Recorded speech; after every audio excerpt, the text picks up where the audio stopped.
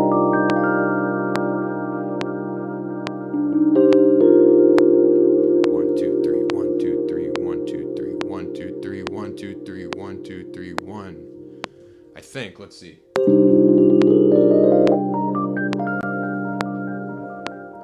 I feel dumb because it's kind of obvious now.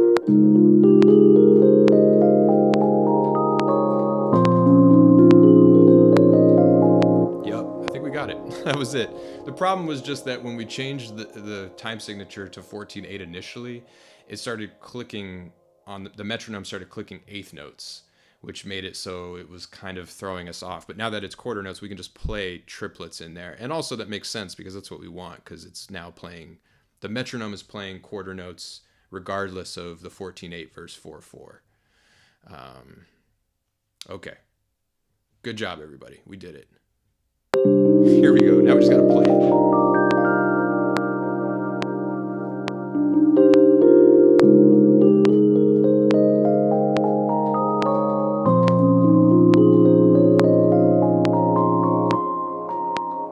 Yeah, now I just got to actually play it right.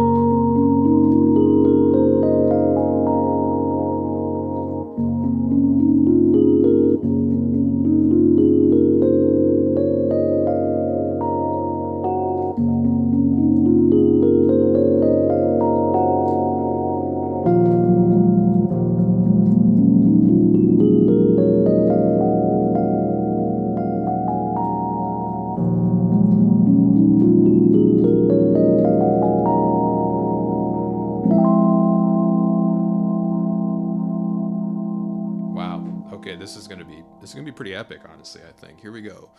It's gonna take me a few tries, but bear with me, we'll get there. I'd love to just actually play it, rather than layering it in, because that's gonna ultimately just be more tedious. But it's gonna take some trial and error. So welcome to attempt zone.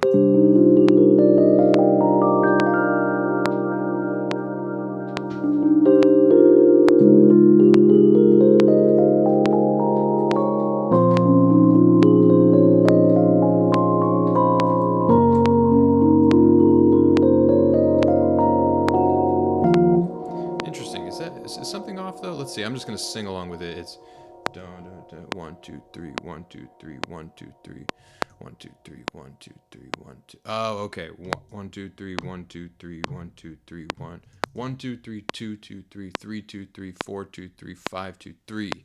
Okay. So we're not quite there yet. We actually need 7 8. 1 2 3. Oh, did you? Interesting. Okay.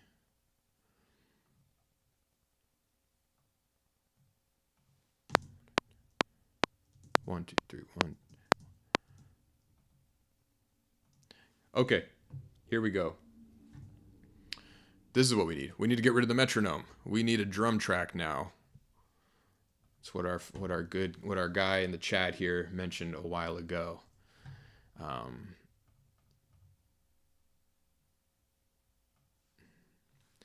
Because we just need a custom pulse. It's 7 8. That's what it is. But playing on quarter notes. This is zany. This is zany. I think this is what we need.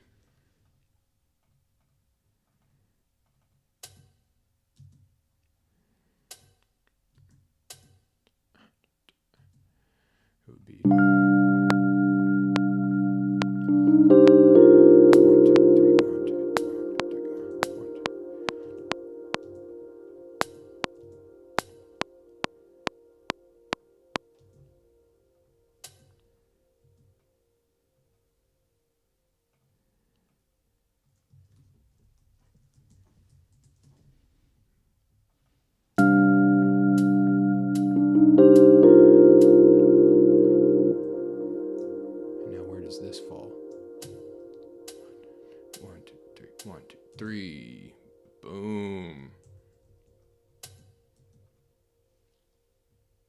Oh, can't see this. My bad.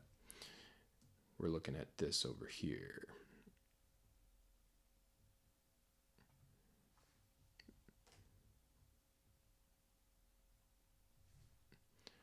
Yeah, it's doing something interesting. It's going now 7/8, but now we've got. Yeah, now it's actually every quarter note. Yeah, so it's just 1 2 3 1 2 1 2 3 1 2 3 1 2 3 1 2 3. Yep.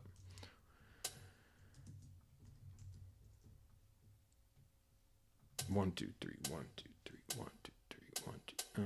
And it's am I close here? I think we're almost there with the concept.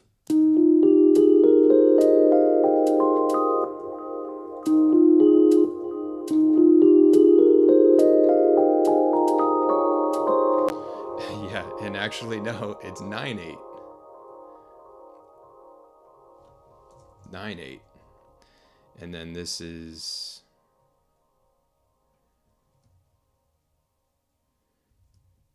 like this.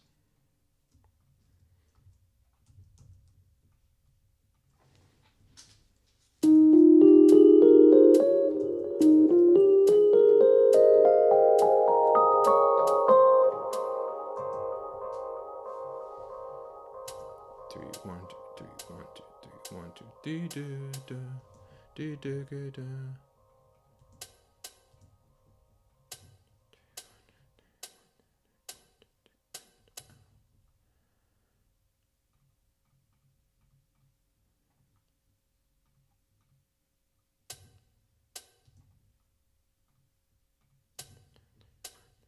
One, two, three, 1 2 3 1 2 1. Wow, it's actually not. Wow, I'm honored that you guys are still here on this journey, because this is wild.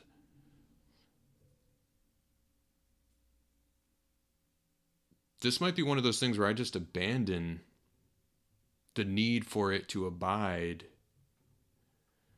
by this chord progression, because really what I want is just this 1 2 3 1 2 3 3 1 2 3 1 2 1. I want this to be here. That's all I want. I'm just having a tough time figuring out what that is. I know what it is in terms of it's just 3 6 12 14. It's 14/8. 1 2 3 1 2 3 1 2 3 1 2 1. Yeah, exactly. But the thing is that to get it at that pulse, it can't. It's not just because it's not going from 4 4 to then 11/8 at the same pulse, because the unit at those eighth notes, those 1 2 3 1 2 3 1 2 3 1 2, those become triplets. So I think it's what Dredd was talking about. We would have to go to a different tempo. It would have to be triplet eighth note equals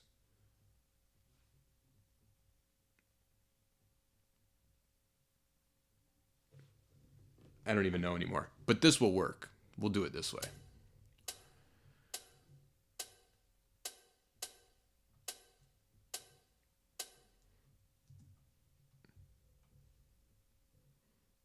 Right. Interesting.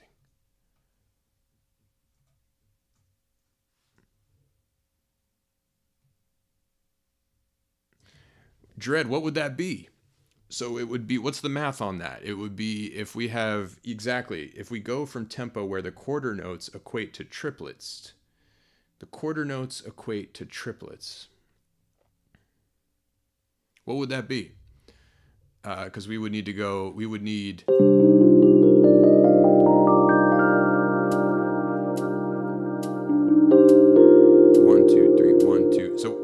If I'm not mistaken, it would need to be that the eighth note is now equal to a triplet.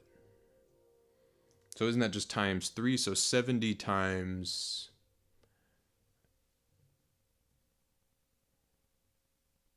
Yeah, exactly, TJ. That's exactly the problem here, is that to get this cleanly here, we lose the triplet. So what would that be? If it's 140, 70, would it just be 105? Isn't that in between? Because that's 70, that's 35. So it'd have to be in between. I'm out of my element on the math there. It's 11/8, but over 4. It's definite. It's 4. Oh, I see what you're saying. I see what you're saying. Yeah.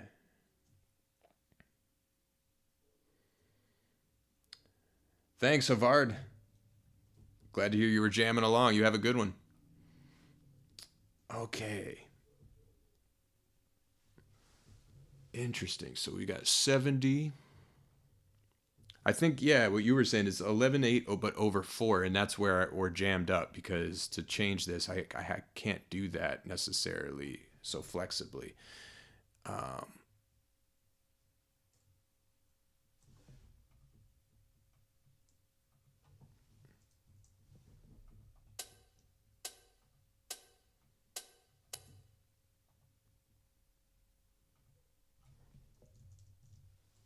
7/4.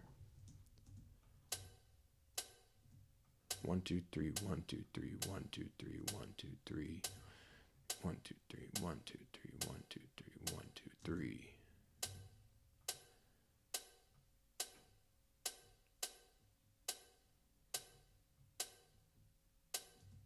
Okay, this might work actually. Can we do it this way? I don't think so. 1 2 3 1 2 3 3 1 2 3 1 2 1 2 3 1 2 3 1 2 3 1 2 3 1 2 1 2 1 2 3 1 2 3 1 2 3 1 2 1 2 3 3 1 2 3 1 and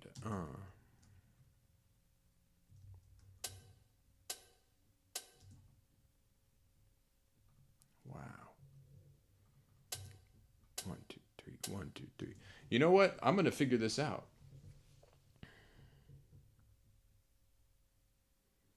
Yeah. Oh, you said Logic Metronome can't do this either. Yeah, no, this is cool. See, I would abandon right now. I would jump ship, but you guys are with me here. You guys are crunching the numbers. And I think we're pushing it a little bit. Like, this is where beat making, I'd be happy to be proven wrong. Point me where the beat based kind of music that's doing this is. There are for sure people, and I know, like, what's the Sun Gazer? Is that right? Yeah, Sun Gazer and math rock types. Definitely, they're all over this. But I wanna kind of wrangle this here. Let's see. Um, we need like a PhD music. Yeah, exactly. I'm getting a classroom vibe here. This is fun, and I'm right there with you guys. This is at the edge of my rhythmic wheelhouse here. So let's see. We need somebody with like a PhD in like orchestral percussion or something, because this is the kind of stuff you see in 20th century music. Written in the wild scores, where it'll have all sorts of irrational rhythms and stuff like that. I think that's we might even be bordering, not irrational, but we might be getting in that territory. I'm not quite even sure, but let's see. So I think the simplest way is to do what Dredd said. Hey, nice 12 beta, live 12 beta, nice. I think the simplest way is what Dredd's been doing for a while now. Go check out Dredd's SoundCloud. He's doing this left and right, where I think the simplest way is to simply change the tempo so that now we can go to 9/8, because that's what we got. We got one. So let's recap. Let's recap the concept here. The concept is 1 2 3 1 2 3 1 2 3 1. So 1 2 3 2 2 3 3 2 3 3 2. Sorry. 1 2 3 4 5 short. So that's 4 times 3 is 12 plus 2. So we need 14, 8. But we need those eighth notes to be what triplets are in the first tempo. So when we're at 70 beats per minute and we're hearing this,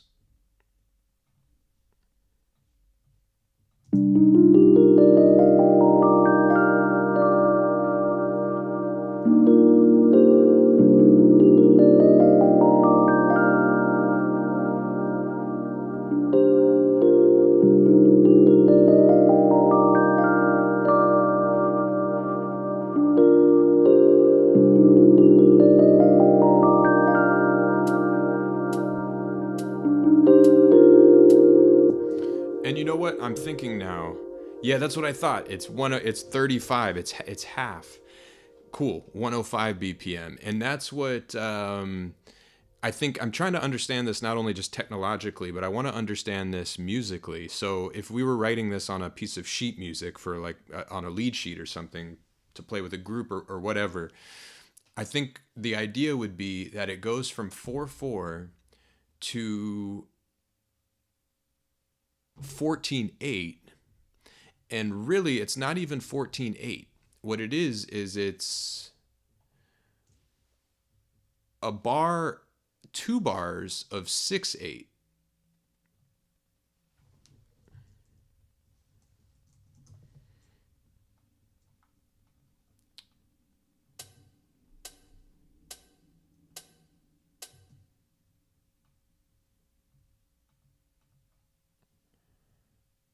And then 1 bar of 2. No, let's not do that.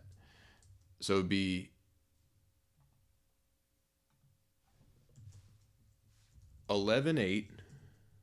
No, I'm sorry, 14/8 we said. 14/8. But the weird thing there is that the groupings are triplets, so it's really like 6/8. So it's 1 2 3 1 2 3. So on music paper it would be dotted quarter equals quarter.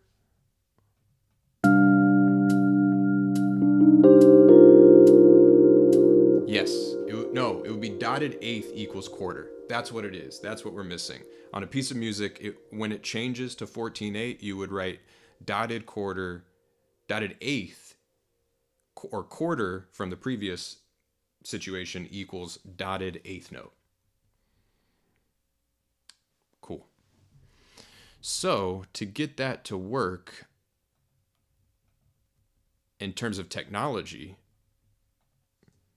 meaning we can't write in our session, we can't write dotted quarter equals quarter. I think what we have to do, like Dredd said here, is go to 105. I think.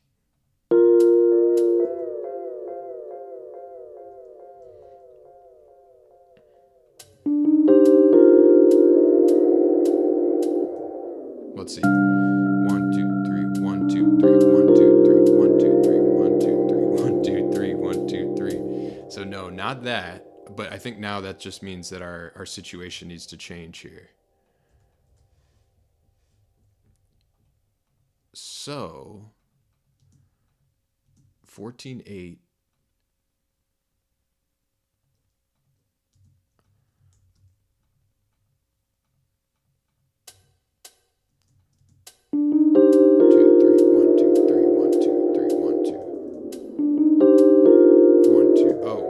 And let's turn off our quarter.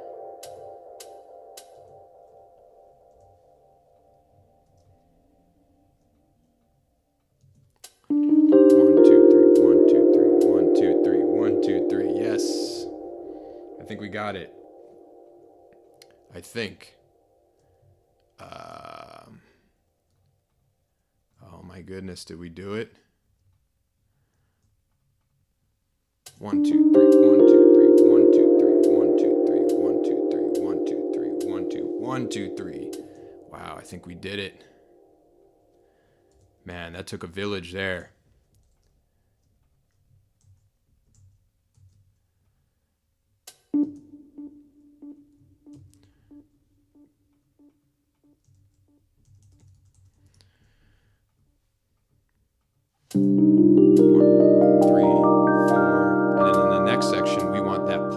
stay the same, but be able to get 1, 2, 3, 1, 2, 3, 1, 2, 3, 1, 2, 3, 1, 2, 3, 1, 2, 3, 1, 2, 3, 1, 2, 3, 1, 2, 3, 1, 2, 3, 1, 2, 3, 1, 2, 1, 2, 3, 1, 2, 3, 2, 3, 1, 2, 3, 1, 2, 1, 2, 3, 1, 2, 3, 1, 2, 3, 3, 1, 2, 1, 2, 3, 1, 2, 3, 1, 2, 3, 1, 2, 3. We did it. Wow. So yeah, pretty much everyone was right.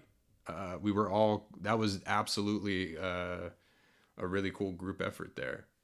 And on musical notation, I think it wouldn't make sense in a traditional music context to write tempo changes from 70 to 105, because how would you do that unless you had a click track, which then you're dealing with the problem we have.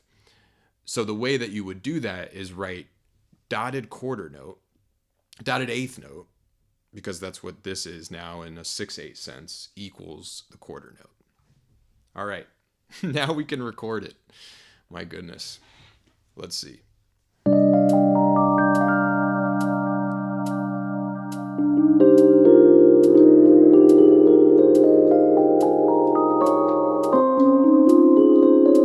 Oh, I messed up there. Let's see.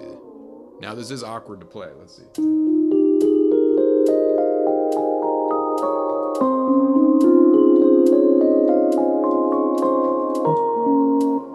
Ooh, it's tricky, so I gotta go.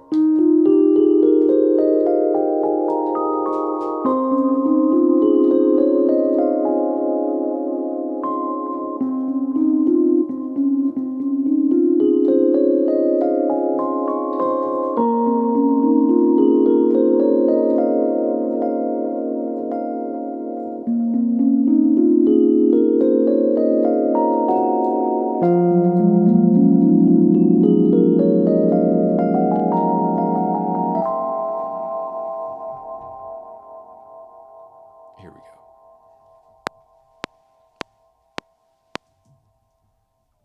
We'll take it from here.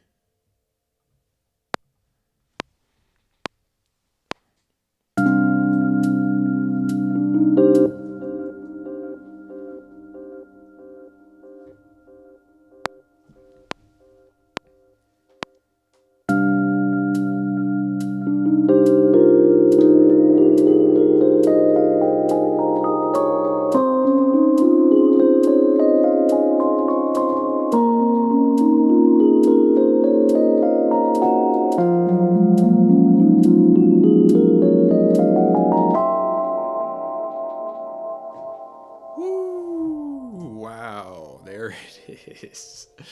And then that lands us here. Let's try it. Or no, I think we got it there. Let's see. Yeah, that was it. And the quarter to triplets is just the simplest form of this. You could go to, yeah, exactly. Yeah, and that's, check out Dread stuff, because he takes this concept really far, not just with doing kind of like the more conventional conversions of triplet to eighth note and all that, but you could get insane. Yeah, especially on it without the other hand, it's a little it is Disney-esque. Let's get the other hand in there. So that would be,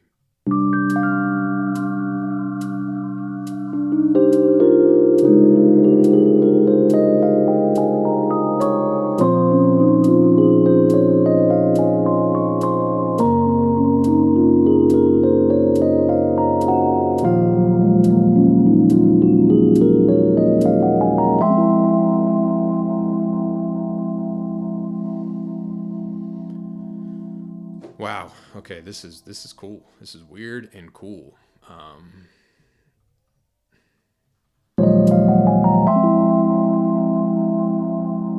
And now this is where I was mentioning when we were still before that journey we went on. What I was thinking is it would be cool that before going back to 4/4, if here we actually go to maybe, because 14/8 is essentially 5 minus 1.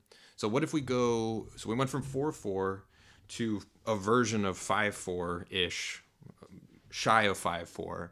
What if we then go to 6/4 before we go back to 4/4 by just letting these chords linger? So that would be like this.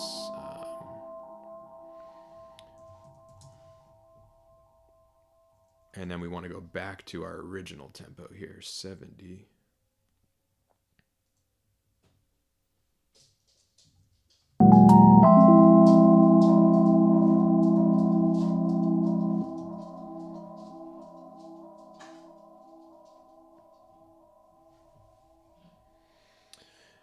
Hey, what's up, Sebastian?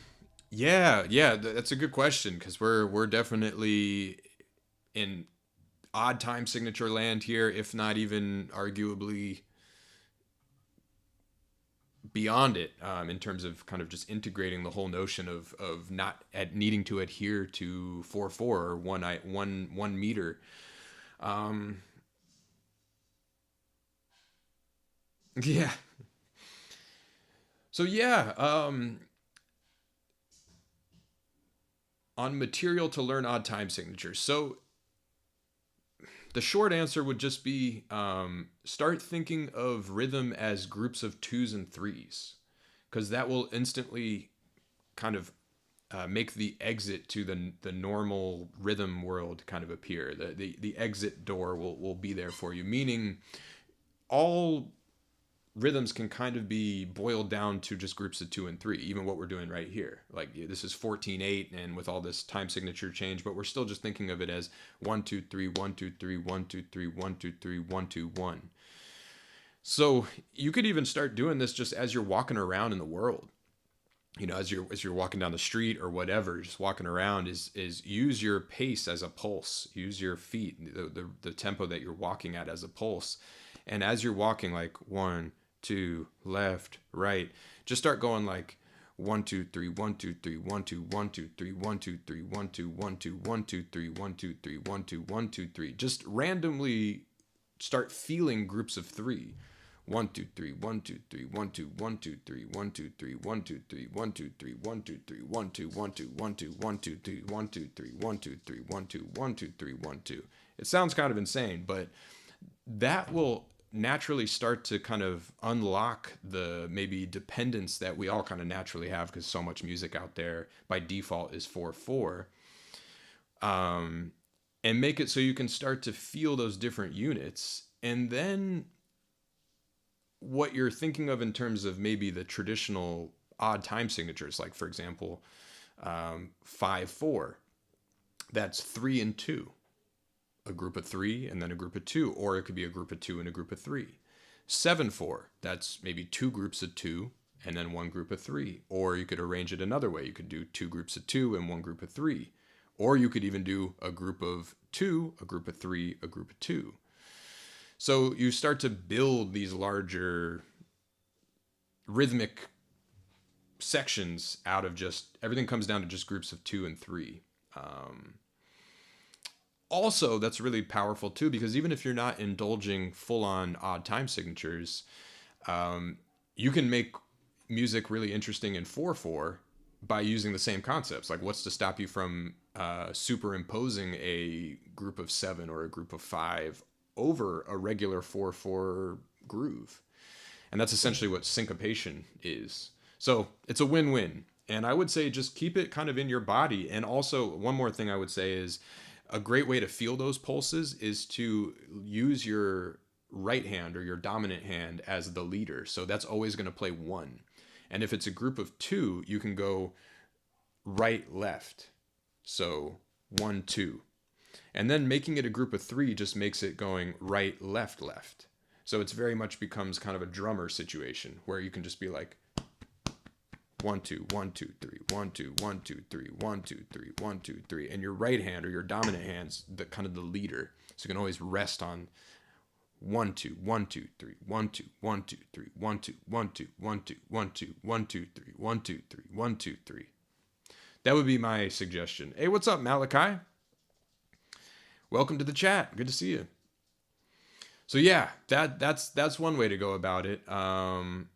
another, just to do a plug, I put together a drum MIDI pack that's all odd time signature patterns. I think it's 7/4, 5/4, and 3/4, which 3/4 is not technically super odd, but it's not 4/4. So it's kind of like 3 levels there that'll slowly break you out of 4/4.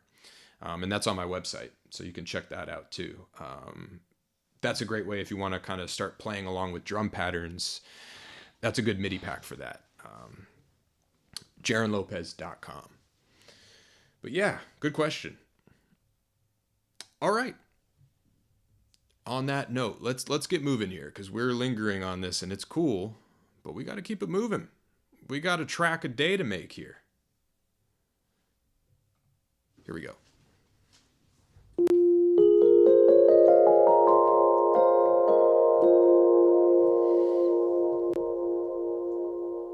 Let's see.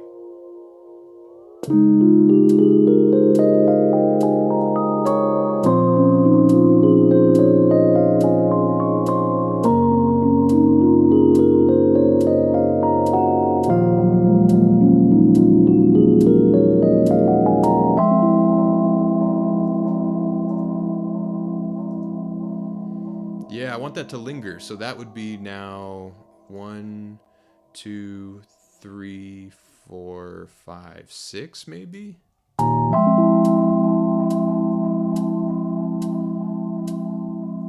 And then we've got another chord here. We could go 1, 2, 3, go 1, 2, 3, 4, 5, 6.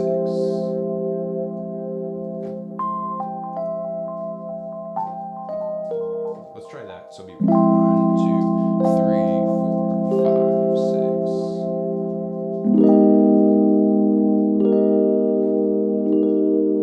Let's try that. So let's see, that would be.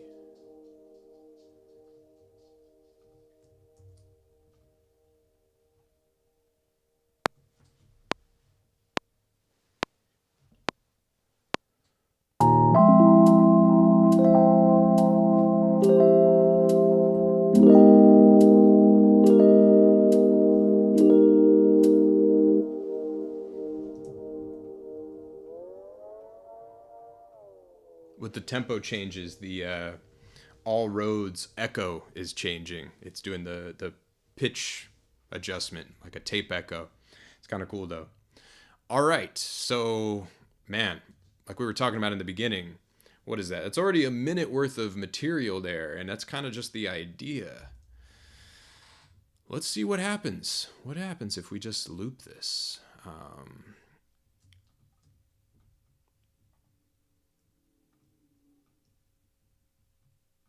What happened here? Delete fragmentary bar. What is that? We don't want a fragmentary bar. Was it this? Yeah, probably that. All right.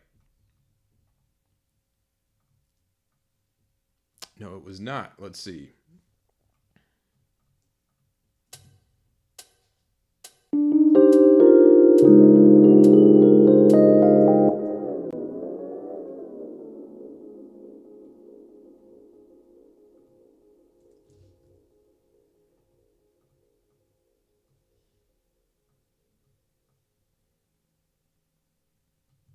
Oh, that's what it is. I need to put this as 4/4.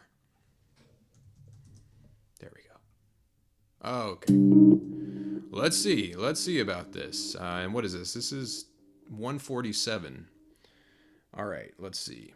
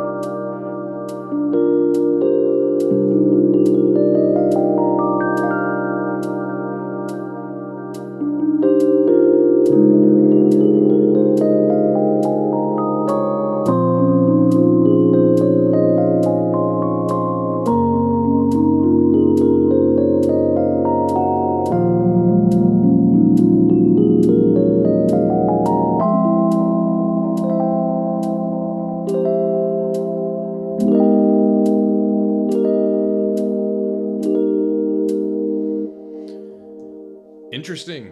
Very interesting. Cool. Well, my first thought was this. We need to linger on the first section because the section where it changes tempo and all that is great, but it's very much a portal. I don't think we don't need to do that so much. So I think we can just duplicate the first part. I felt like I was happy to linger there longer and kind of really set up the anticipation that maybe this is just a beat, you know. Not just a beat, but you get what I mean. That we're just maybe going to chill on C minor the whole time, and that's the tune. And then when you get here now, it kind of functions more as a bridge.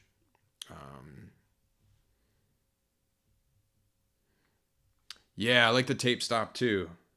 Exactly, Dread. And we just got to add some more drums and fill it out. Maybe add a little bass action. Yeah,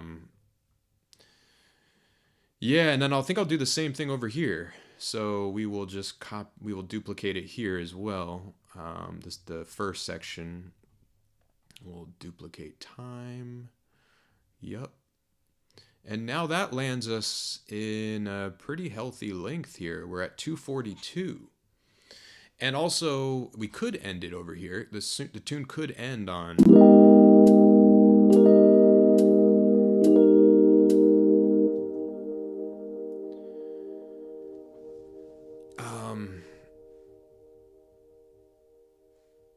yeah.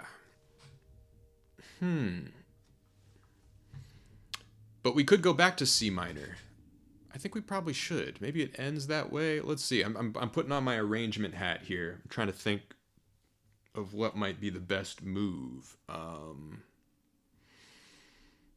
So we got that happens twice. We do our bridge. We go here. This happens twice. We do our bridge. Yes. Okay, I got a bit of a dangerous thought here because this could take us down a whole nother rabbit hole. Yeah, and I'm thinking arrangement wise we could do a lot. I think we'll make this Rhodes and bass and drums. I don't think we'll make it a trio. So yeah, maybe let's see. We'll do.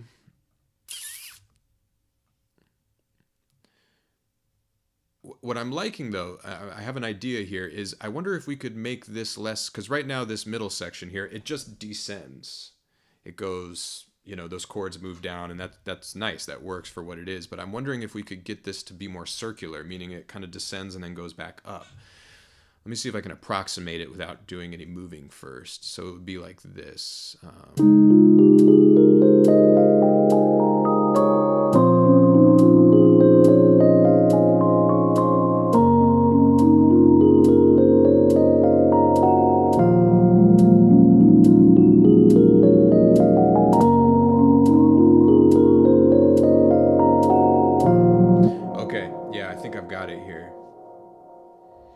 Resolve to Picardy third. You know what? I like that idea. I like that idea. What if we go back to major? Hey, I'm loving where your head's at. You're not your name is not displaying, and I'm forgetting what it was. You'll have to remind me. Wire or something. But you've got some. I'm loving your ideas. We'll have to do that next. But what I'm thinking here is, what if it actually duplicates this first phrase? So we alternate here. Wireman. Yeah, I'm loving your ideas. Keep them coming.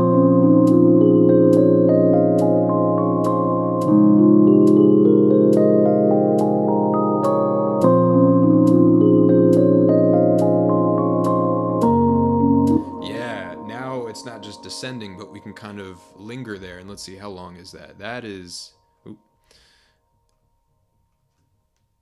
16 seconds.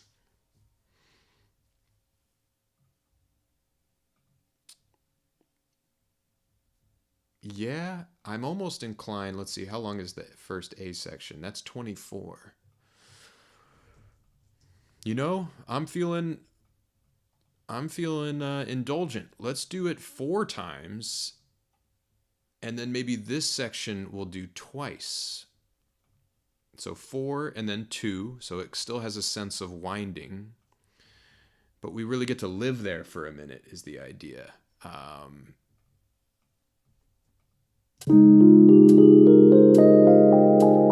It's also the end of the tune, so now maybe we've really we want to linger here. We've tasted it once before.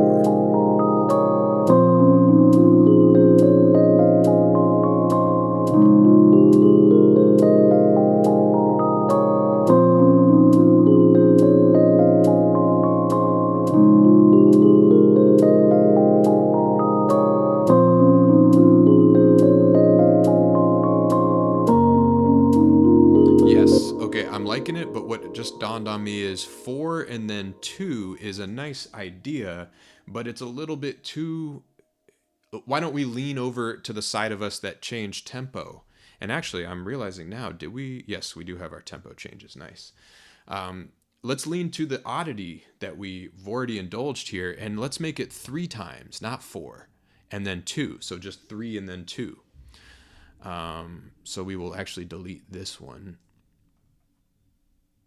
Yes. Let's see. So now we've got something along these lines.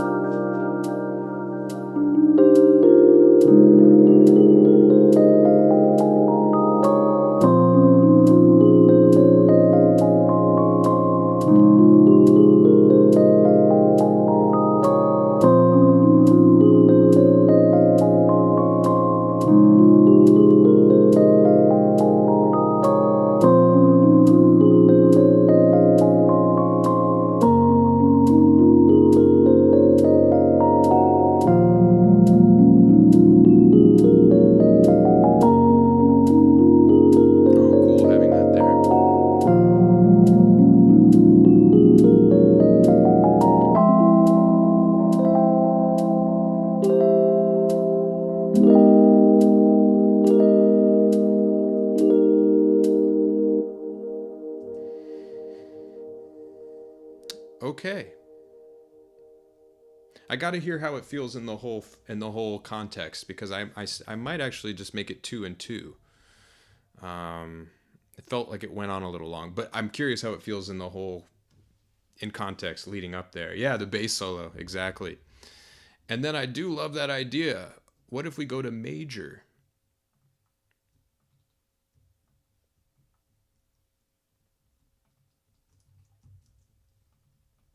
What if we finished it by then resolving, because we got this big 2-5.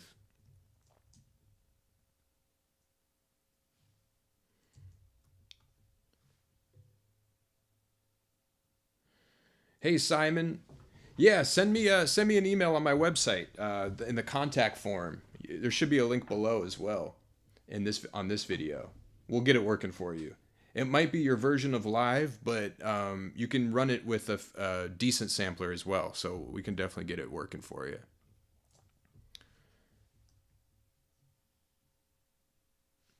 All right, let's see. So if we go to C major, what if we just alter this pattern so that it's major? That'd be a really cool way to end the texture. So it would be E, F sharp, Lydian, we'll do Lydian, A,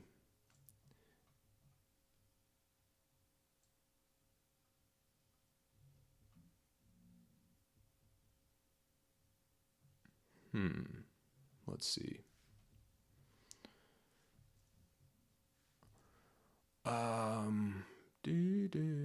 What's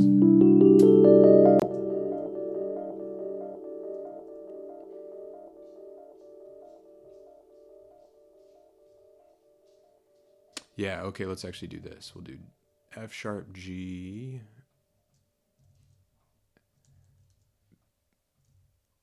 B, D, E, F sharp, G, A,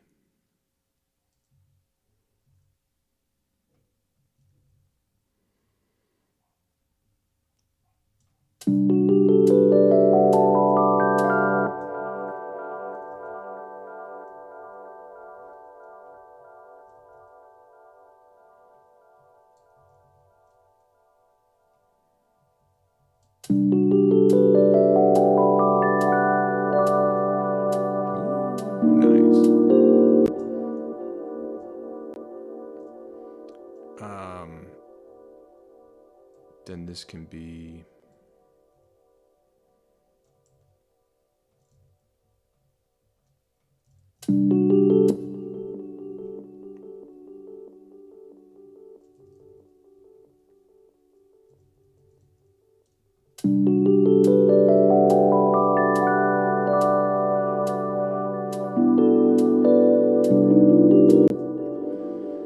and this should be the same deal.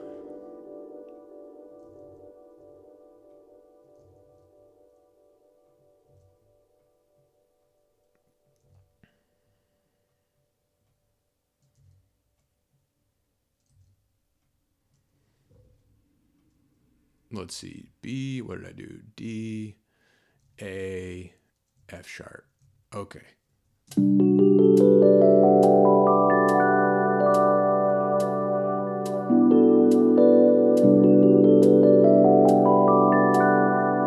What if we go do, do, do?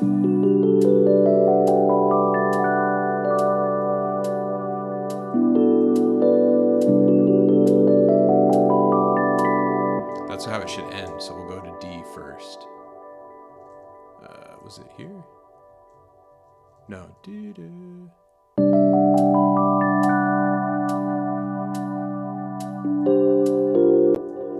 And this can be D again,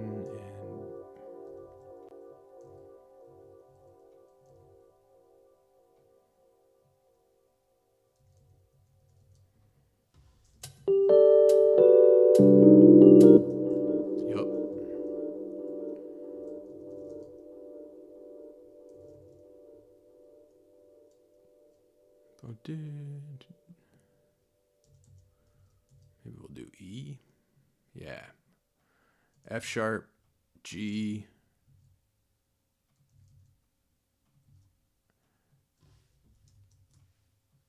B, D, E, F sharp. Is that right? Is that what I did? F sharp, G, B, D, A, F sharp, D. Cool.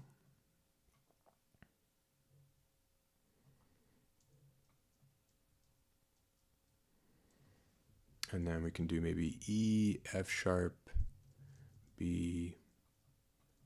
Cool. This is going to be interesting.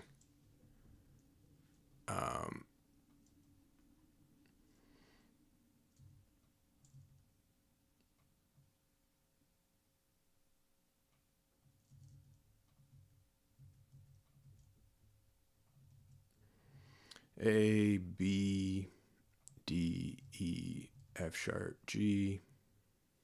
What was it over here? G, B, D, A, and then we were going to do B, the end, and A. Okay. Yeah, what if it just ends there?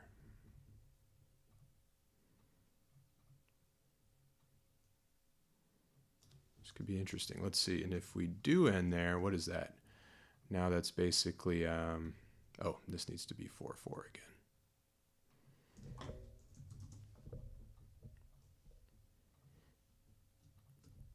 That's 3.5 minutes. Yeah, I could stand for it to be even longer because there's a lot to explore here. But let's give this a shot here. Here we go.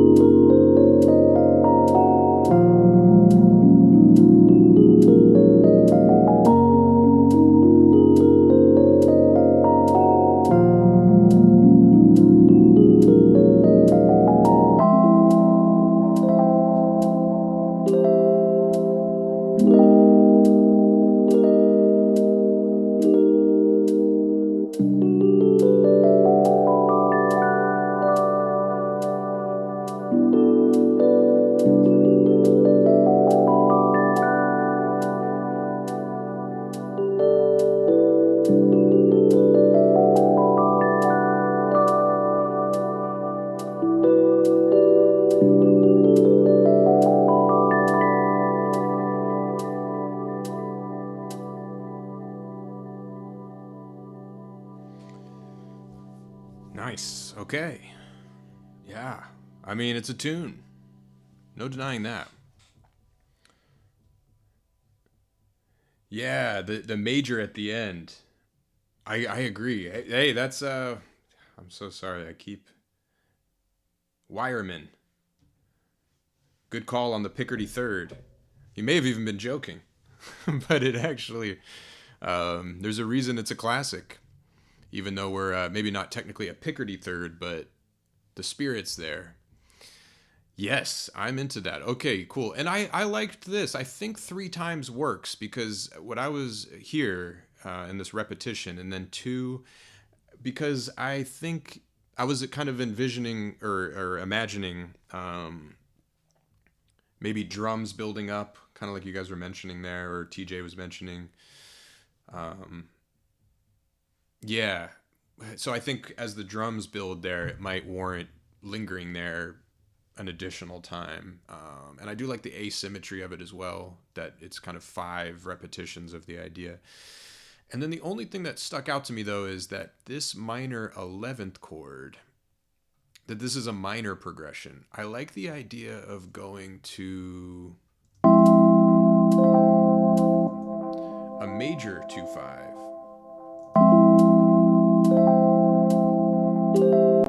which is a simple fix. Or a simple adjustment. We could just make this A flat A, and then when it does the, do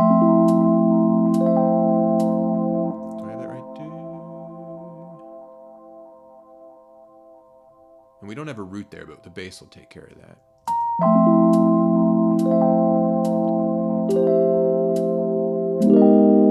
And then here, it being not an altered dominant so much, but instead maybe a... I just realized we don't even have an F in there, which is cool. That's interesting. B, D, well, yeah, we'll go down to B here, I think. Yeah, so then these can be not an E major, not an E flat chord, but instead a major. What is that, B? So yes, this would be A, E, C sharp,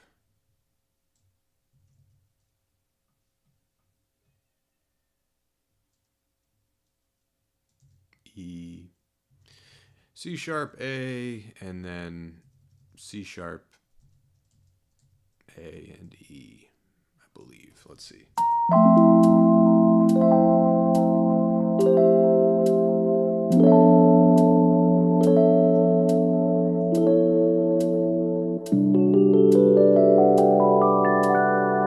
Yeah, we need the roots in there to really sell the whole thing, which I'll wait for the bass. Although we don't actually need to, I could just duplicate this. Why don't we do that?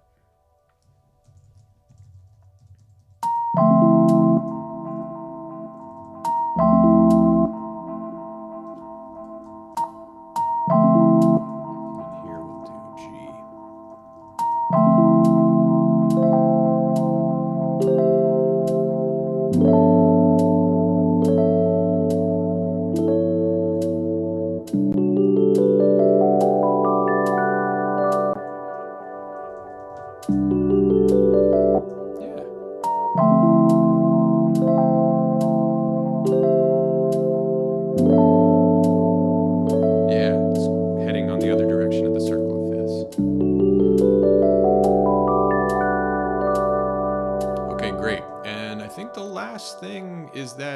I think I want to make this more like 4 minutes long rather than 3:30. So this is 24 seconds, I think, or no, it's actually 27. So I think what we'll do is let's duplicate the middle section one more time. I want to do a solo in there, some kind of solo.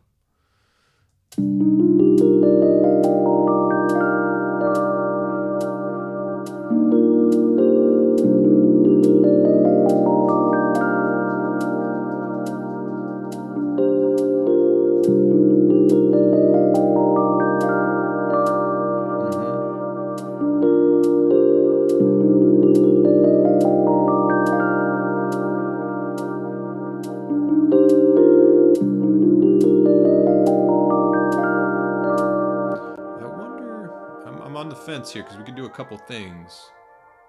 One is we could, so we'll do it one more time, which means we're going to end up with 359. I think that's a good length. And then we could go up to F minor to come down here. What would that sound like? That would be like...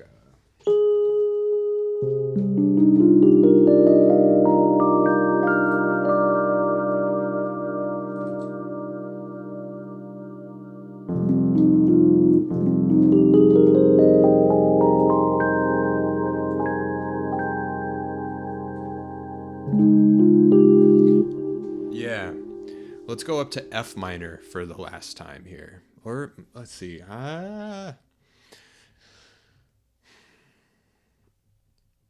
C minor, C major. We do one of C minor. Yeah. F minor.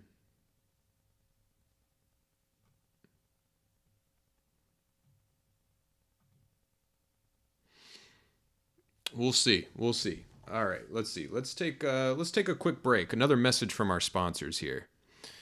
We'll be back in just a minute. Here we go. Are you tired of spending hours guessing which notes will magically fit together to create those slick chords you hear in your favorite tracks? Does the thought of creating a nice chord, and then a chord progression, and then multiple sections in a tune haunt you at night? Do you spend hours getting a single chord to sound decent, and then have no time or energy to actually turn it into music?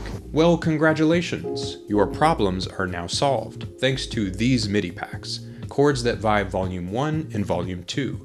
Each volume includes 132 chord progressions, 264 in total. I'm listening. Chords That Vibe Volume 1 gives you the most optimized position for every vibey chord in all 12 keys, moving to all 11 other roots. These chords will take you straight to the colorful, moody realms of hip-hop, house, R&B, drum and bass, and beyond.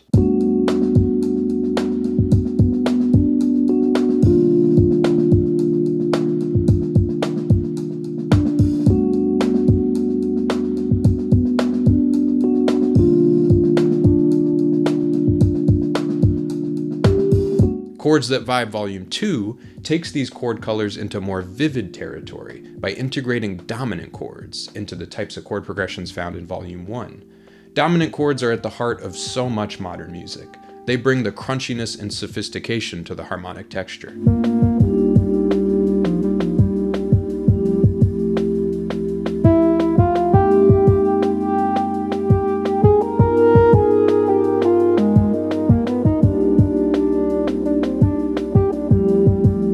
How do I use it? Chords That Vibe Volume 1 and Volume 2 come in MIDI format, so you can use it with any DAW, any operating system, and any music equipment or hardware that receives MIDI. Just drag a chord progression into your project and start making music. Thanks, Chords That Vibe. If you already know the ins and outs of harmony, this is a great inspiration resource that will show you a ton of new tricks. And if you're new to this kind of harmony, this will save you years of learning, Googling, and YouTube watching. You can get Chords That Vibe Volume 1 and Volume 2 individually, bundled together, and also bundled with my All Roads electric piano instrument on my website, jaronlopez.com.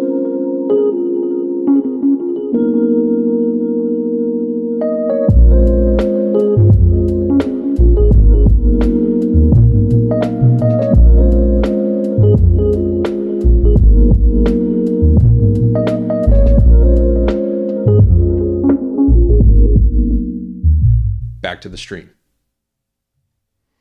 Welcome back. All right.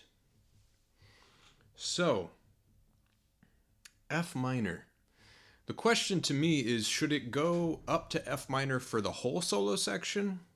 Because right now it goes back to the melody for C minor, which it kind of needs to do. Or it would be nice at least, because we've got this here.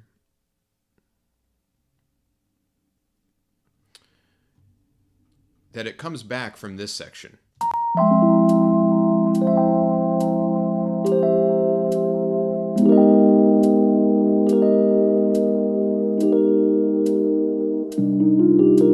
So there it needs to kind of settle, because that's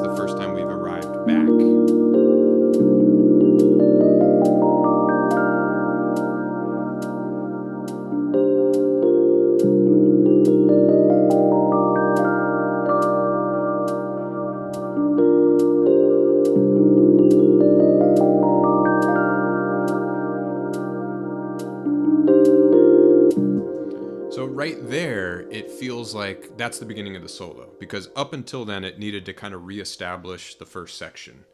To me, that's now the beginning of the solo here at 54, and I want this to be a 2 times through. TJ, yeah, I went ahead and cut together some little, having some fun with some little promos. I've got a bunch more. I'm trying not to lay it on too thick, find the right balance, but yeah.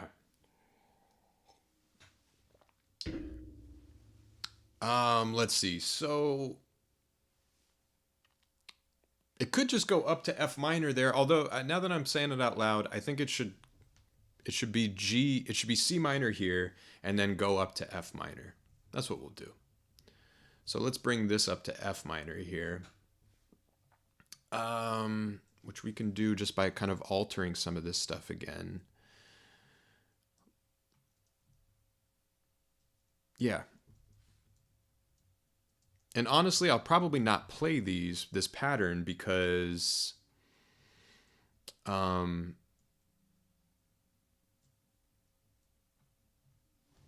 not play.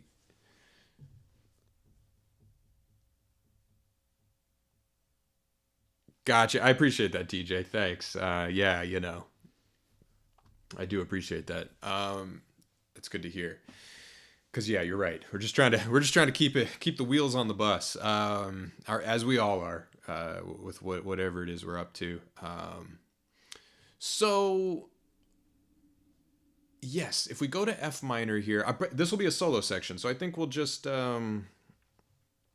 probably end up replacing this with kind of just like comping of some kind. But for now, I'm going to adjust it so that we have kind of the sketch here of the tonality. So we'll go F. And then we'll do, let's see, I like the idea of it going here. Yeah, let's do the minimal amount of adjustment. So B flat, C, E flat's cool. We'll do G and A flat, B. Yeah, very minimal. We'll keep it exact, only where we need to. We'll do maybe A flat, G, E flat? That could work. This could work. I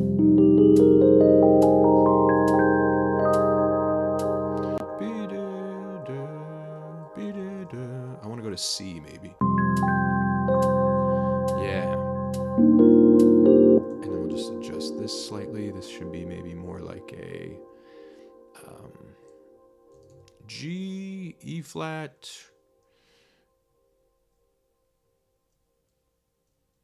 Actually, you know what? We'll do this. We'll do C, A flat to B flat and G. That'd be nice.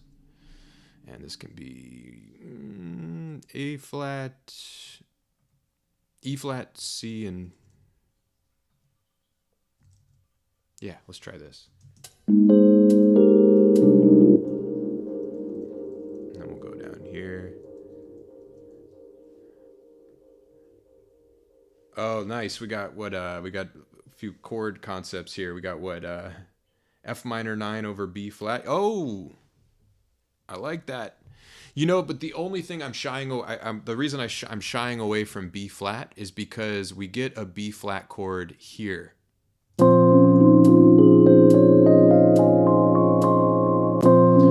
The second chord in our sequence of the bridge section is B flat minor, because it basically goes, we're in C minor, and then this bridge section goes from D flat major, then to B flat minor, to G flat major, to E flat minor. So it's basically diatonically cascading through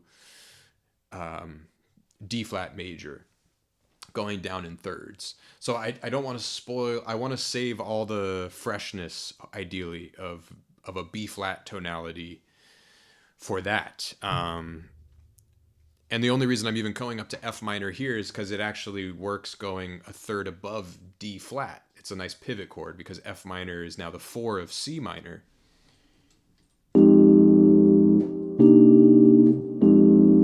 And then that can walk down to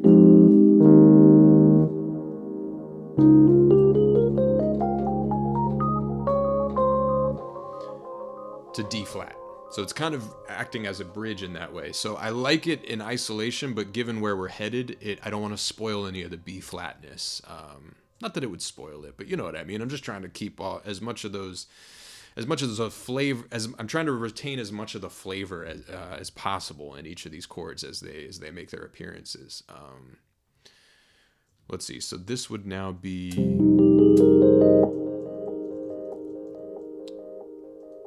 Let me just quickly do this because I do want to get to putting some stuff together, some drums and bass. Let's see. C, E flat, F, G, B flat. Oh,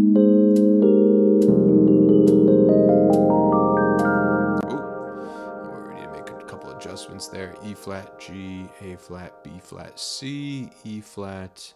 Yes, and then we'll bring these up here. C.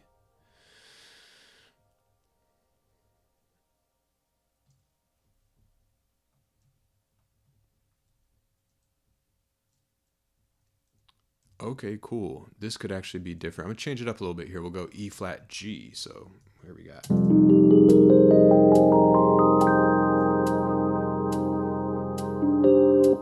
then this needs to be a bit different. Let's see, we'll go.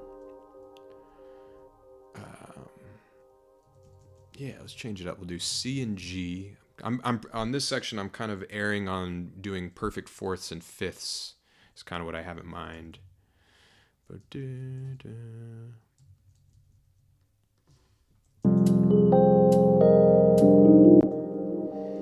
we're almost there. We'll go down to F again, and we've got our E flat, G, A flat, B flat, C, E flat. Just sticking to the notes of basically F minor with no sixth. If you want to be fancy, you can call it hexatonic minor. It's basic, or an expanded pentatonic minor, but basically a 6-note minor scale that kind of stays out of the particulars of each different kind of minor scale. E flat, G, A flat, B flat, C. And then here I want to do what we did initially, but not go down to C. We'll go down to E flat this time.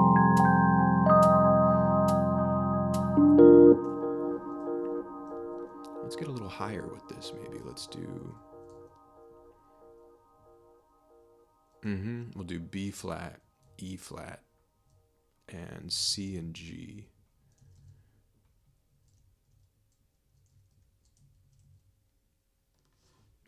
Yes, we'll do A flat.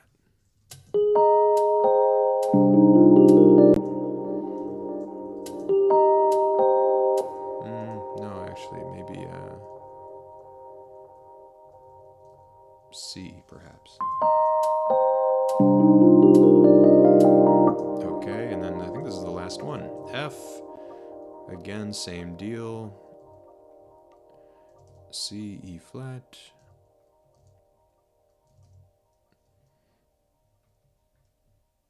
And maybe let's go all the way up to C this time. What did we do last time? It was E flat, and then it went C, but an octave lower this time. Okay, perfect. Yeah, I'm loving this on the ambient preset for all roads. I really dig this one. It's got a nice... all the ambient presets have a nice kind of bouquet. They really blossom with the reverb and the delay. This one's even on the border that even some of these notes kind of linger over one another, but I'm almost, I think we'll lean into it. I'm liking the idea of it blending, especially because we get this tape echo pitch shift thing. I kind of like having it kind of be blurry in this way right here.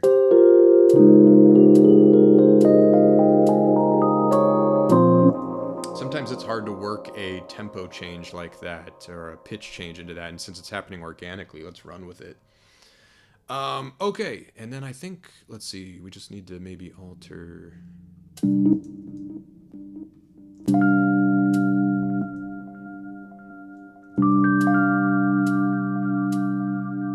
Oop, not that one, we want this one.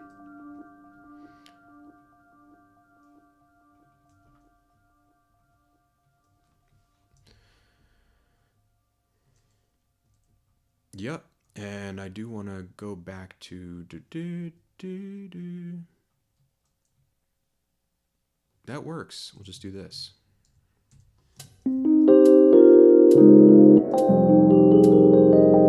Let's check it out. Let's see. So from here, it would now be like this. And why don't we start playing around? Let's see.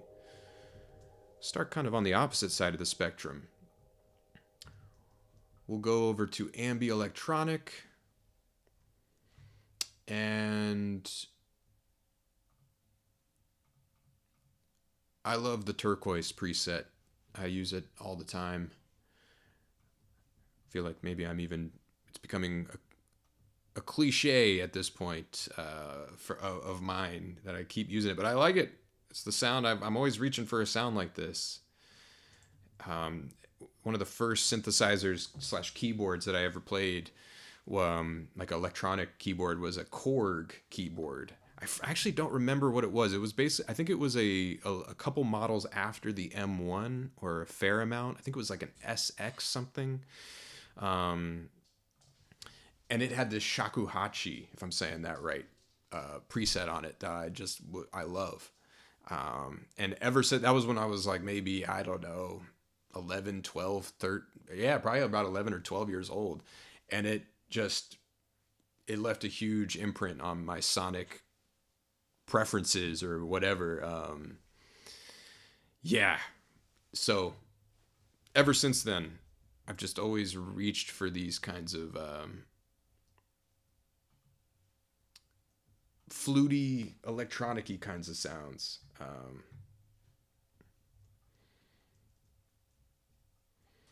Let's see. What was I saying? Yes, so turquoise. That's what this sound basically is. It's me still on the hunt for that sound. Yeah, so let's play over this. Let's get a feel for what the solo section might be. We're kind of building this song completely upside down. We're talking about the solo section, everything. We don't even have a drum pattern in yet, but I kind of like approaching things that way, honestly. Instead of thinking I'm going to play to a drum loop, or I'm going to play to the drummer, in other words, like the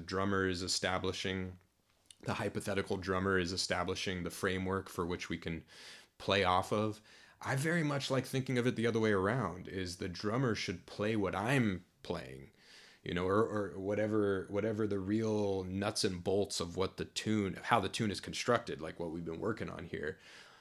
I love it when a drummer is only doing things that basically emphasize, signal,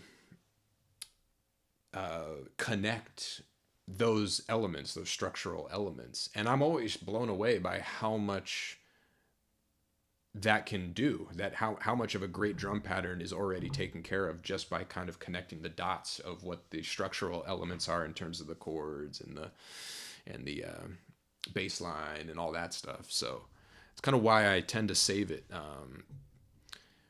So let's see. Here's the solo section.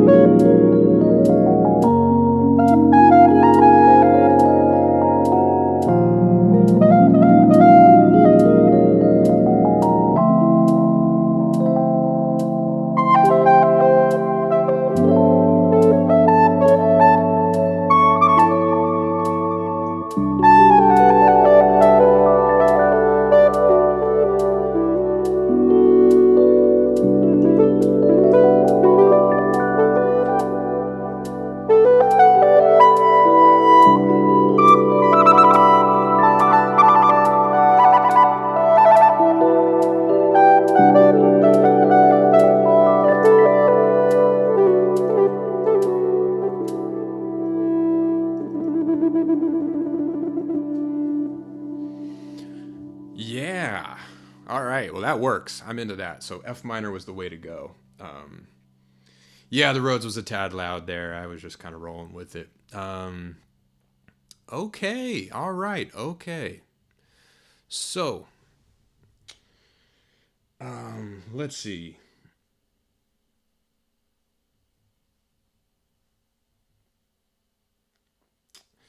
Yes. Let's see. Finn. What's up, Finn?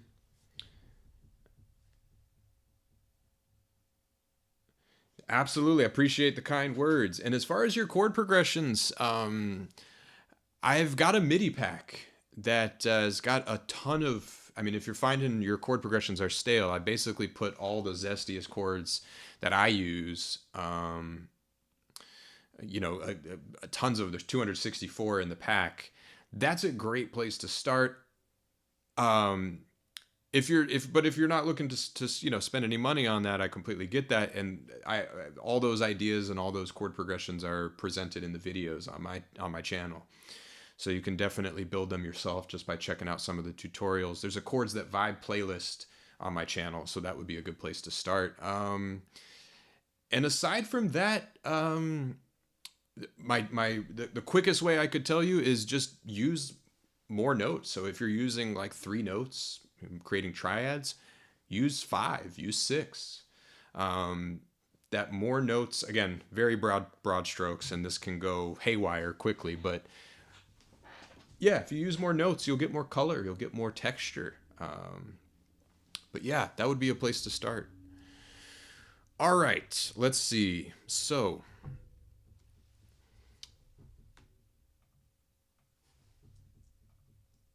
far we are way off track in terms of building a song a day. But that's okay, because I'm sure if we do another one here, it tends to be, for me at least, when we do another tune, the next tune, it's going to be way more. This is satisfied a complexity itch. So now I'm going to be looking to scratch a simplicity kind of itch here. But let's see. I want to just clean up a few things, add a drum track, add a bass track, add a lead kind of solo like we just played with a bit, and then let's run with it. And we'll move on to the next one. So here we go.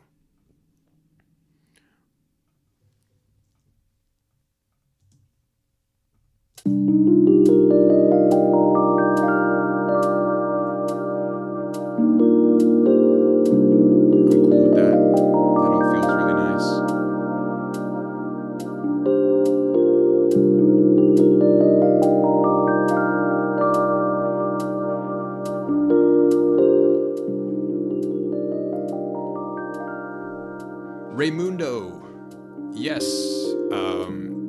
All roads can be used with Decent Sampler. Exactly. When you download it, when you get a copy, the download will come with. Let me turn this down a tad here. The download will come with Ableton presets, Logic presets, Contact presets, and then Decent Sampler presets. So if you've got Ableton, there's a bunch of optimized presets for that format in the instrument racks. That's what I'm using here. Logic, same deal. Contact, same deal. And then Decent Sampler actually has some of my favorite implementations of it, and Decent Sampler is a free sample plugin, so you can use it with anything. So yeah, exactly. Thanks for being a fan. Appreciate you. All right, let's see. Let's jump back over here.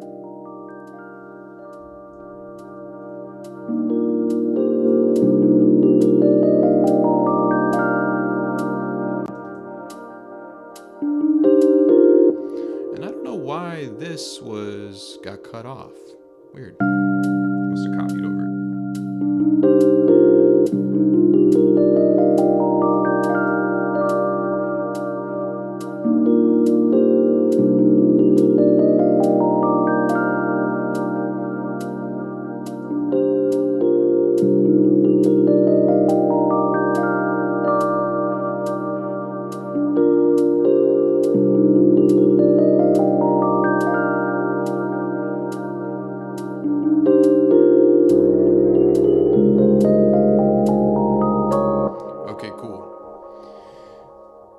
Yeah, Finn. Check them out. Yeah, there's demos on the site, and I've featured them, I think, in a couple videos.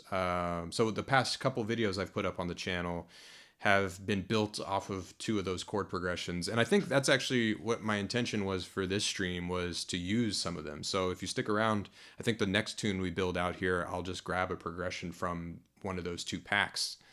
So you'll see them at work. But yeah, okay, cool. I like this. There was just one thing that I was playing that didn't come across when we recorded it here, which is that I wanted these to be here. G and, it's just G and C.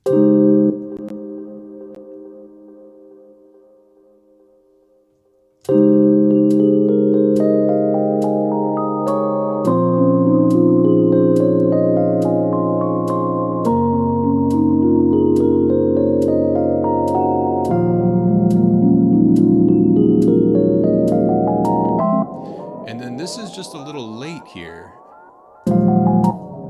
I like this, but it's a little late. So let's see. Let's just clean that up. I want it to be a little bit more on the beat. In fact, it's completely off. It's weird because it doesn't sound so late, but it very much is.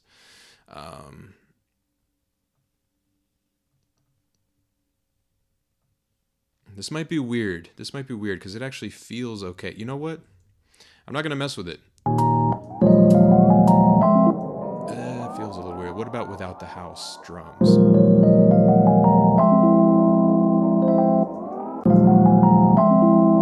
It is a little late. Let's go ahead and do this.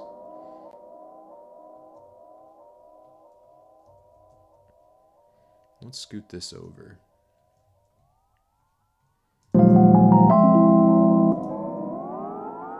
That's kind of crazy, I know, the tape delay there, but you know, it is what it is.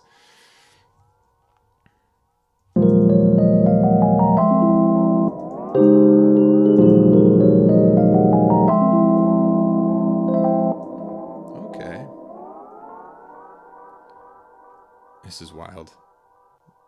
It's a little zany. That pitched motion, but that's okay. I'm into it.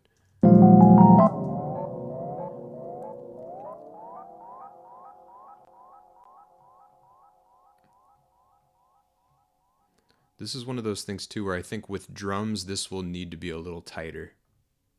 Oh, you know what it is? You know what it is? This is not representing... Okay, there we go.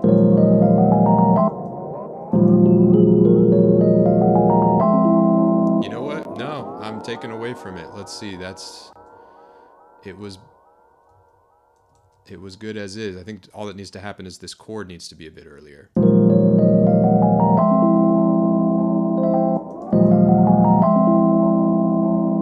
Just get a feel for it here.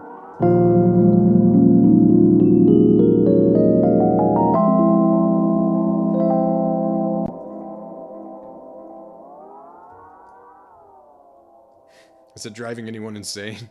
I kind of like it, but I get it if that's giving anyone motion sickness. I could turn the delay. You know what? For now, I'll turn the delay down.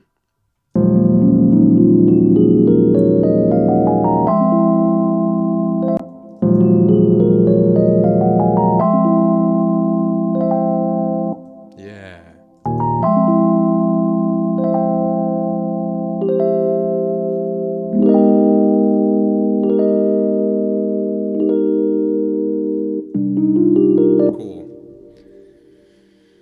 Let's see, Finn, yeah, you're saying using notes in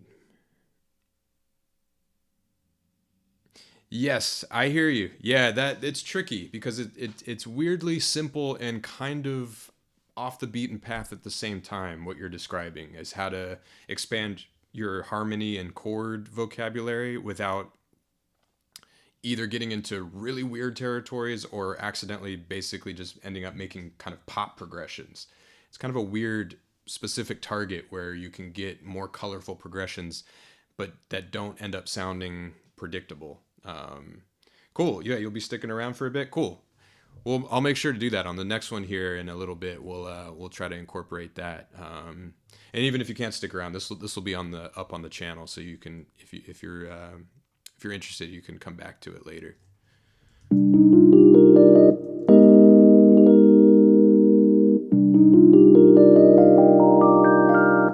let's get this to ring out all the way.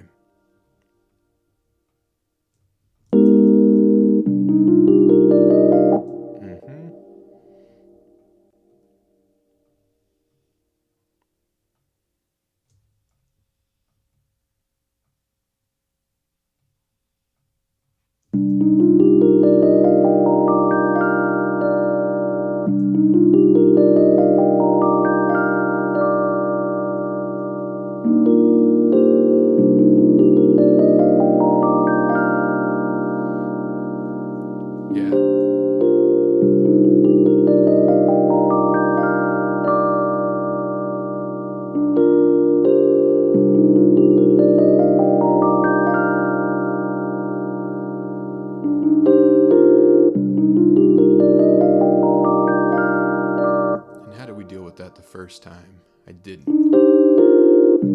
Kind of cuts off. I want that to be one and the same here.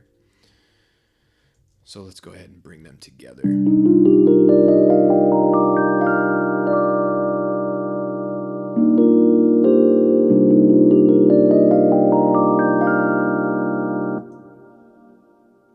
Yep, just like this.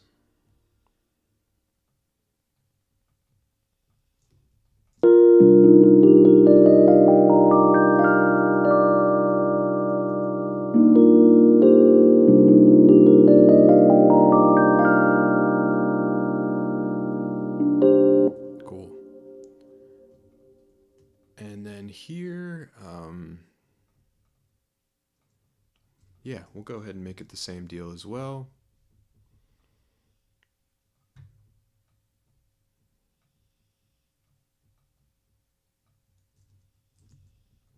Oh,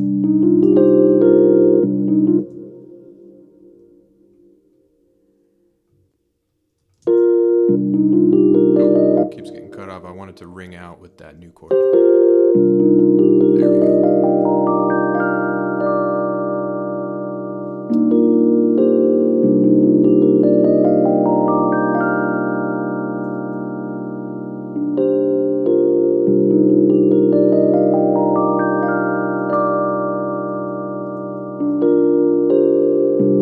Do the same thing here.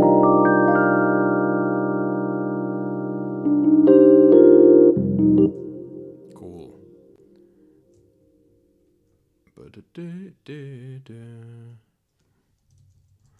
And then this is actually too low now. This F is too low. But that's okay. We'll just do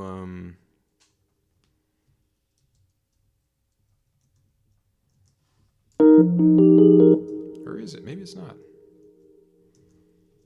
Ah, we'll do this. Yes.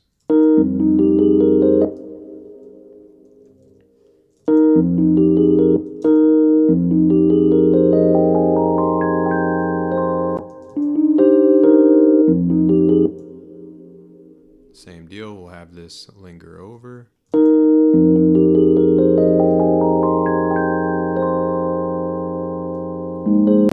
Maybe make this an A flat.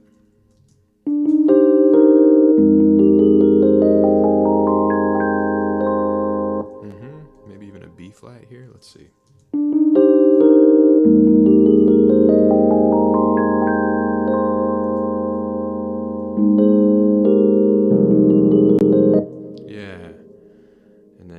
The same thing. Maybe make this a C and a G this time. Nah, we'll make it A flat and B flat. Nah, we'll make it a G and an A flat this time.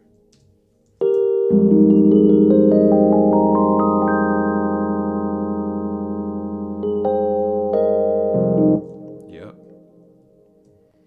Maybe go back to C and B flat, or A flat and B flat.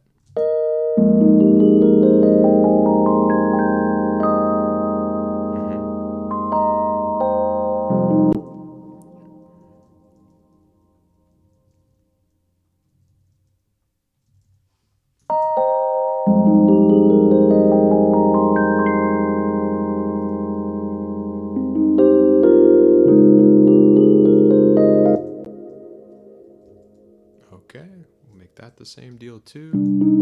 Oop.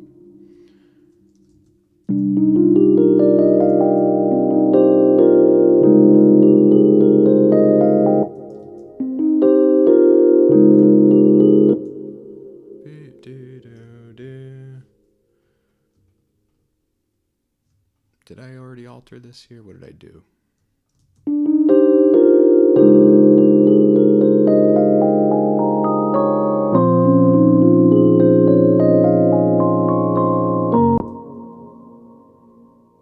Basically right now I'm just getting it so that things don't ring over one another. That's kind of my goal here. And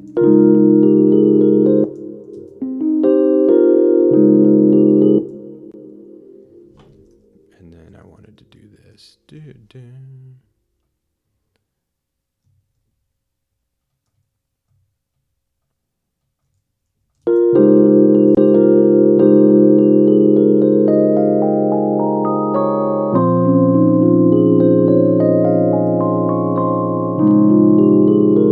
Yep, and then we got a little bit of mud happening here.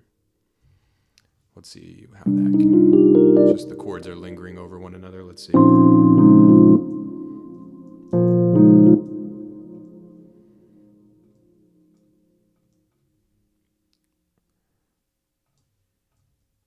Oh, okay, that's what we need. We just don't have a pedal change, so.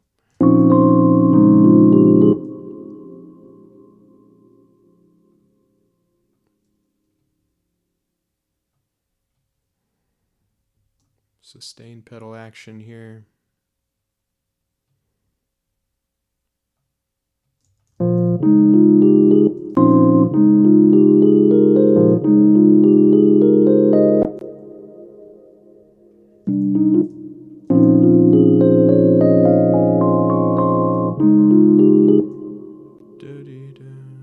What is that? C. Let's linger over.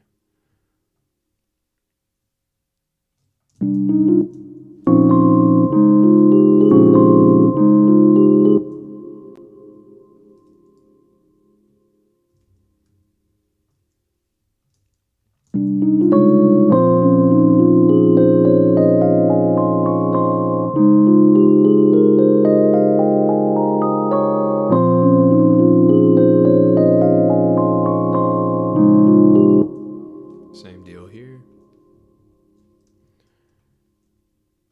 In fact, that's exactly the same, so we could just even... Nah, we'll do this.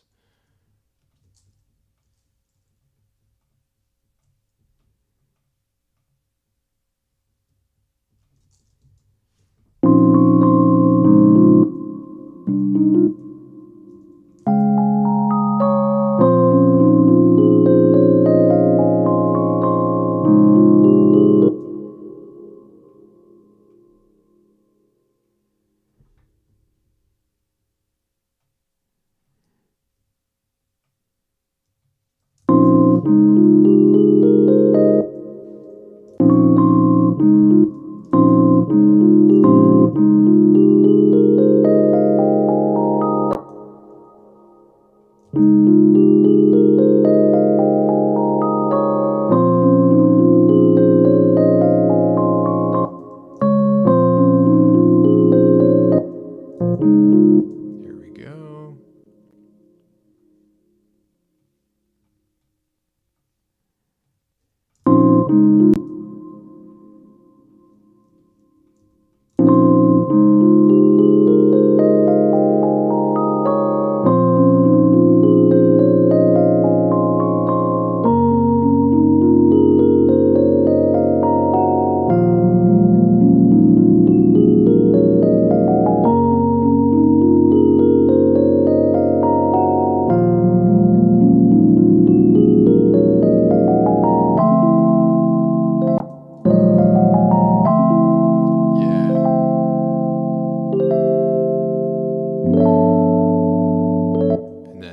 I just did the same thing over here. I went like this.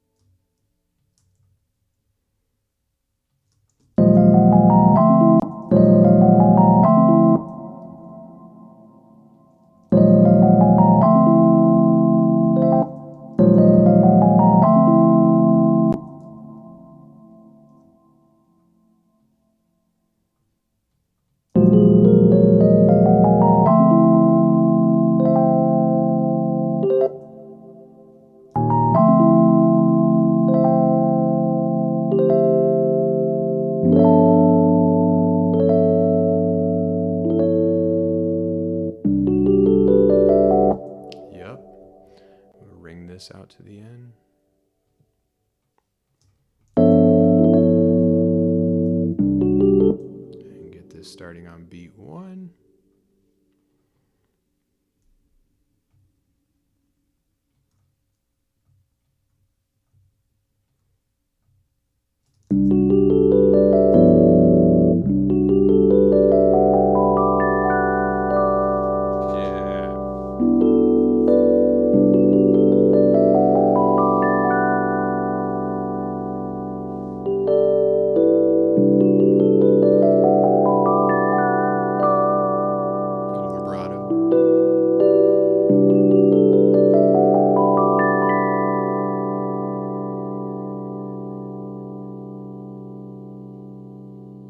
Yep.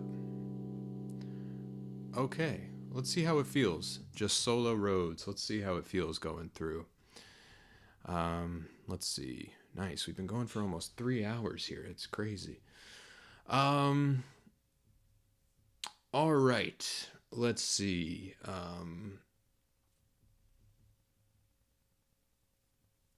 Here we go.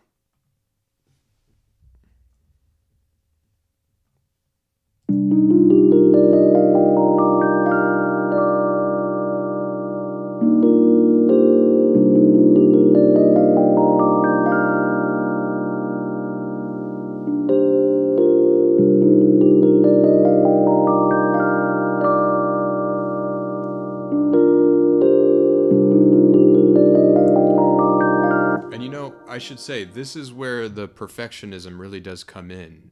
So I'm going to let this play through, and unless something really bothers me, I'm not going to stop it. But here, there was a note that didn't pop out quite enough. Oh, here we go.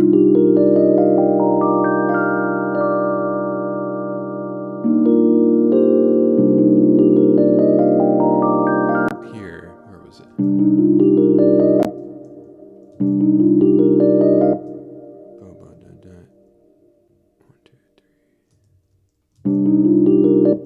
This one wants to be a little later to me. Yeah, and also a tad louder. Here we go.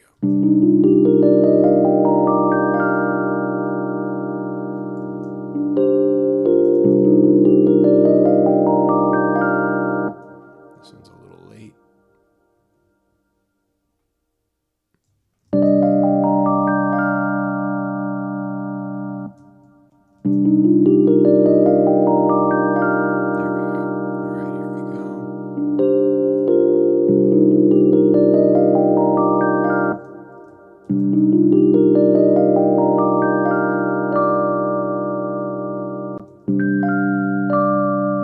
This is a little loud. Bring it down a tad.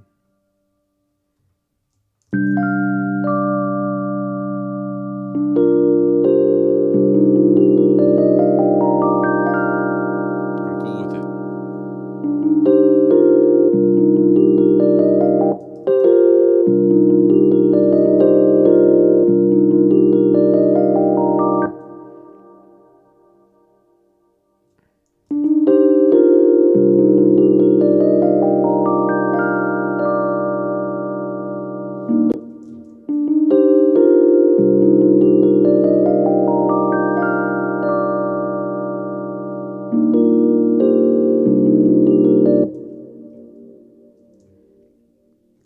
The details.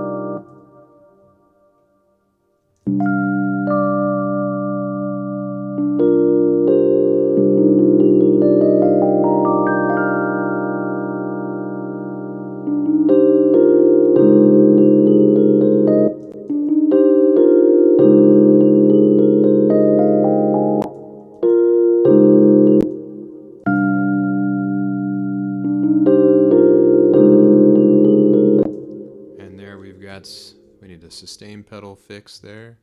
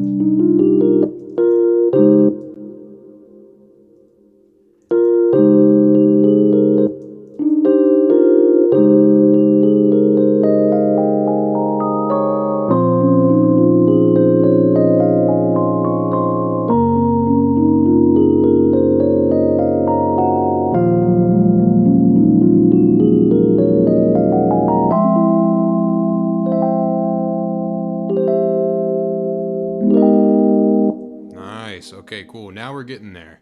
It was a little muddy before, but now we are getting there. Let's see. So, and we need the root notes on these chords too. So we'll duplicate this and put it down. Actually, you know what? This could be B. This could be F minor. No, we'll do what we thought here for now. Let's see.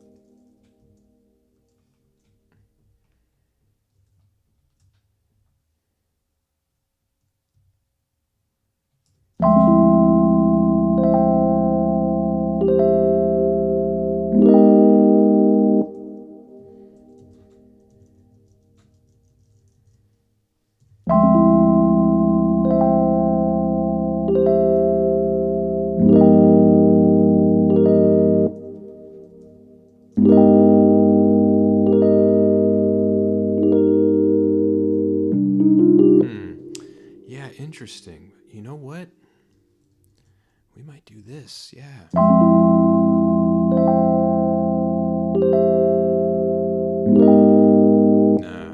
We'll do G and D. And then the only thing is we just need we need an F. We do need an F.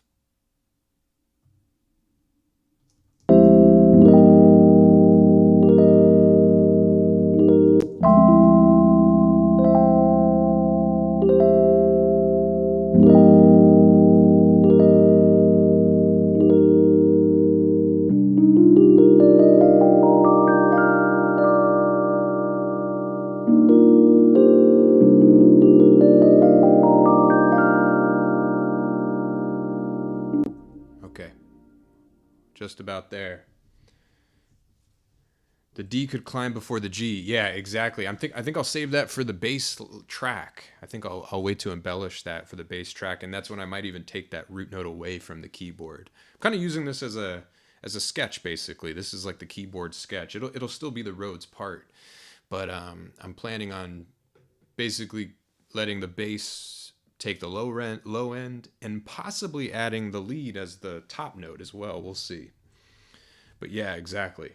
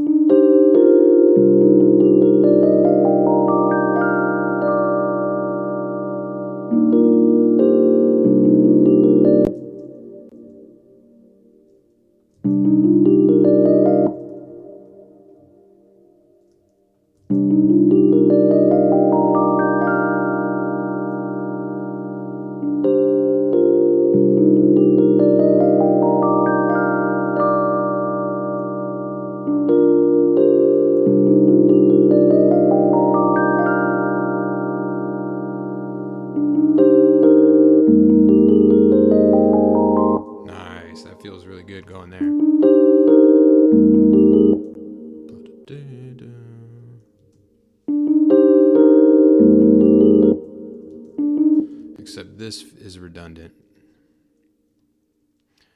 Do do do do do do. Let's do this. Do do do do. Let's rise. Let's keep rising. Do do do do.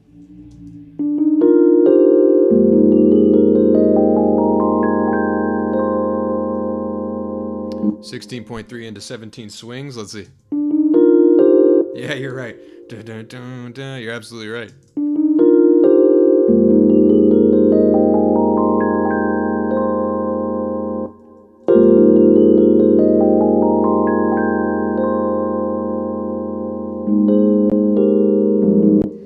Let's see. In this, I wonder actually, do we... Could this just be... That's A flat.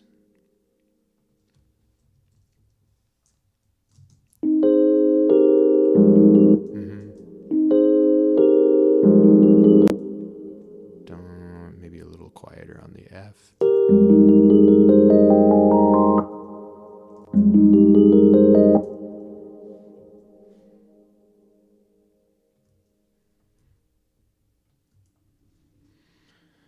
Soul-fi, welcome.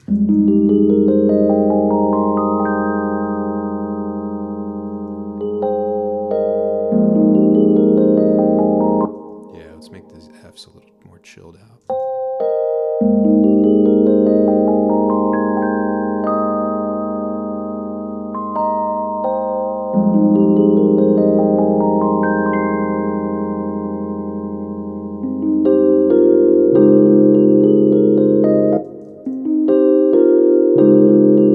Cool, and then we just need to fix the sustain there again.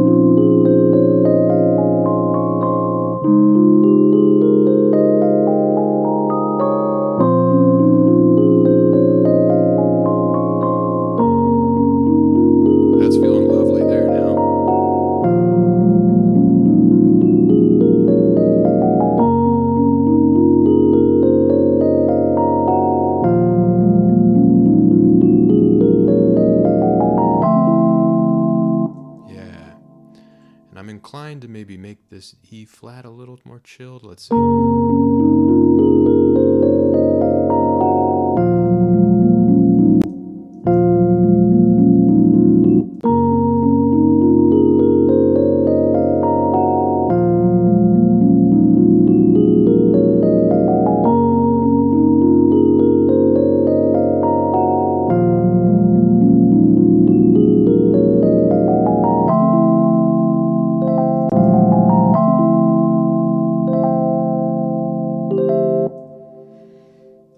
Same deal. Yeah.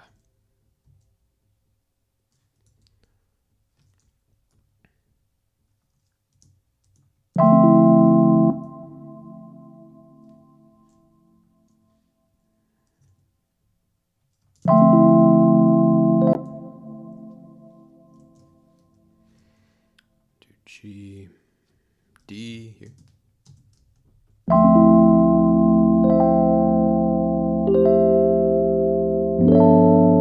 This is G, F, B, D. Yeah, that works.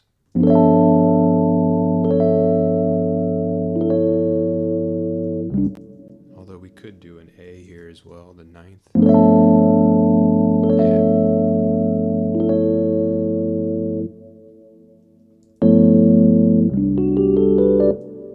Let's get all those notes to linger.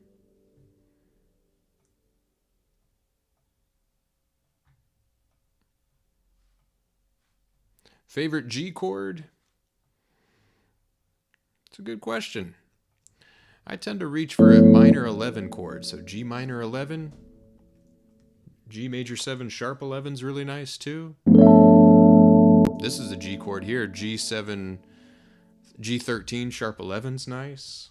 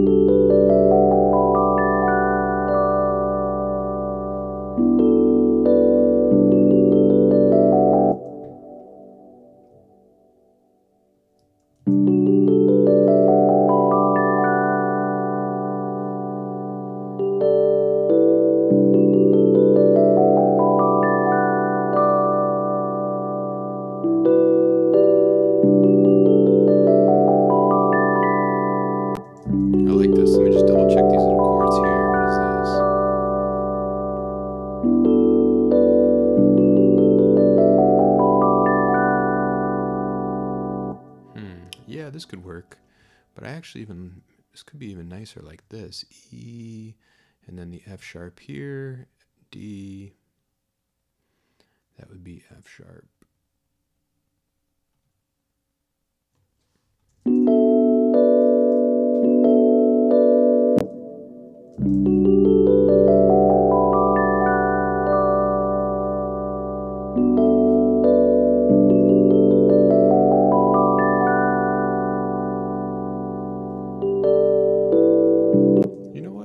The other way.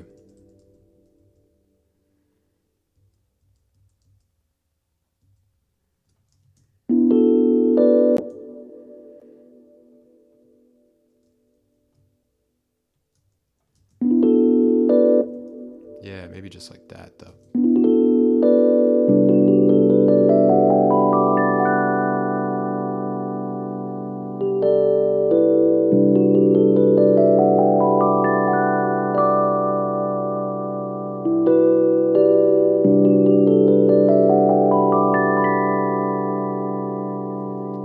To even extend that section, but I think that keep it short and tasty there. I think that makes it shine, and that's already at 3:59. So cool. I should probably save this. Let's go ahead and do a save here.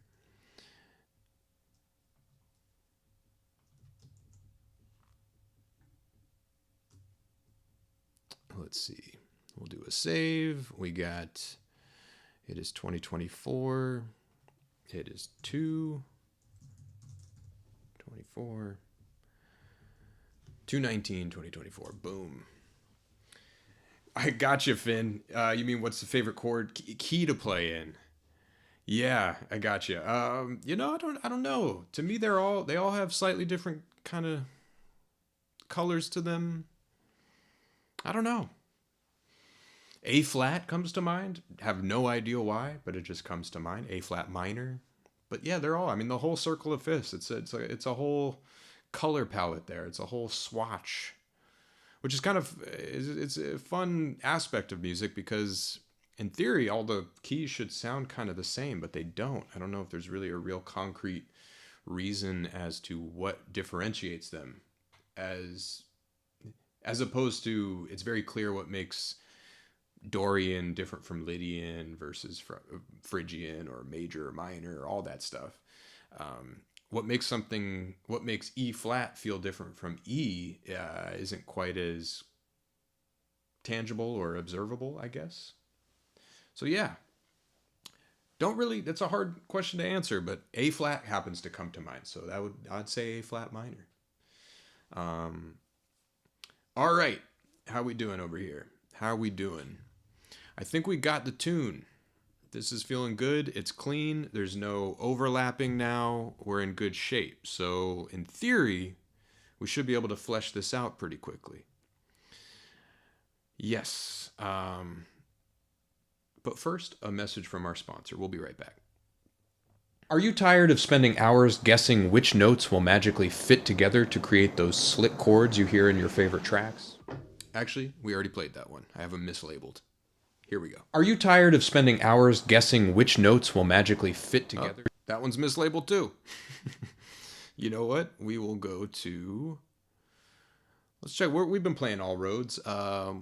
I don't want to play the same one though here, so hang on one second. I knew there'd be some kinks with playing these the first go around. Hang on one second.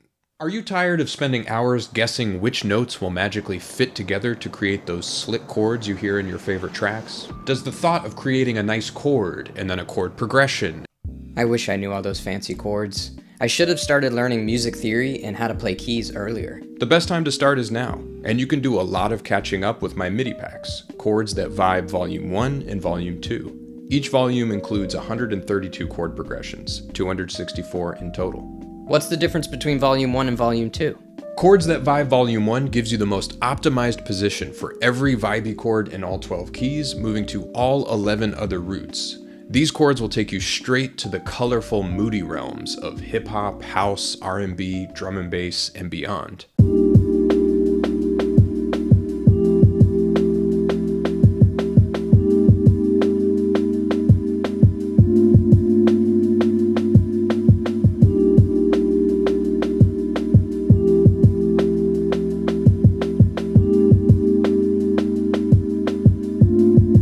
Chords That Vibe Volume 2 takes these chord colors into more vivid territory by integrating dominant chords into the kinds of chord progressions found in Volume 1. Dominant chords are at the heart of so much modern music. They bring the crunchiness and sophistication to the harmonic texture. These are the kinds of sounds that typically require you to become a black belt jazz head and sit in front of a piano keyboard for years to be able to access.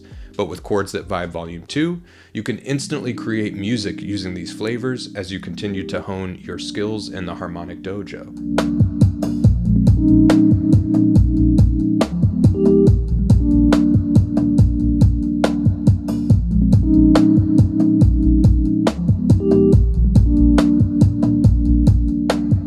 Between Chords That Vibe Volume 1 and Volume 2, you'll have 264 chord progressions that can be used to build so much music.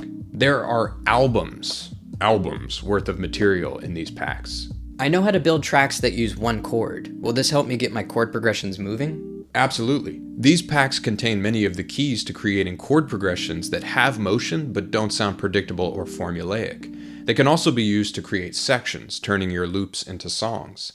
Instead of copying and pasting chords and aimlessly moving it up and down the piano roll, these chords will sound like part of one cohesive musical idea, because the notes of the chords are positioned so that the texture remains consistent. Each progression is optimized so that it stays in the central part of the keyboard where there is maximum clarity and smoothness of motion. What can I use these packs with? Chords That Vibe Volume 1 and Volume 2 come in MIDI format, so you can use it with any DAW, any operating system, and any music equipment or hardware that receives MIDI. Pretty much you can use it with anything and everything. Nice. If I had a time machine, the first thing I would do is go back and give myself a copy of Chords That Vibe Volume 1 and Volume 2. If you already know the ins and outs of harmony, this is a great inspiration resource that will show you a ton of new tricks. And if you're new to this kind of harmony, this will save you years of learning, Googling, and YouTube watching. You can get Chords That Vibe Volume 1 and Volume 2 individually, bundled together, and also bundled with my All Roads instrument on my website, jaronlopez.com.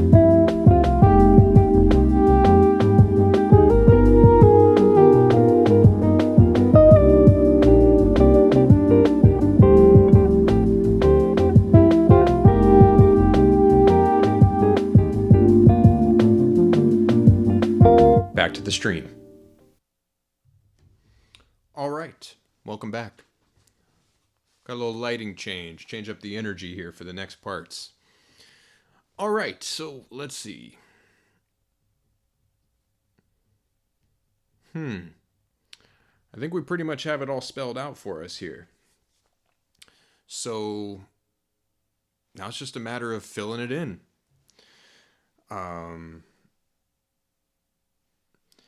Hey, that's awesome, Soulfi. That's exactly what I was hoping they might help people out with, is showing you that you can kind of get away with anything as long as you finesse the notes right. So that's awesome. Glad to hear you're enjoying them. The Chords That Vibe pack. You said what they've helped you a ton, especially to change the mindset of thinking that I should not go outside of the notes of a specific key. Yeah, that's awesome. Because actually, I would even go as far as to say that what makes music have kind of that, that's why I called it Chords That Vibe, that vibey or that kind of moody quality, is that it actually does go outside of the key. I would say it's actually kind of hard to get things to sound to sound this way if you're staying in one key. If you stay in one key, things tend to sound more poppy, and it's kind of challenging to break out of that, especially just because that format has been so well explored. So when you start stepping out of the key, all of a sudden everything becomes a kind of this. You can find so many gems just kind of hidden that haven't really been explored all that much. You know, they've definitely been explored, but not ad nauseum. So yeah, awesome to hear that it's working out. Cool. Let's see. So we got the drums here. Let's go with drums. So let's just fill it in here. And I'm going to keep the drum pattern very simple. Let's see, because there's a lot of complexity already going on as far as the harmony and everything. So we don't need to get crazy. Let's see.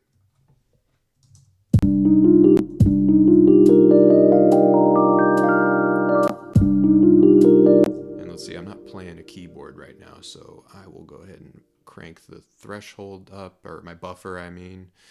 Hopefully a little less crackling. Here we go. Yeah, that's a nice way to put it, TJ. Music that plays around with the common boundaries and flirts with mystery. Yeah. Yeah, your sax professor used to tell you that you could fit any note anywhere, but I hadn't really understood that till very recently. Yeah, exactly. Yeah, you really can. And sometimes it's a little bit it can be a kind of an annoying cop out, because oftentimes you'll see like crazy musicians doing like master classes or whatever, and they'll play some wild stuff, and then they'll just kind of leave you with like, you can play whatever. And it's, it's I can see how that's a little bit useless, for most of us, but it's true. And I like thinking of it in the way that the Chords That Vibe pack kind of sets you up for. Is it's like, hey, just start with a nice chord and then literally just move it somewhere else. It doesn't even really matter where. All right. Yes. Drums. Here we go.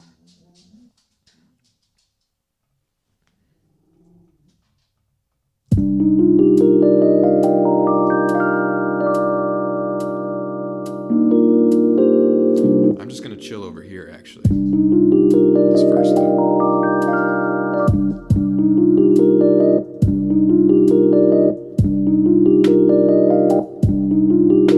And we have a nice opportunity here because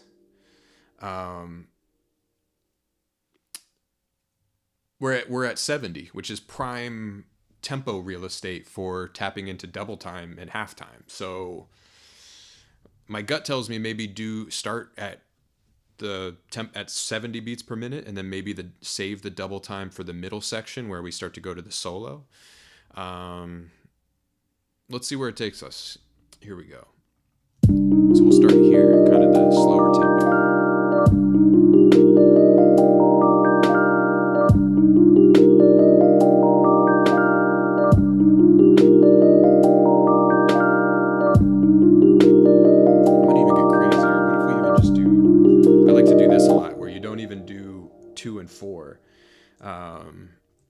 Where you just do just 4. It's a nice way to start off. Yeah,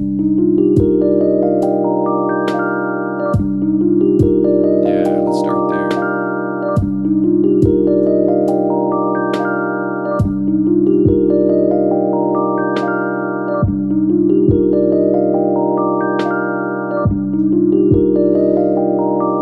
Yeah, I'm gonna start real simple here.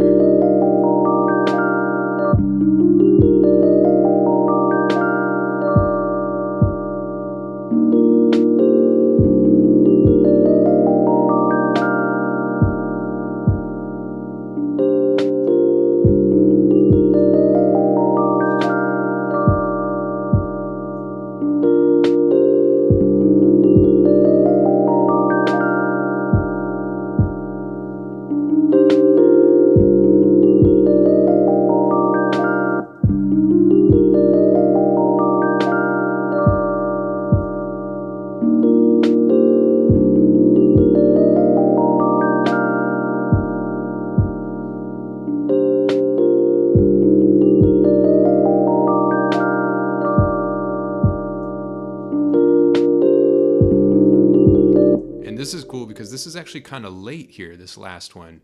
So I'm on the fence. Should we scoot the Rhodes so that it's more on the beat, or scoot the kick so it's more off the beat? That would be right here. It's actually solidly. I may have accidentally shifted this, perhaps. Let's shift this. Yeah,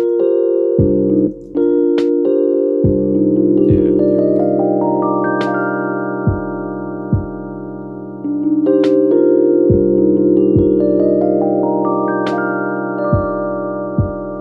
And what I love about this zone here, yeah, we're gonna get a little sonic here. I turned the delay off. I forgot. Let's bring it back because I was right on one of those tempo shifts, so it was going berserk. But what if I really want to, the kick could really be very simple here, because I like the idea of this being very atmospheric. I'm kind of taking it in. We'll take this slow here. We'll kind of digest this, because I think whatever we set up for this first section is going to kind of automatically create the implication for contrast for then what happens in these other sections. So I want to see, let's see.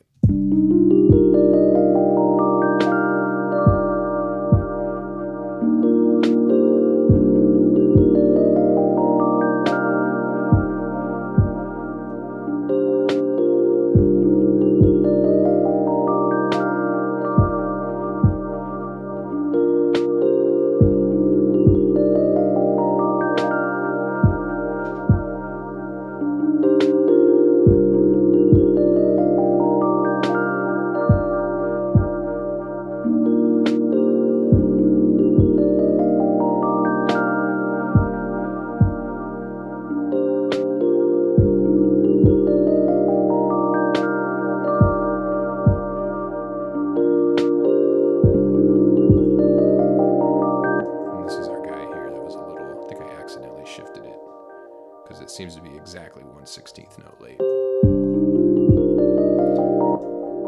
Eighth note kick earlier? Yeah, for sure. We're going to get some syncopation in here. Yeah, okay. I like Solfi. Yeah, I think you're right. I think we could maybe start even simpler with just kicks. Let's drink some of this in here. Let's see how this feels. Just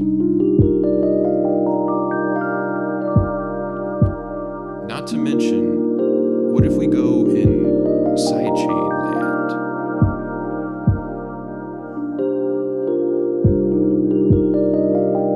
Because basically, I don't mean to keep pausing and stopping it here, but we got some sparks flying again here, but now in a production sense.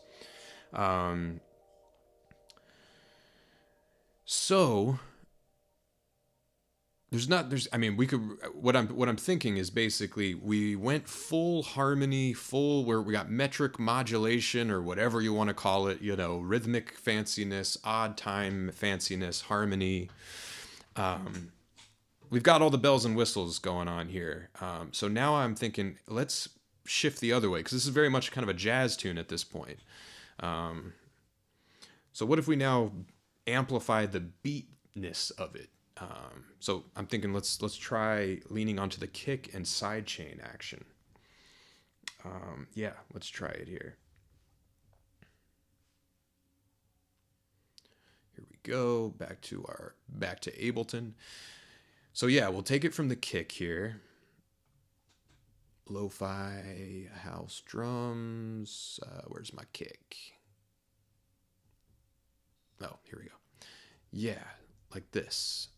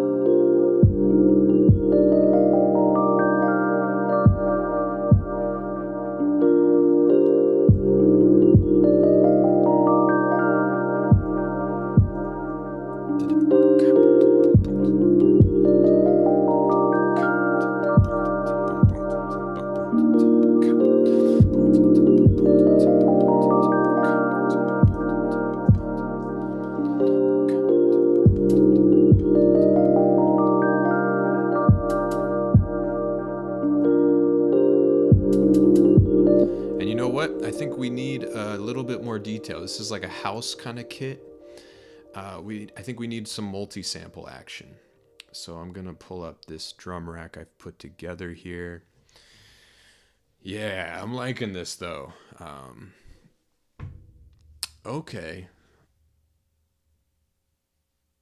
Yeah, yeah, exactly. A kind of a boom bap, hip hop, trip hop. You said, yeah, trip hop for sure. All right, let's see. Let's try this. What if we go over here for the moment?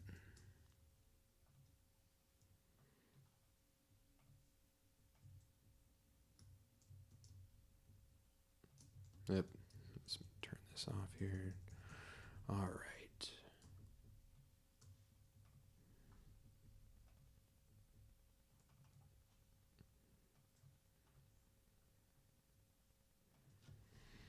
Here's our kick. Let's see. I'll put it, and those same kick, those same sounds are in this kit. So I'm just gonna put this back on our kick, lo-fi kick.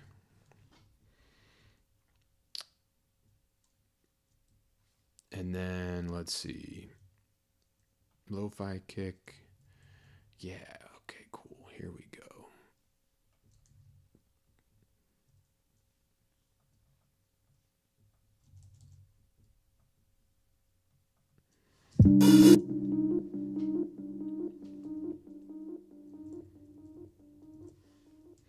Let me go ahead and change my reverb. We're getting into production mode here. We're exiting composition mode, enter production mode.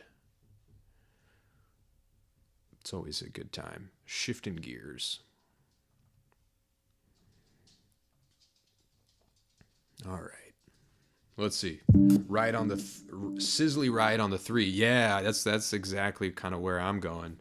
Thinking more, like you said, ride cymbal territory and stuff like that. Let's see. But for starters, let me just get a nice kind of hi-hat. Let's see, hi-hat, tight tip.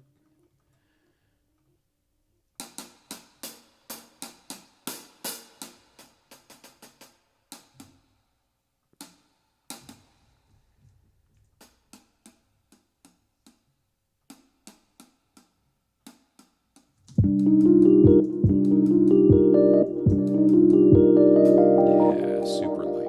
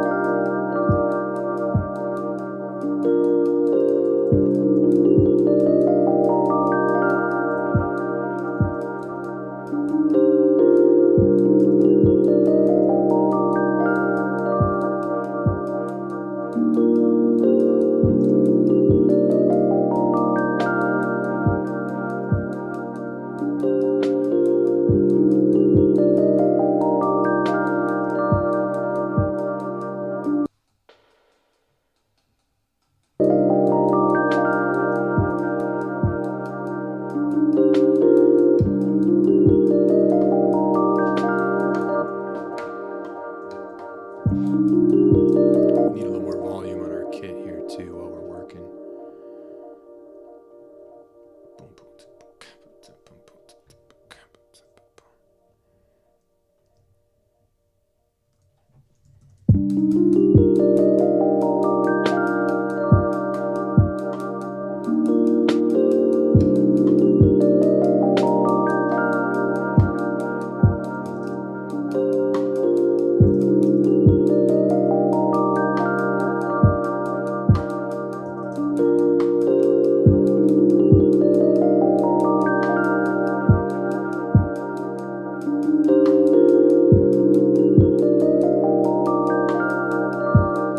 And now the challenge here is going to be to get it to feel, because I'm all over the place with the Rhodes in terms of groove. So let's actually start just with the finer subdivision, or broader subdivision, just eighth notes.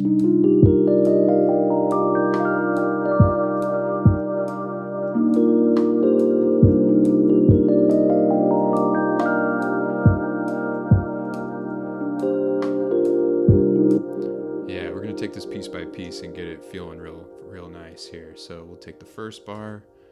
And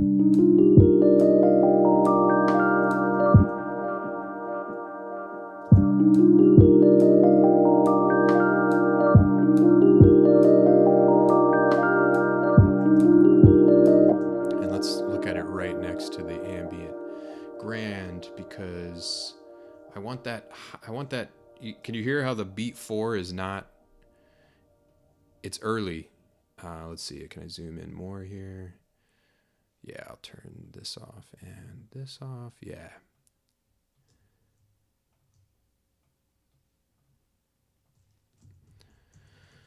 Right here. So this is beat 4, and that Rhodes is pretty substantially late. In fact, it is approximately a 64th note late.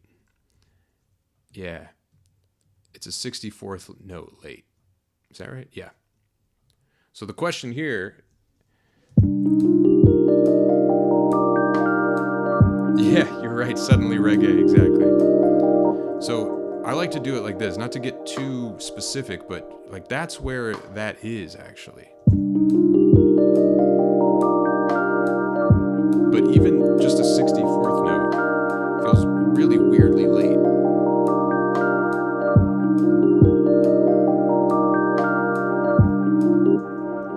So you don't necessarily want them to be doing the same thing, but you want them to kind of be ebbing and flowing with one another. This is the kind of thing that when musicians are playing live together, ideally, they're kind of pushing and pulling in a way that equals out in an almost automatic, spontaneous way. When we're multi-tracking in a DAW, that's not obviously happening. So you kind of have to do the math yourself in a way. So basically what I did is I did a 128th note, and now I've split the difference, and now it's almost like it's pushing, and maybe we can, or dragging rather, and we can do the same thing maybe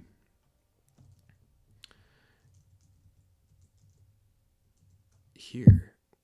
This is cool. I like getting into this. Like now we'll do a 256th note. This is kind of a version of what so many people have covered in terms of doing like septuplet swing and stuff like that.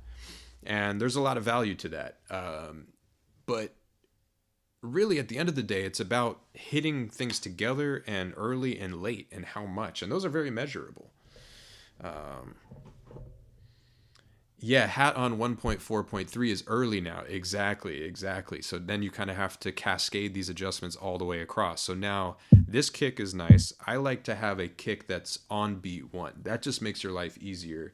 Because if you don't have a true beat 1 anywhere on the grid, now it's like you're in free form, which is wonderful, but it's easy to lose the plot. So then this one is a 256th note late. This one ends up being a 128th note late. And this one is now the 8th notes kind of have to compensate. So let's see.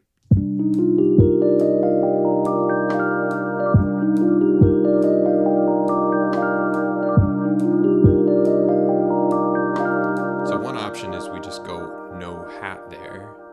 And these kind of reflect the same difference. So this could be 1 late, this could be 2 late.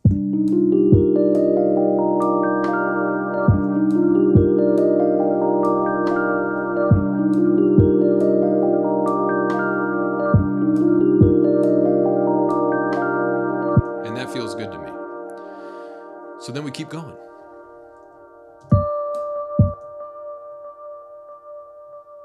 And I'm not using like a drum concept. I'm not using a grid concept to guide my choices here. I'm looking at the actual Rhodes part. and I'm looking at where those things happen, because to me that's the best thing to grab onto, because I was playing that Rhodes part just by feel, and if it felt good, then it was right. So now, like I was saying earlier, the drums are just, I want the drums to just support what I did on the piano, because if we think of this as an ensemble, this is definitely a piano feature, you know, electric piano feature. Like if we imagine this is a band, like this would be Bill Evans, you know, not that what I'm playing is Bill Evans, caliber, but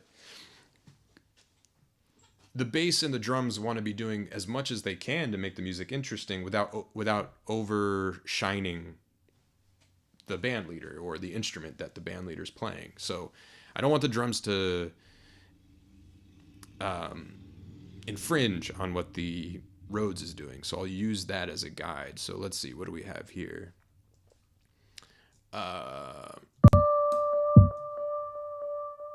And oh, here it is. Let me reduce this here. Make this bigger. Okay, so now we've got.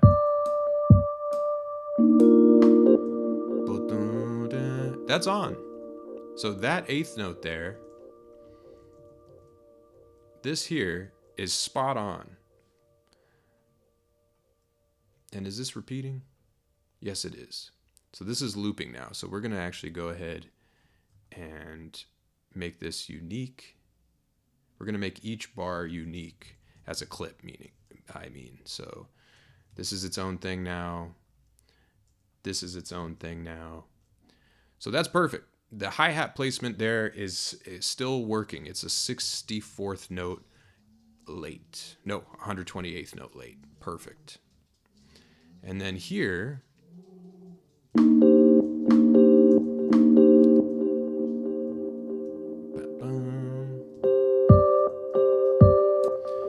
and here's a cheat code for you. Instead of going back and forth, having to look at this and then dragging MIDI notes around, check out what we can do. We could just take our pieces. So, for example, this is a kick. It's a 16th note long. If I want to put a kick here with this, all of a sudden now I've got to click in here, and now I can't see it so well. Even if I do this, it's like, where is that in relation to here? It's kind of a mess.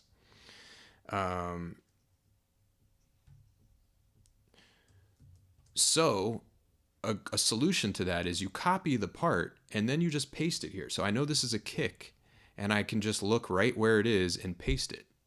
So I don't even have to be preoccupied about where it falls on the grid. See what I mean?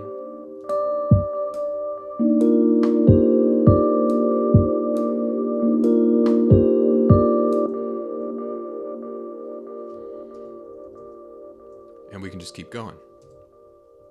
Now here, what happens? We get... This is off, but like I said, we want the first kick to establish beat one, unless we want to think in a larger phrase group of like 2 bars or 4 bars, which we might do. But for right now, I'm going to keep it where it is. And then look here, this note is kind of in the gravity of this place here. So if we wanted, we don't have to get too tedious, but if we wanted, we just move that, and now it's more in line with what the keyboard player is doing. This is a far easier way to do it, in my opinion.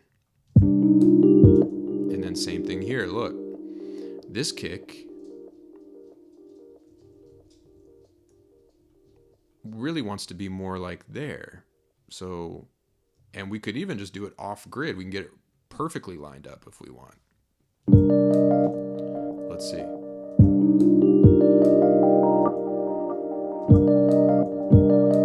And this hi-hat sounds weird. Well, that's because it is kind of demanding in a way to be more like here.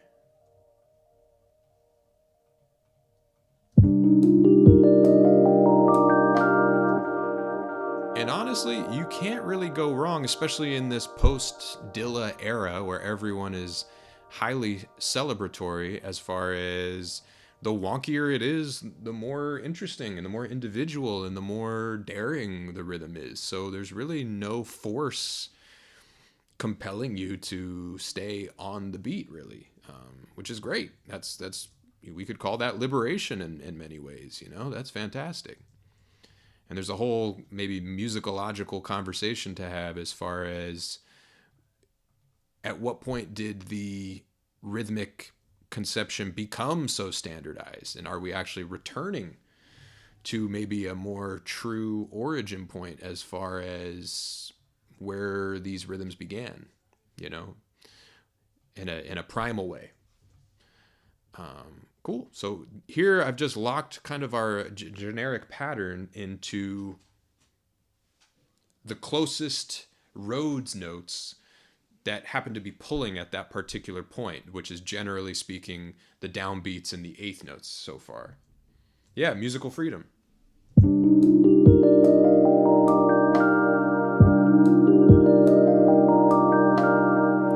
And now this feels late.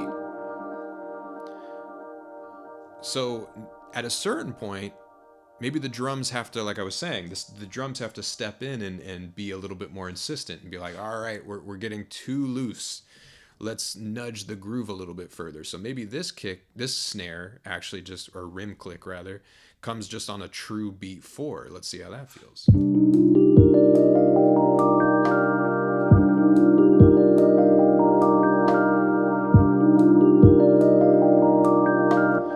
And it still feels weird. So now's where maybe we begin to do something like this, where we say, okay, well,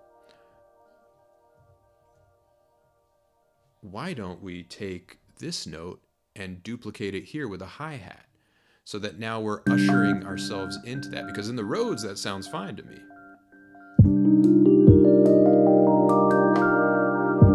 Still a little late.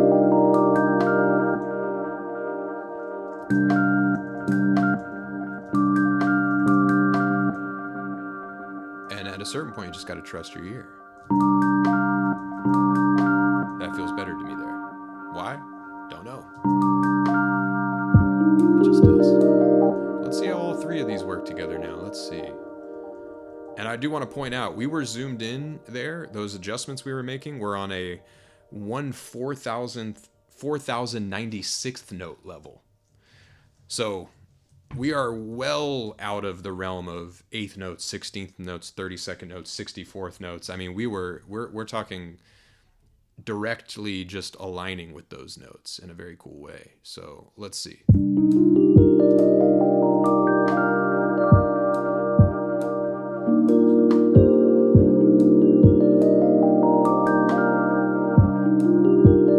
All right. So that's the game. I'm going to keep rolling with it here a little bit and see if we can quickly get things lined up a bit more. My goal is to get a 4-bar pattern together and then kind of just build off of that. So I'm not going to do this for every note in this tune. I'm just going to kind of create enough of a framework that I can then copy it and just make small modifications from there.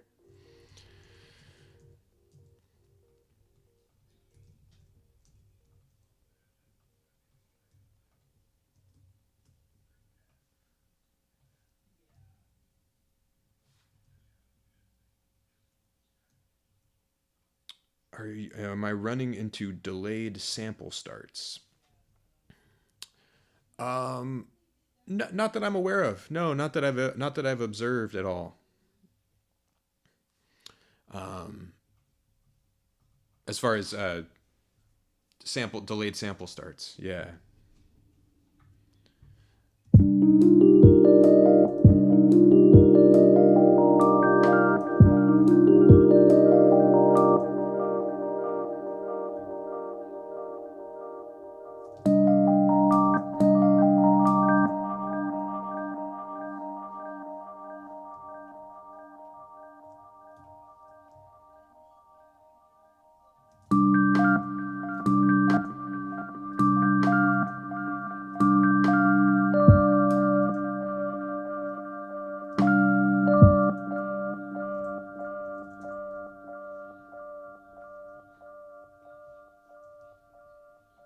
All right, let's see.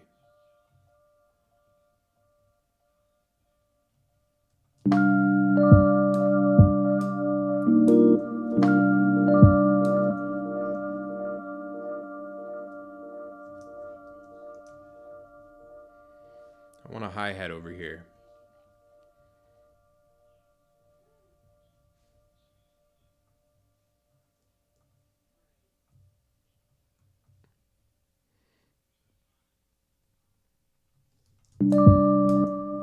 That's awkward. Let's see.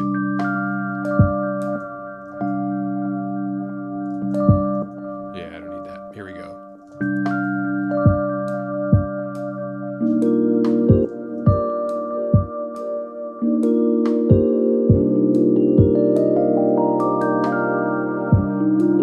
Cool. We'll keep rolling. Let's see what's next.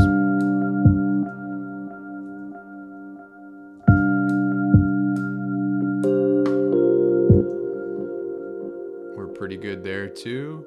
And like I said, that's a 1,000th 24th note. So we really don't need to be working this finely. You cannot perceive this level of difference. But just for the sake of it, I'm going to keep going.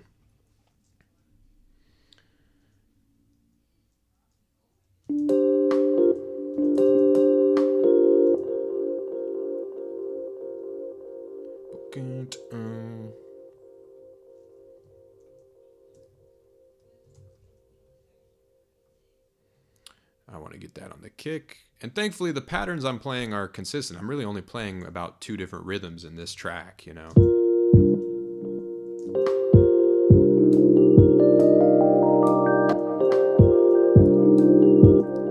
Same deal here.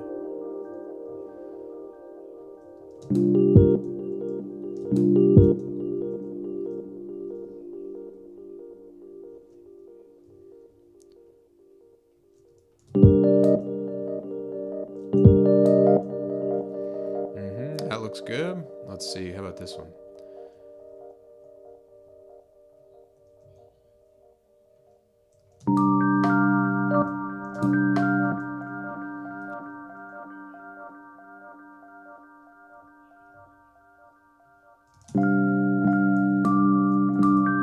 Oh, we lost the beginning there.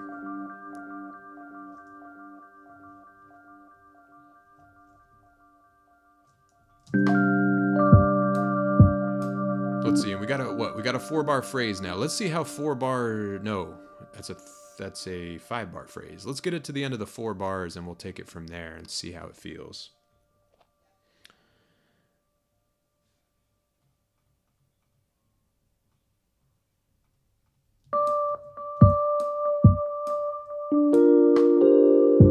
That feels good. That feels good there. Yep.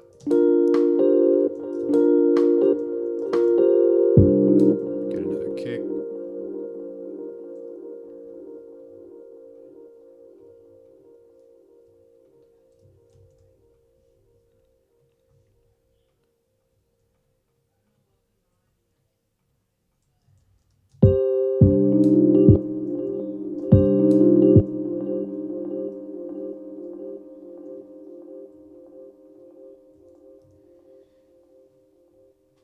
Yep. Boom.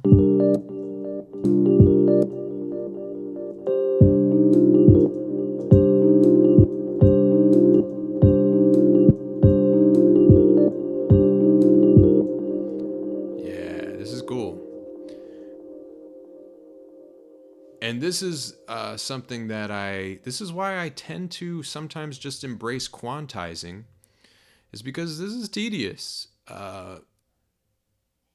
But it can also be really rewarding because the results you can get are so unique.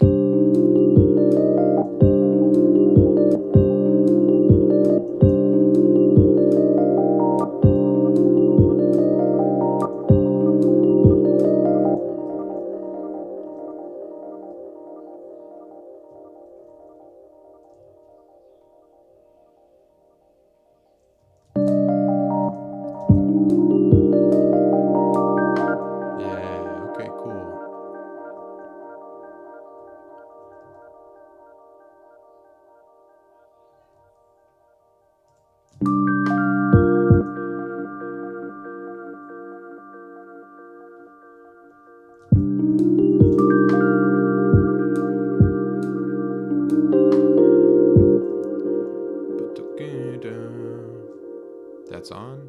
It's funny how it just kind of works out, you know? Like at the end of the 4 bars, it oftentimes just kind of comes back together.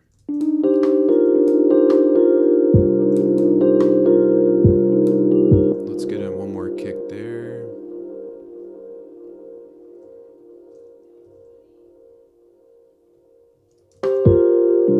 Oh, meant to paste that.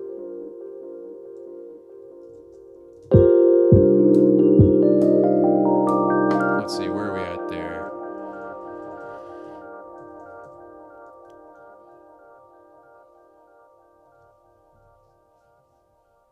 That's 8 bars. That's 8 bars. So let's check it out.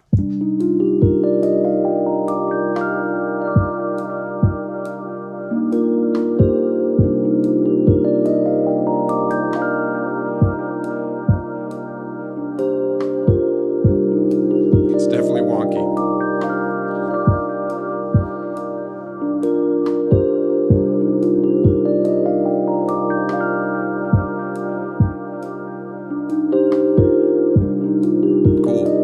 It's a good starting point. Hey, Finer Textures. What's up, man? Cam. Yeah, man. Good. Glad you made your way to the channel. How you doing? How you been?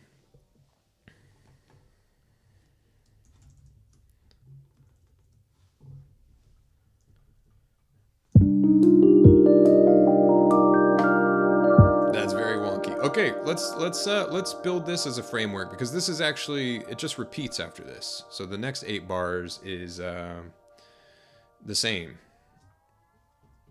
So let's check this out. Let's get this working here. So then if you're wondering, like, what do I do with this now? You can just consolidate all this.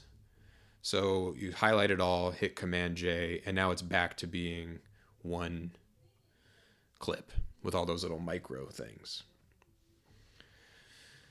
Nice. Glad to hear you're doing well.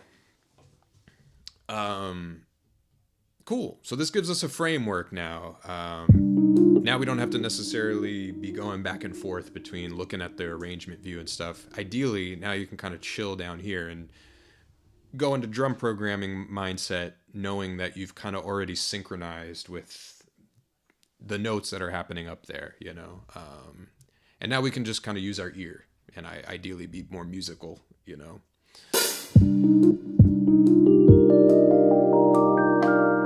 So for example, this feels way too late. So let's just put that on beat 4. And I think this is a good thing to shoot for sometimes. There's obviously a million ways you can slice this stuff. By no means would I ever claim that, like, this is the way to do it with anything.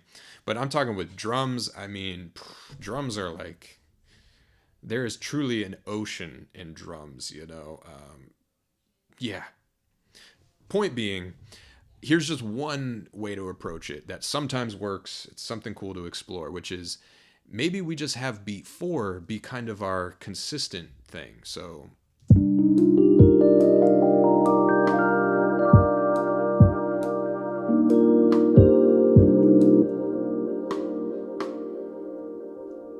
actually, this one felt fine. I'm going to leave that one.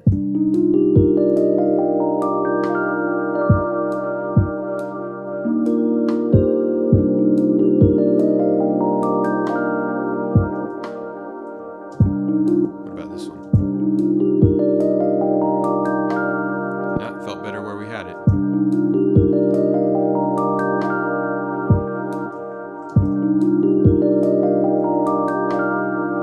It feels okay. Maybe a little later, closer to just truly beat 4. We'll have to see.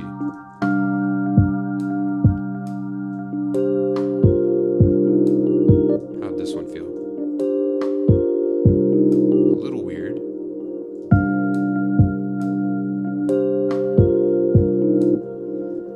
What if we go just right on beat 4 again?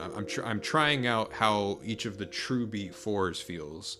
Because if they all feel okay, then we can kind of hang our hat on beat 4, grid beat 4.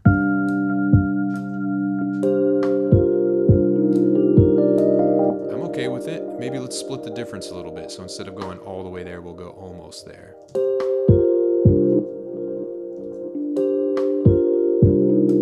And what you'll notice too is that sometimes when we just play like 2 of the beats, like this area, it feels weird, but when you listen to the whole bar or the whole 2 bars or the whole 4 bars or 8 bars, it kind of balances out because there's a push and pull going on. So don't make your choices. I don't make my choices based completely on the zoomed in version of it.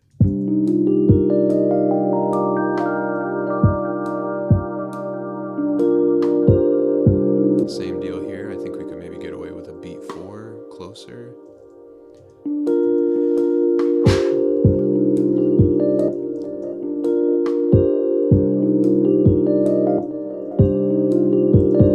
And this feels weird. This is very late. So here we might just have to make...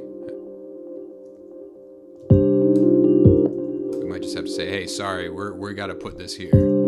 Sorry, Rhodes. We got to do it.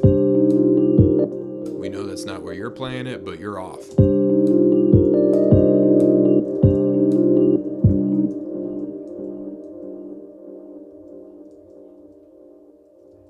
But we could try this. What if we kind of supplement it with... Yeah.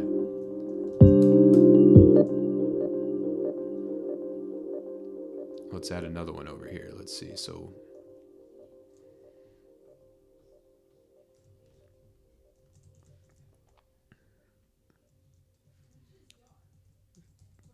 Dread, you are still here.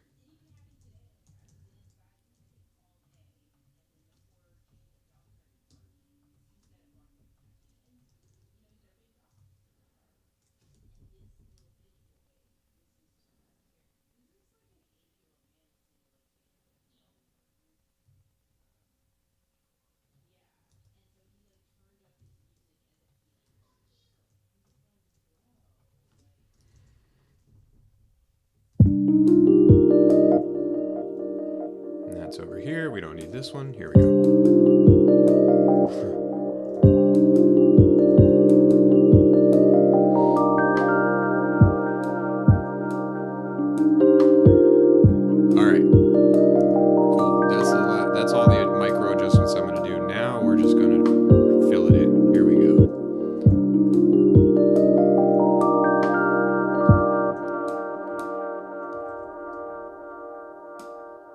Create a grid of our own here. And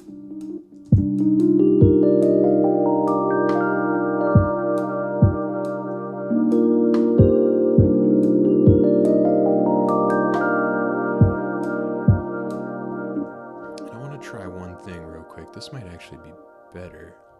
We're trying stuff out here.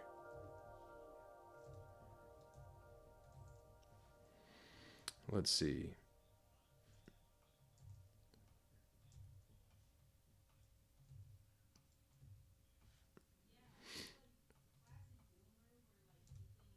Let's see here. I'm just getting rid of the other hi-hats so that I don't accidentally bring them in. These are just the ones from our original pattern here.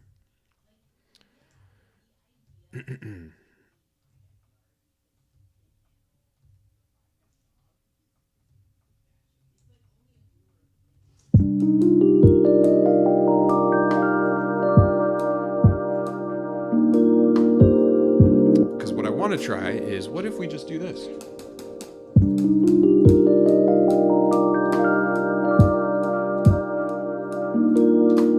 And I actually made my buffer. Speaking of buffers, I made it really short, long. So let's see if I can get away with shortening it up a little bit here. Oh, yeah, Point Blank is a school in Los Angeles. Electronic Music Ableton School in Los Angeles here. Excuse me.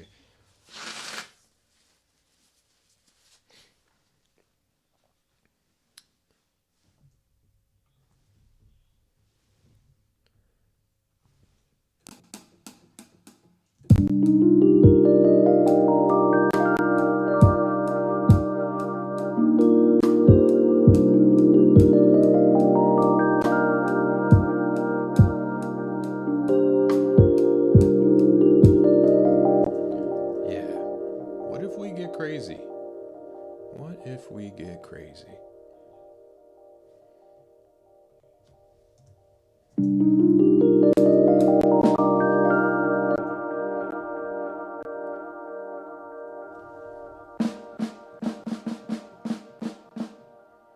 Let's see, it's a bummer. I actually want...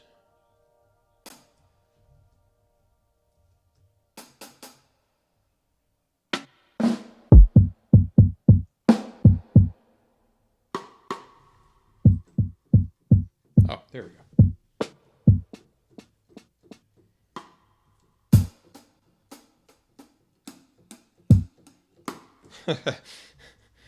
Yeah, it sounded kind of like slang. Yeah, you're right. Point blank. I always thought that it's an intense name for a school. You know, there's only a handful of connotations for point blank that I can think of, and none of them are that scholastic.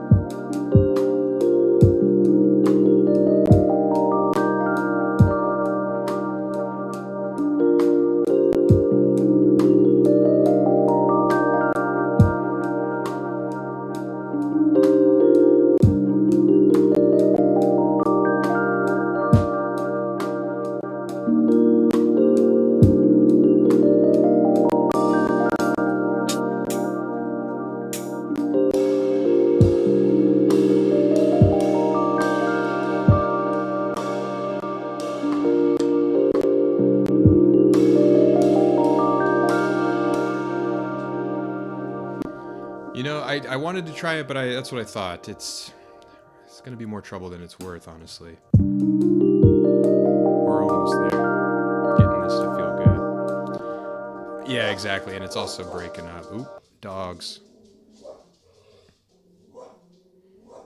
You guys, anybody have dogs? Dog check. Who's got dogs out there?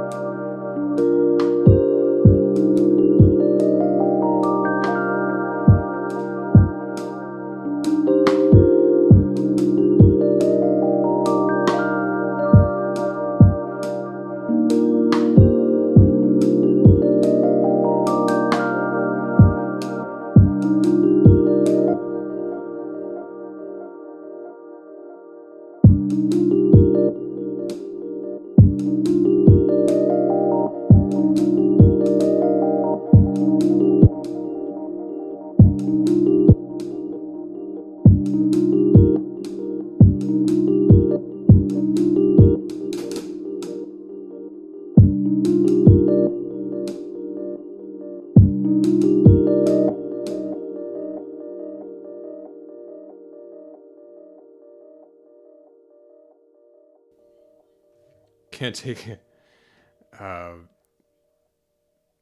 Yeah, dogs are great, but they can be a handful. They're also pretty low key all the time too.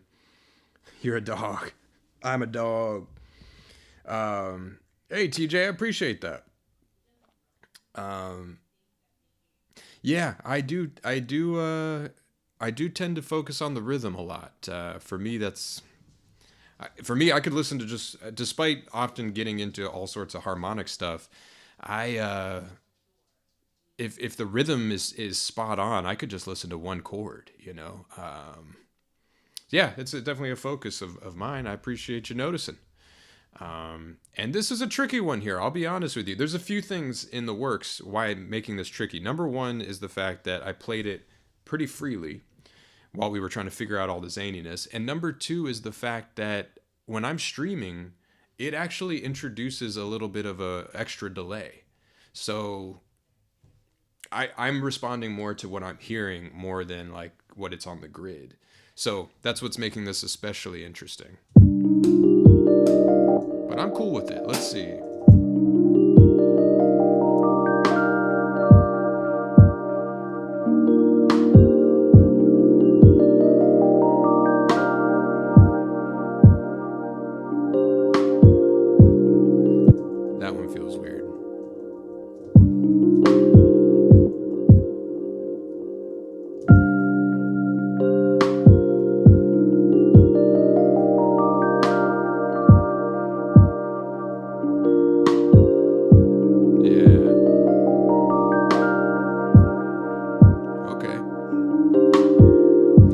works. Okay, so the kick and the snare, I'm going to let it loop a couple times. The kick and the snare work. Let's see.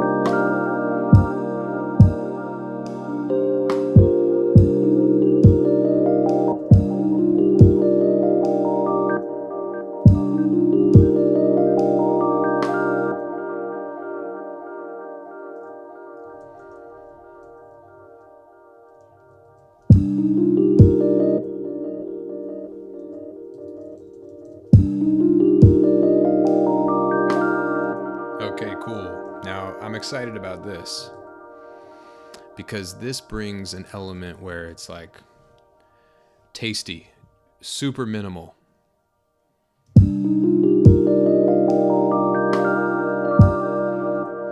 And it's fun because the ones where there's a kick, like beat 1, beat 2, beat 3, I'm just going to line it up with it. And then where there isn't, I'm just going to find I'm going to push it. I'm going to find the tastiest position for it. And we'll see where that goes.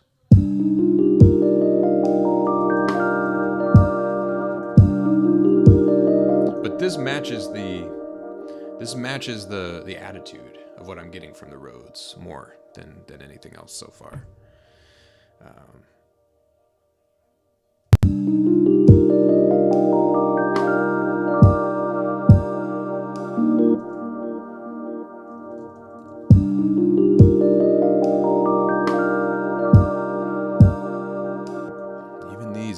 It's so cool how when you get into the details, the tiniest little difference jumps out.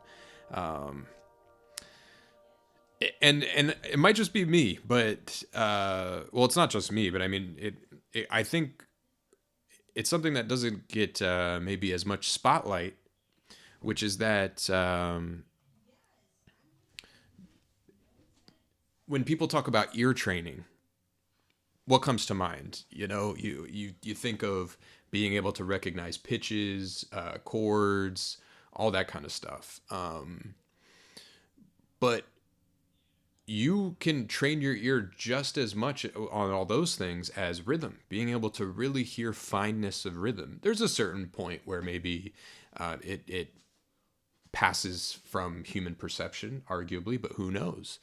The same could be said about recognizing pitch, and you think that there's only so much that you can do, and then all of a sudden you find out people with perfect pitch, and there's people with even like black belt level perfect pitch, and you're like, that's not possible. There's no way they can perceive that much, and sure enough, they do.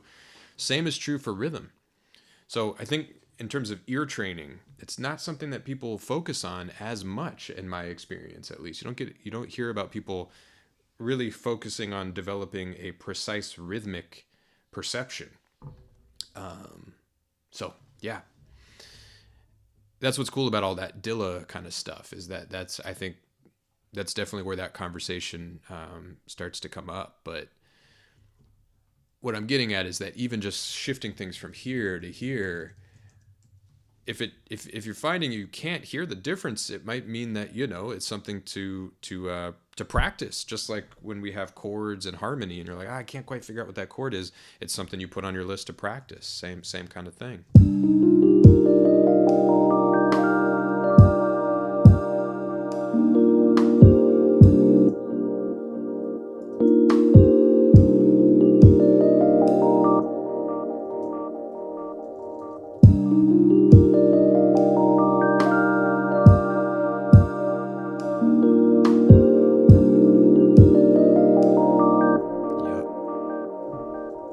Doesn't always have to be later, maybe a little bit before.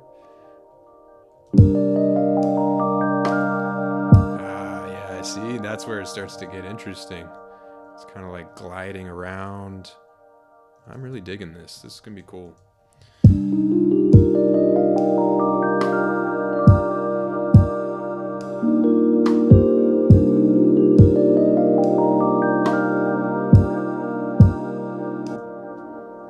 And a cliche among drummers. Any drummers in the chat? Curious, because a cliche among drummers is the emphasis and importance of the quarter note, how it all kind of comes to the quarter note. I've heard drummers say, if you can't play quarter notes and make just quarter notes feel good, you're not going to be able to make anything else truly feel good. And I think that's kind of what we circled around to here, is now we're just trying to make these quarter notes, these ride cymbals are quarter notes. We're just trying to make them feel good. Because if we can't get them to feel good, there's really no hope for the rest of it.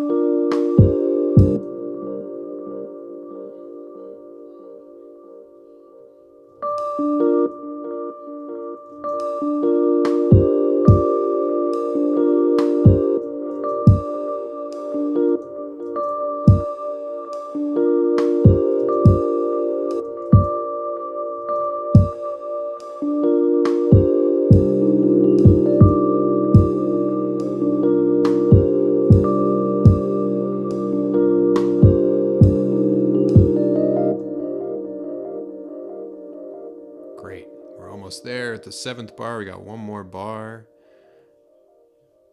Ooh, look at that. That's crazy. What's that one doing?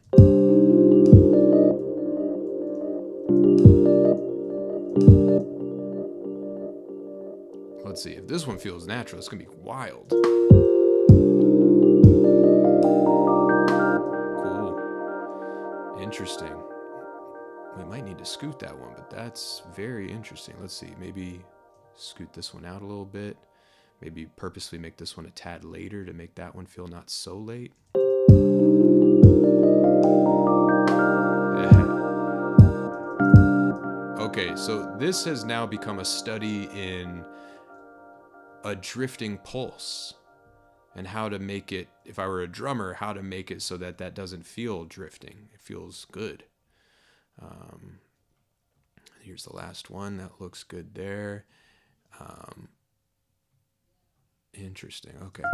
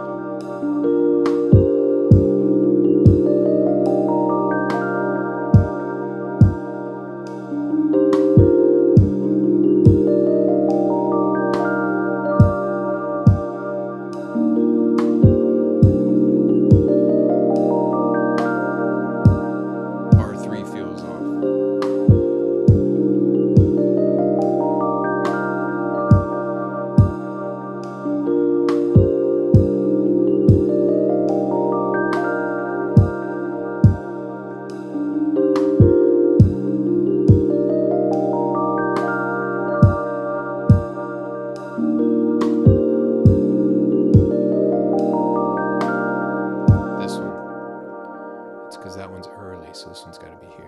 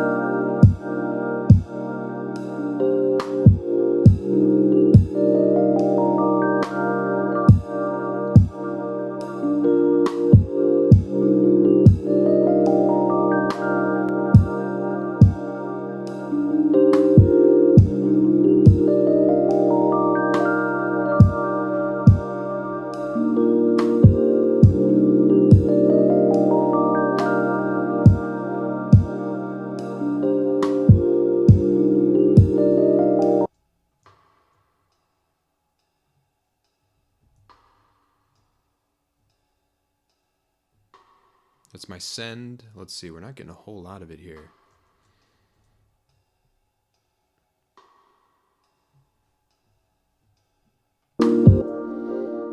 Oh, hey, TJ, you said I'd be curious to see what a music video looks like. That's cool. Semi-hollow octaves. Yeah, I'm not against you there. I agree. We might have to go there. Let's see. So I think I'm going to leave the kit kind of like this. I just want to treat it a little bit. So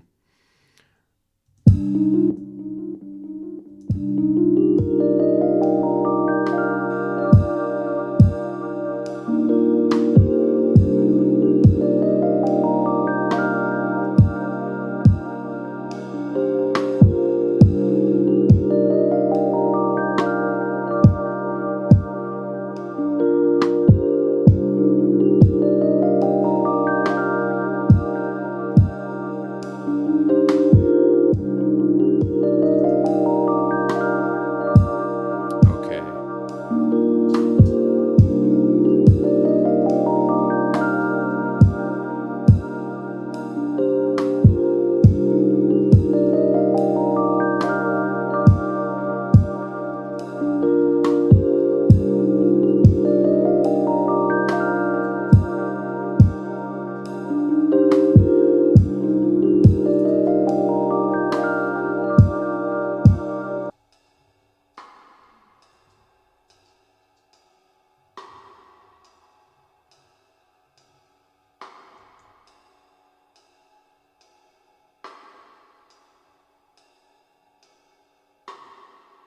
Mm-hmm.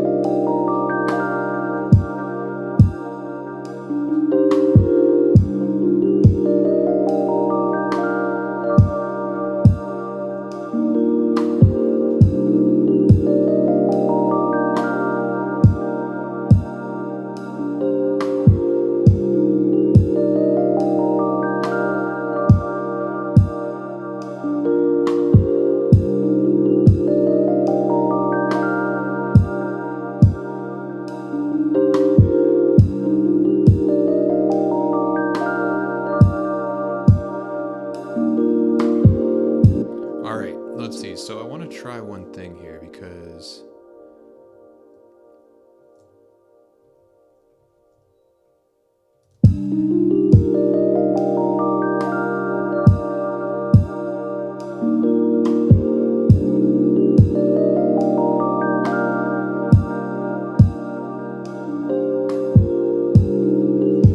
kick on bar 25 late. Let's see. Is it downbeat? Let's see.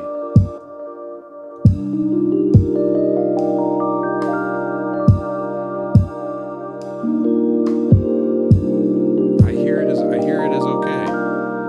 But we're definitely in subjective land here. Okay, so let's see. I want this.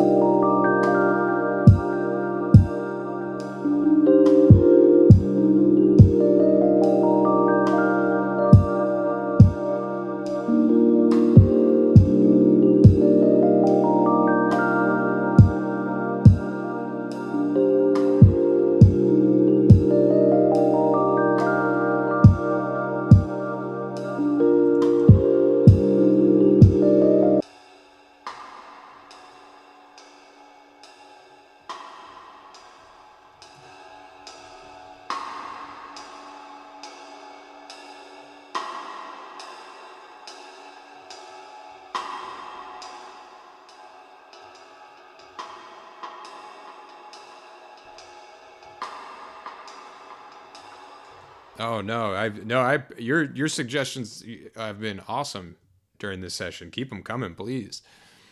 Um,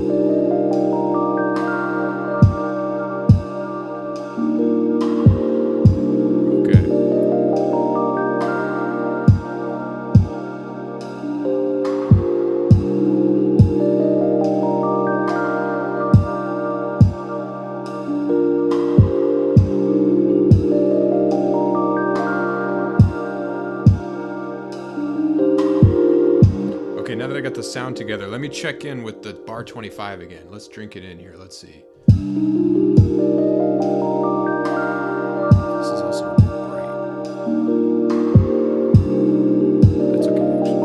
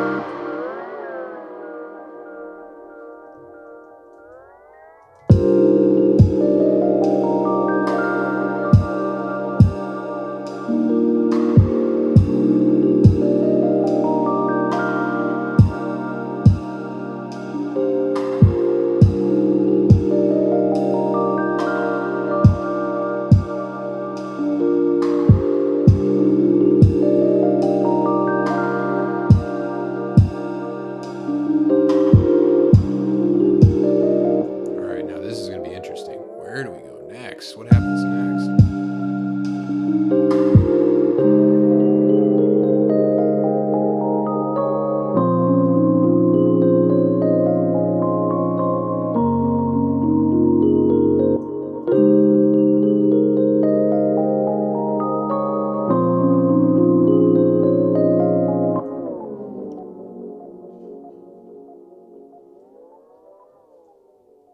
This is going to be weird, but let's try it.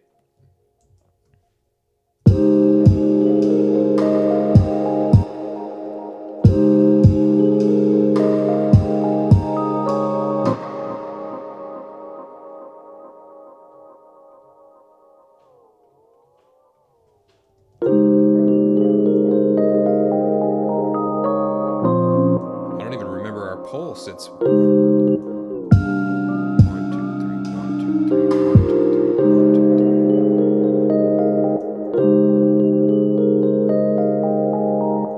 Oh, did I mess something up there?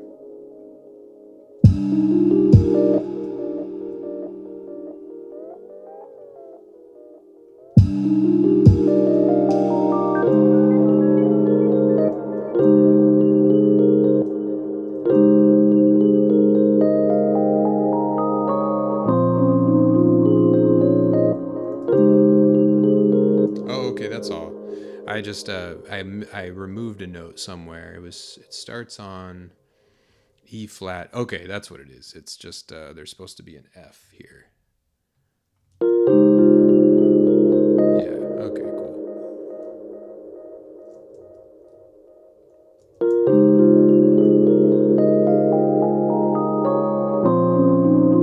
Gotcha. Okay, here we go. So we got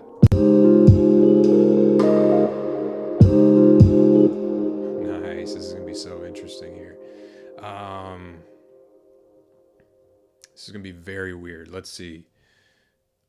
1, 2, 3, 1. It might not be very weird. I just mean it's gonna be a little different, maybe.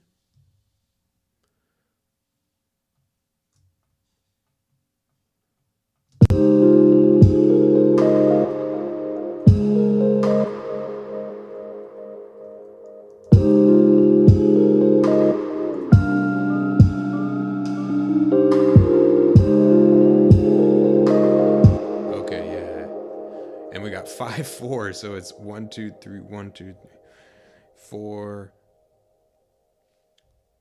2, 3, 2, 1, 2. Yeah, we'll do 1, 2, 1, 2, 3.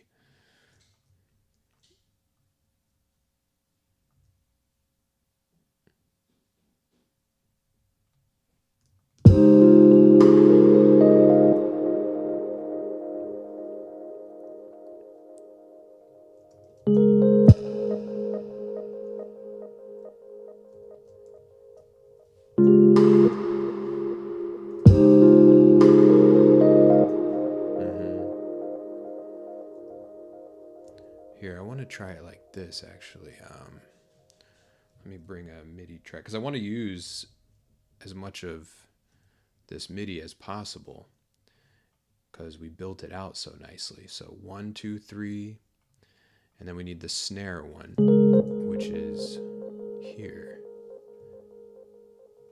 Because basically it's 5 beats.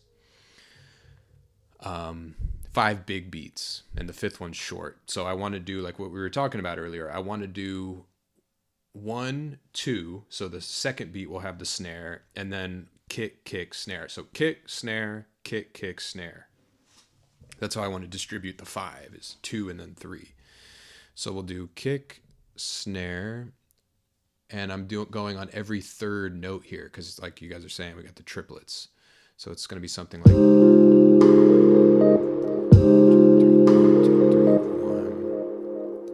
And then we'll take the second one here. 1, 2, 3. 1, 2, 3. 1, 2, 3.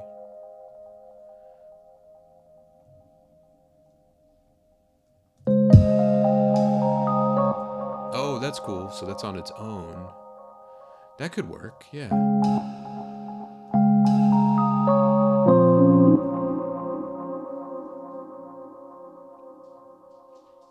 Okay, cool. And then this is where we get the second group, or the second backbeat.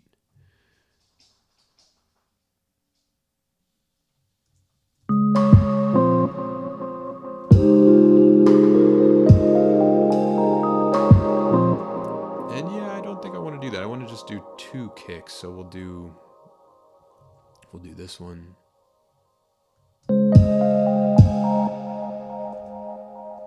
And we'll probably just grab the second one here, repeat that. We don't need that that guy. Oh.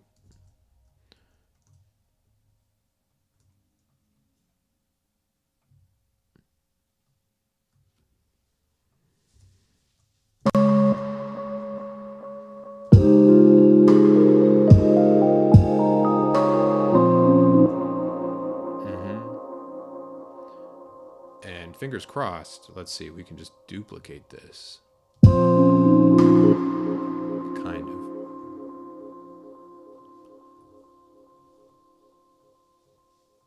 Yep.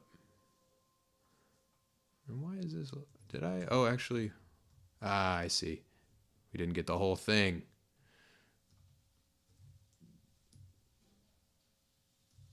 There we go. It should be a little more on now.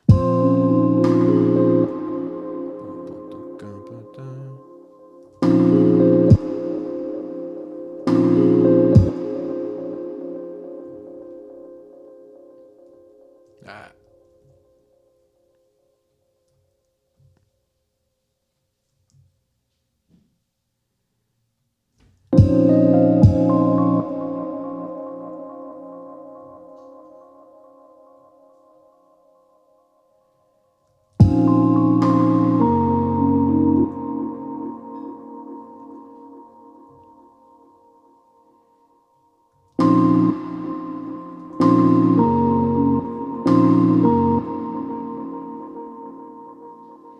Nice. Let's see.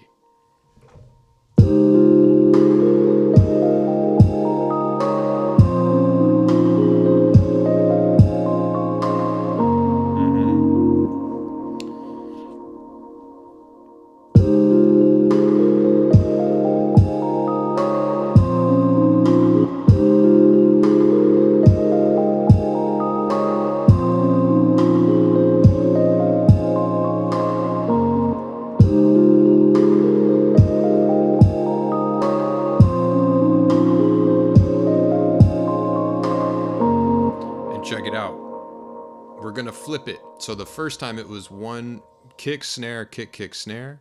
The second time we'll flip it and we'll do kick, kick.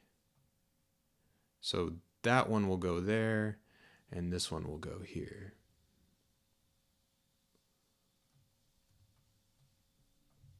Just for contrast, just for changing it up so it's not a repeating pattern completely. Makes it a little harder to decode. 2, 3, 1, 2, 3. So this one needs to be here.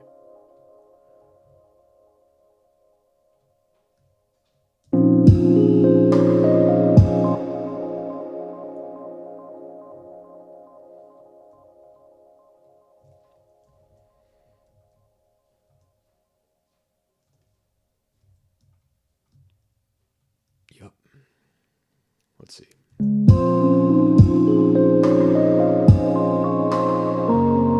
Yeah, so now we got.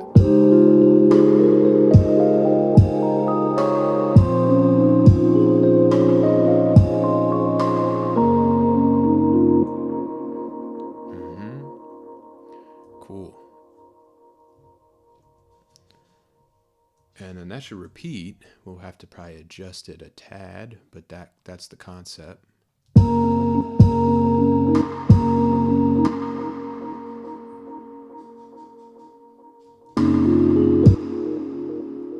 And yeah, we're going to add all that stuff, triplets and all that. I'm actually wondering, the reason I'm kind of keeping it so sparse is because I'm wondering if I can hold off on adding all that stuff. Not all of it, but if I can hold off on leaning into all the triplets and the ghost notes and all that until the solo section, which is the next section, then it's going to make that so tasty. And then the back half is where we can have this part happen again, because that's where we're going with the tune, and throw the kitchen sink at it.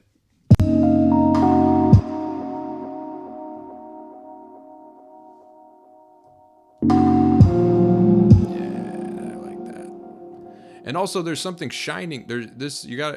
I want to let this shine because there's a trick happening here, which is that this feels like a syncopation, but it's not, because that kick is actually beat 1.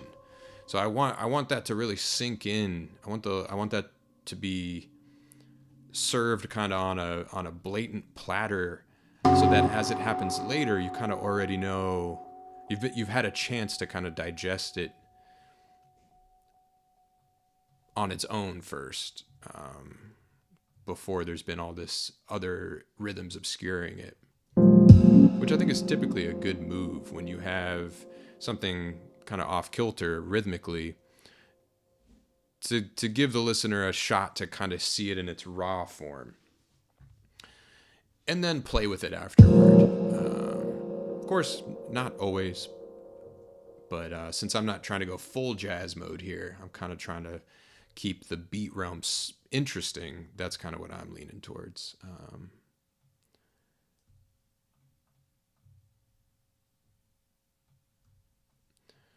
Okay, let's see. So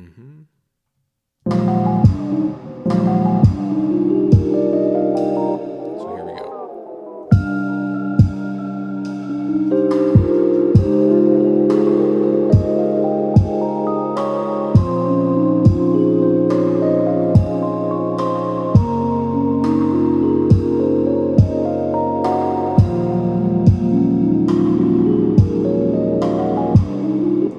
Interesting.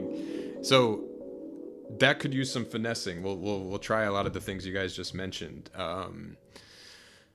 But I love how it's a simple beat. And actually this actually makes a lot of sense now of why maybe this first section should just be quarter notes with the kick and the snare, because now that we've set that up, it's like the kick is still just charging along. For example, like, check it out. If we just listen to the drum, not the kick, I said kick, I meant the drums, because now the drums have become almost the straight man in this kind of musical punchline scenario.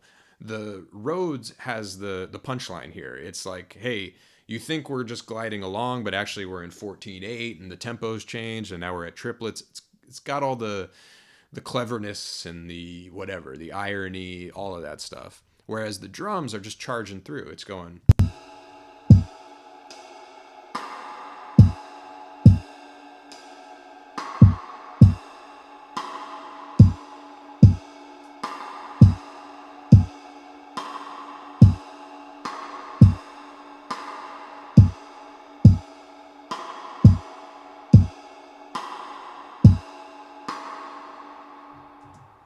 You see what I mean? It's like the drums, it's like, wait a minute, what happened to the drummer? It's like so unpredictable all of a sudden, even though we're just playing quarter notes.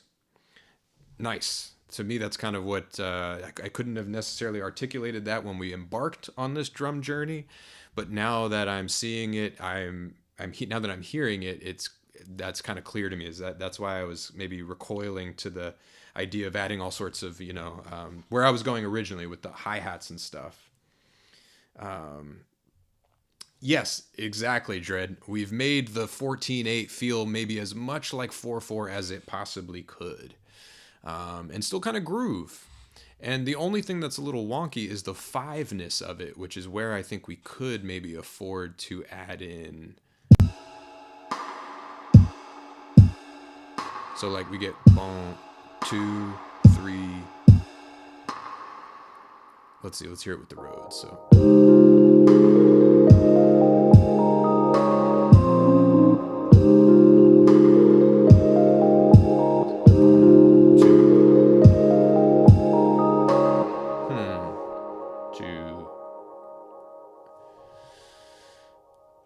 Yeah, no, I don't think so. I want to leave it like that. I like the purity of it, and it's already so off kilter because it's not quite lined up that it's now feeling at this point at let's see, how deep into the song is this? This would be 1 minute and 10 seconds. So now at the 1 minute 10-second point, any sense that maybe if you thought to yourself during the first minute, the drums feel a little off. Now at this point you're like, okay, no, this is clearly part of the concept. So from here, now maybe we can start to kind of placate that a bit. And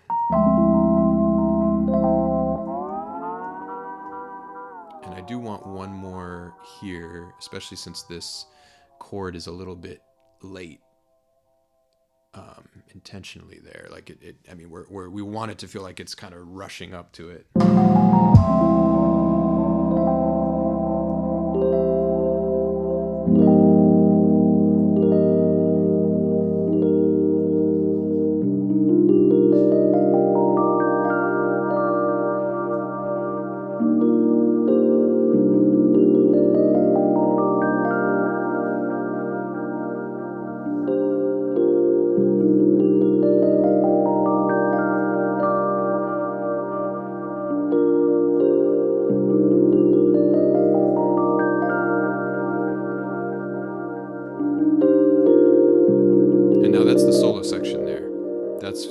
Consider the solo section. So we could do a few parts there.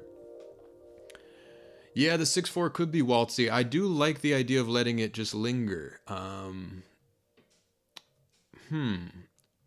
Okay. Yeah, okay. So we don't have to reinvent the wheel here. We'll just add this again. And now this is where we're going to do all those things. Add some ghost notes, add some this and that, spice it up, and basically build to the solo section here, where then we're going to maybe get more on the grid. And also, we're not going to use this part, this Rhodes part. We're going to just comp for the solo. I like that idea. Maybe just ride on its own. Still quarter notes. Or the half notes, because now the chords with the chords.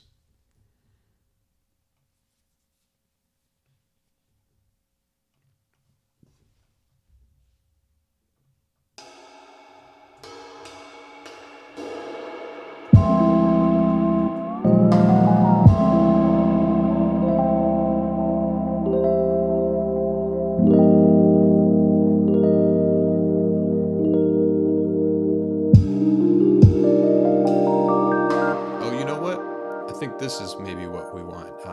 I love using this. These are some samples I recorded a while ago that I've used a ton with the chords. Okay, cool. We'll try that. Let's see. But I've got these wave sounds that I really like using here, and also these little shaker wash sounds are nice too.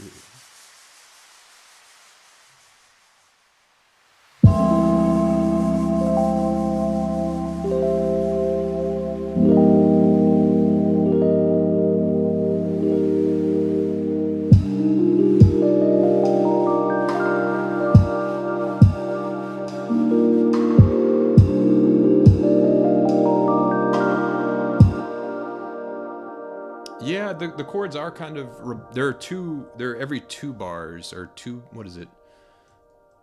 3, every 2 beats. They're half notes. So in the 6/4, each chord gets 2 beats. But what about this? I'm going to have to...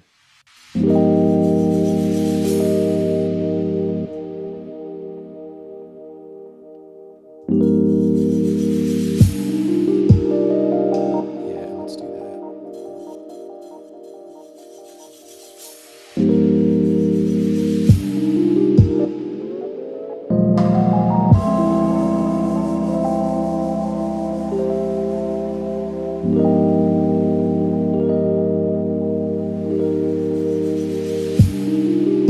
Yeah, just some little shakers and stuff, little momentum to let it kind of blast into the next. I'm going to stick with that for right now. We'll see where it goes, but I like all those ideas. You got, yeah, could be with quarter notes, could be a lot of things. We'll see, but okay.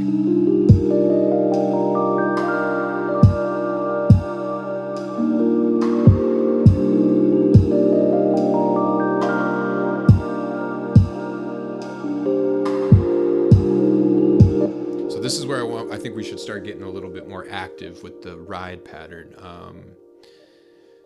And then I think in the solo section, and actually probably even flirting with double time, because I think we should target getting to 54 should be where we're genuinely in double time.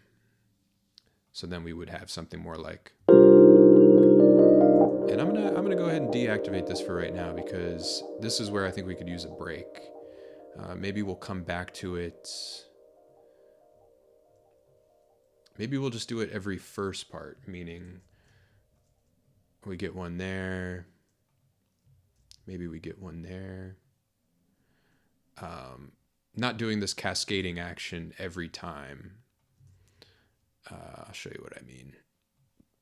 So we could have it begin. This is the solo section here. I'll put a locator. So this is solo. Double time. That's what we're thinking for right now, at least.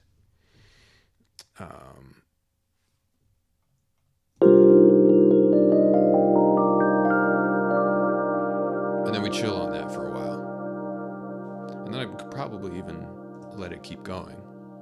Do some other stuff chord-wise.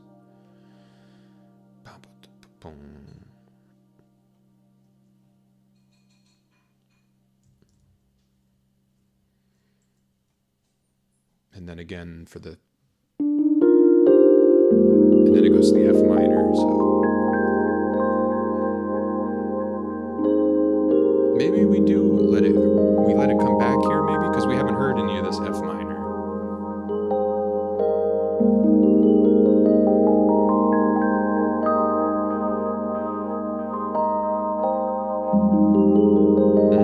That's new, so let's keep that. And then we're back, which I will go ahead and just put this stuff here.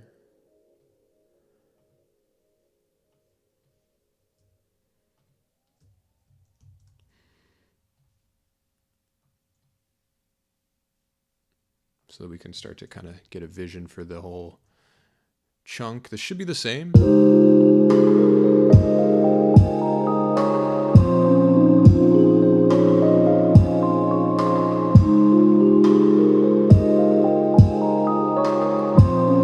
In London, wow.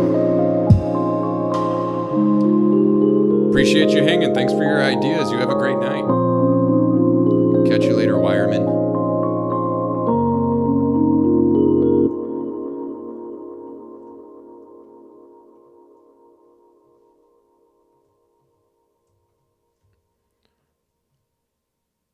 Let's move this over here. And we can actually duplicate that. Hopefully that stays on the grid, because that's the same, and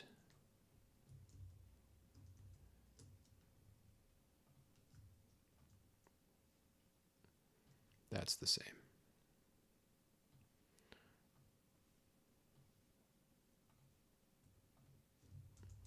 Let's see.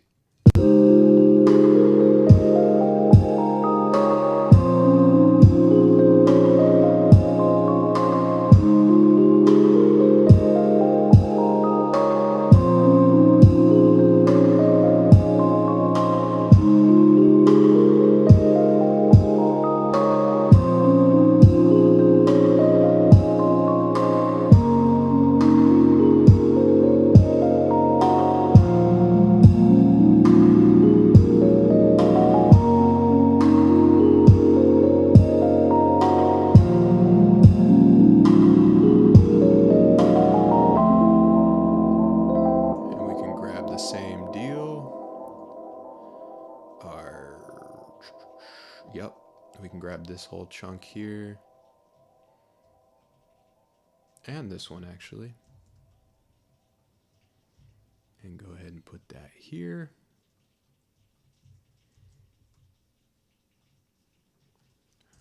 And shout out to whoever's been here for, I know Dread's been here the whole time. TJ's been in here. Soulfi's been here for a while, if not the whole time. Shout out to you guys. You guys have been hanging. Super cool.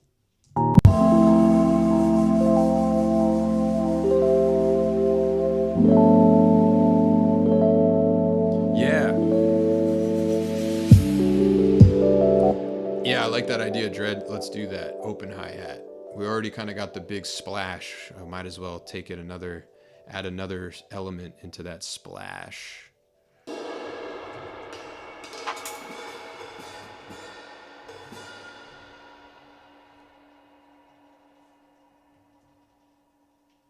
Need that easy open hi-hat sizzle. Yeah, wait, you guys talking about it at the beginning? At the beginning of the 6/4? Right here? There's one there. Yeah, parallel thinking.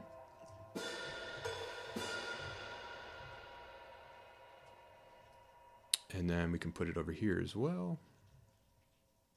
Yeah,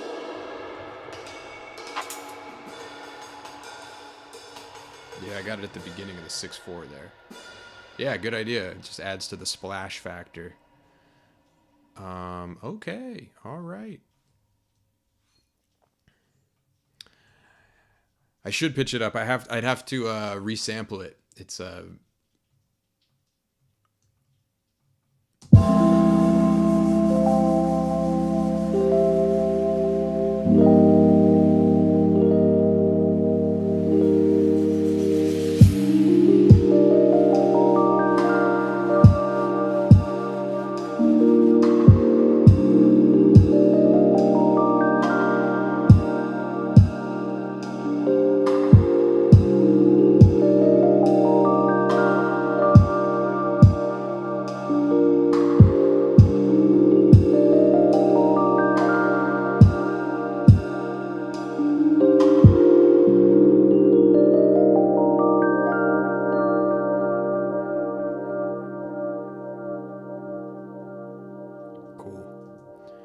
yes. All right. And then the challenge is getting to double time. So what we're going to do is we're going to, let's see, let me save this first of all.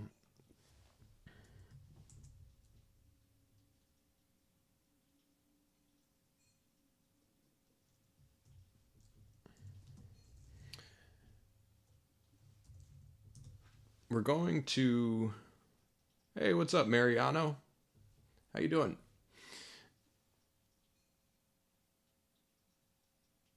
In fact, let's see.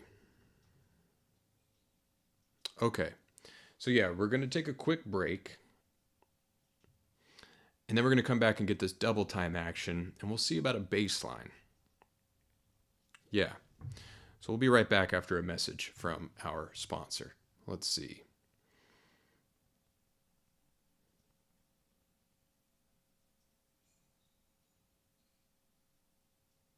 We'll be right back.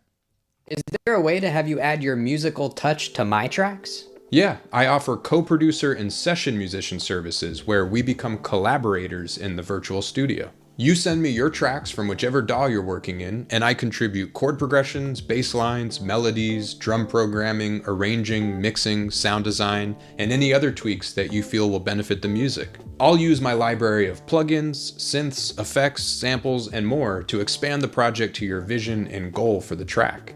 As we work, I'll explain my choices and how they're implemented. What's the difference between co-producer and session musician? Booking me as a session musician includes me playing live instruments of your choosing to bring individuality and tastiness to your project. These instruments can include bass, electric piano, guitar, analog synthesizer, drums, acoustic piano, organ, and more. I can re-record the MIDI parts in your project while expanding and embellishing them, as well as create and record new parts. In a sense, I'm creating a customized sample pack specifically tailored to your vibe and project. Session musician services includes everything that comes with co-producer services. Cool. Do I have to credit you when I release my finished track? No, this is 100% your project. When you book me as a session musician or co-producer, my job is to help bring your track to life. At the end of our session, your project is returned to you with all the adjustments, additions, and materials created in our session, and you take it from there. You can book me as a co-producer and session musician on my website,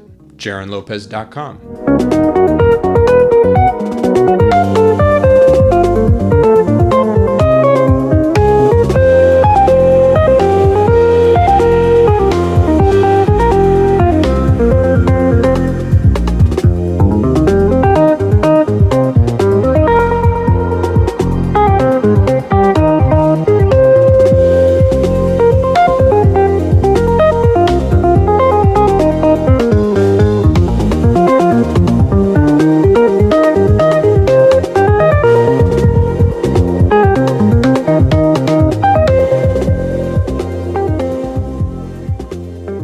Back to the stream. All right, welcome back. Okay, so let's see if we can. Yeah, that track is epic. I want to, especially given trying to make a lot more music this year. I'm hoping to get into that territory again, of just, for lack of a better term, just shredding. I got to work up to it though. Let's see. So, yeah, let's do it. All right.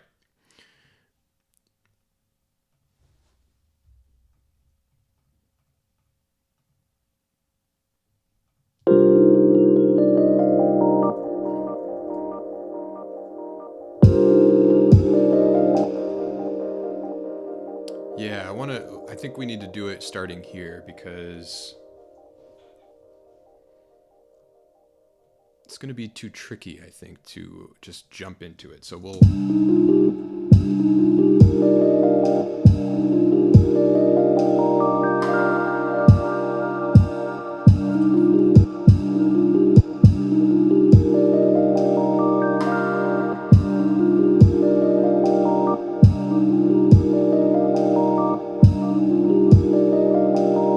Yeah, we'll keep it real simple. We're just going to do... Oop. We're just going to do one here. Let's see.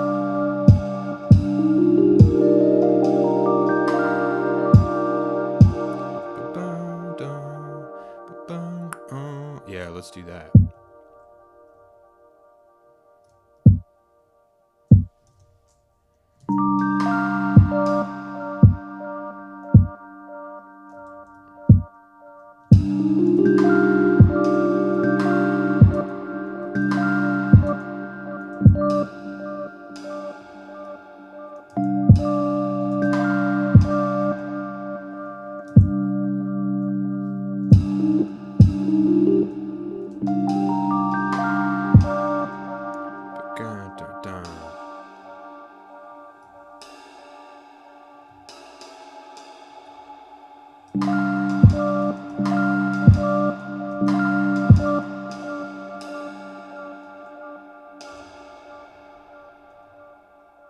let's just fold this. We don't need to see all of it. There we go, much better.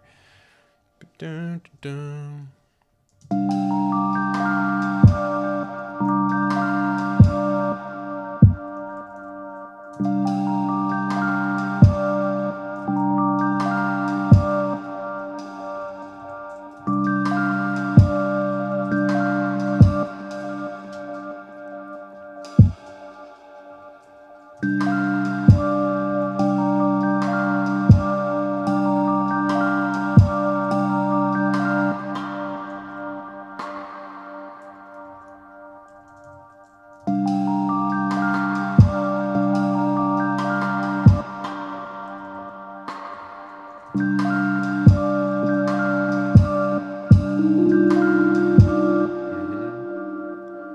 And let's go ahead and get a splash there.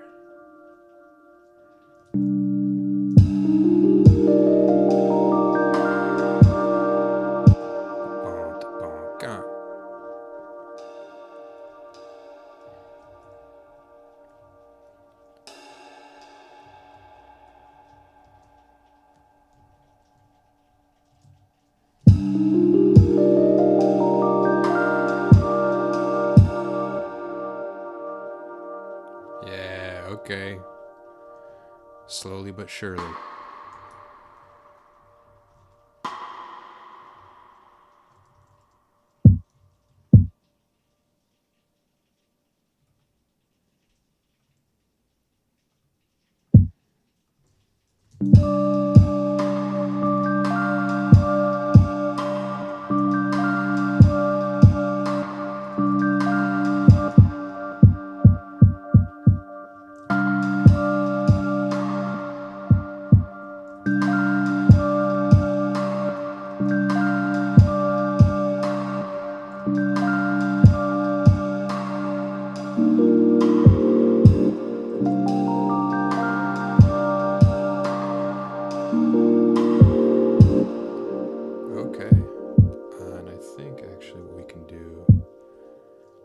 This one quite yet.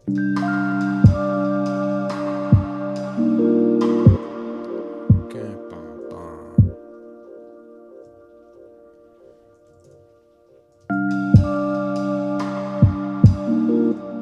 Let's get it from the beginning.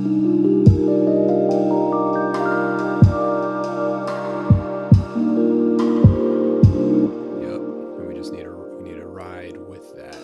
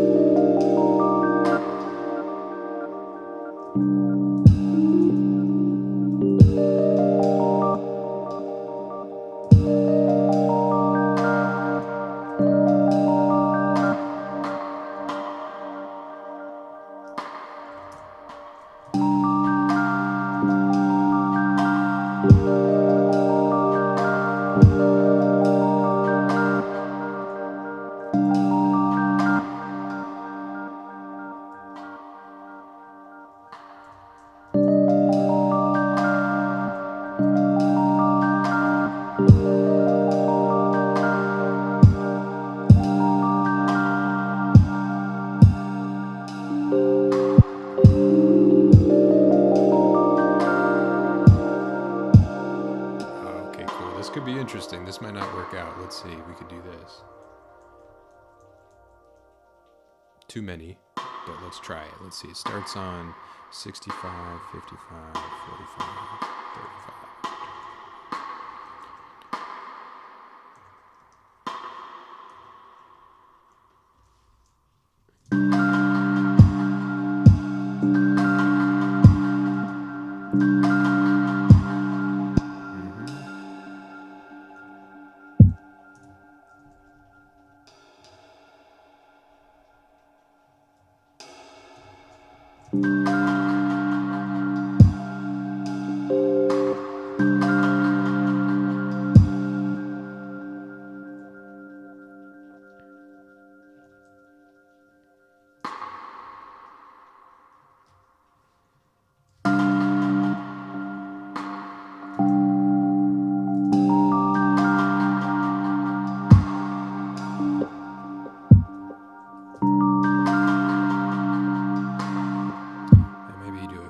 Here actually, oh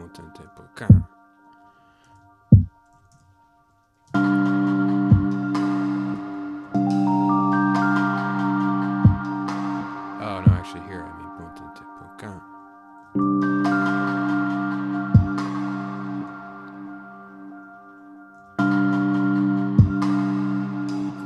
hold on, let's take it from back. I'm getting a little lost. Let's see.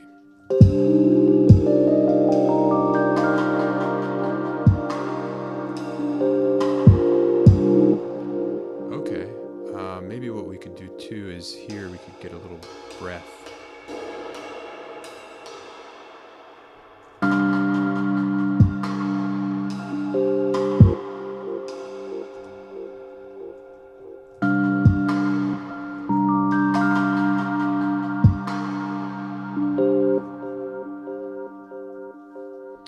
Hey, thanks, Jenny Jax. Am I reading that right? Yeah, Jenny Jax. Appreciate it. Thanks for coming through. Yeah, and Soulfi, we did it. We did it. We got the snare fill with delay. Kind of delay, almost like natural delay.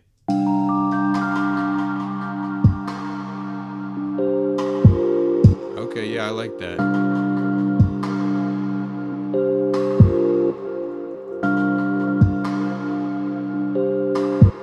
I like that little breath point. As it's getting more active, we also have a break, which is nice.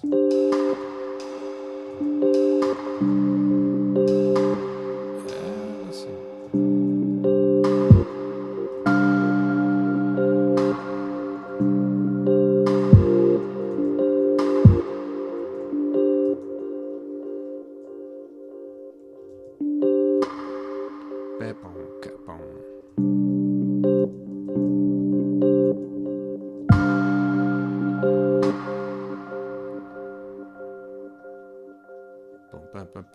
Let's see, this might be too much, but we'll try it.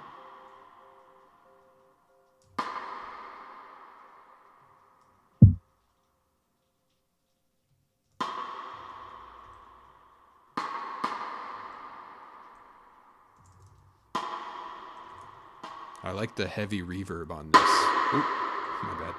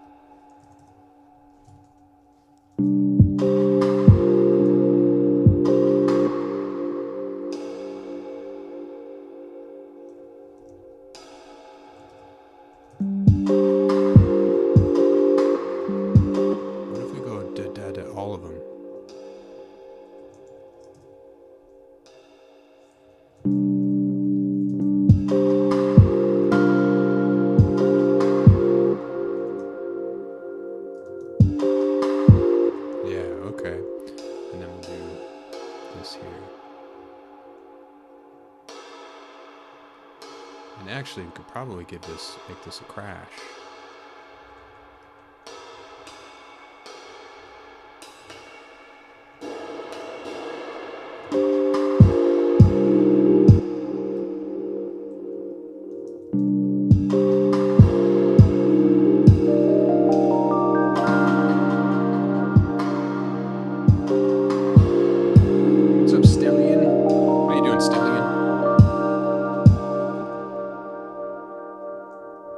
So we got a solid 4 bars there. We only need 4 more, and then we're to the solo section. So we gotta step it up here.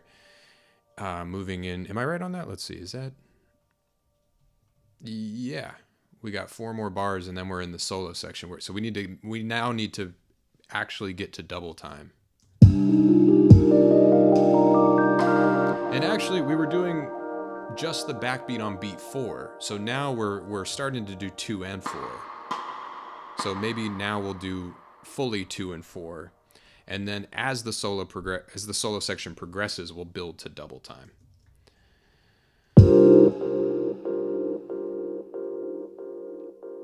Let's see here.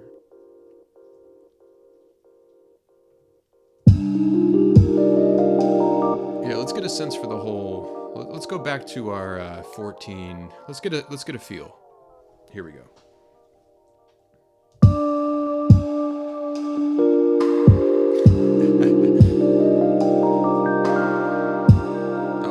Please, Stellian, enjoy your coffee.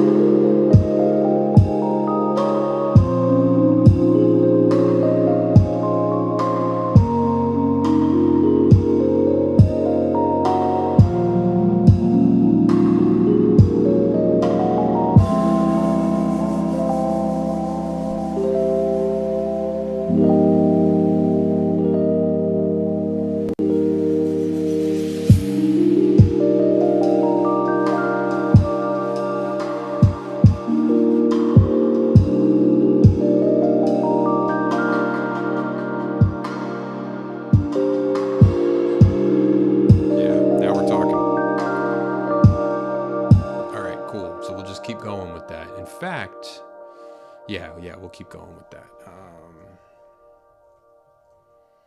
I would just copy it, but like we discovered, it's all very little micro stuff going on, so it'll probably end up being more work than it's worth. So we'll just keep going, and we'll get more unique options. Yeah, I agree. This is cool. Let's keep going here. Let's see. And here, I don't think we can let that linger. Yeah.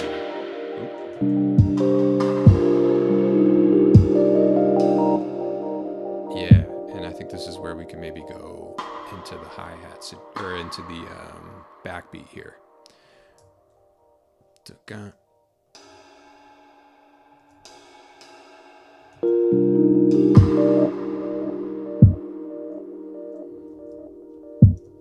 kick's heavy. I'll definitely, in mixing wise, get the kick to sit. It's pretty hard. Yeah, see, now for the first time we've got 2, 3, 4 kicks, or snares on beats 2 and 4. We had it a little bit beginning over here, right here, but now for this last 4, we're just going to do it the whole way through. So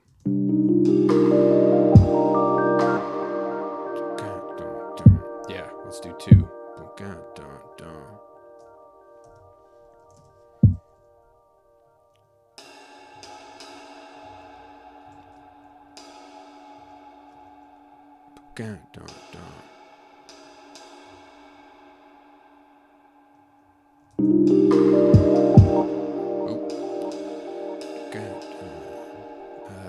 We want this to be very quiet, most likely. This to be slightly quieter. Let's try it.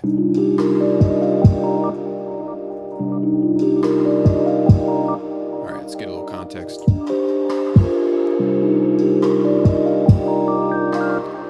And I'm thinking, I'm like TJ said, I'm trying to push it a little bit here.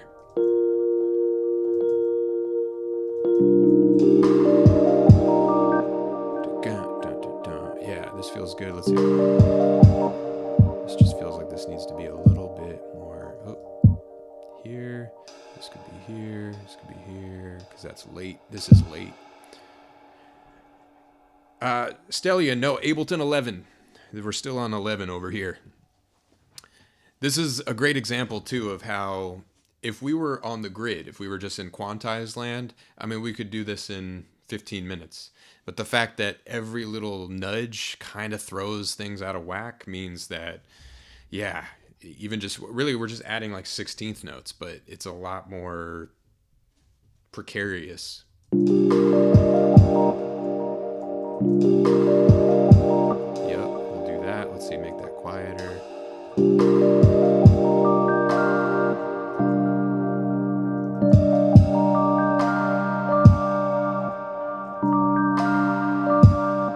Same deal here. We want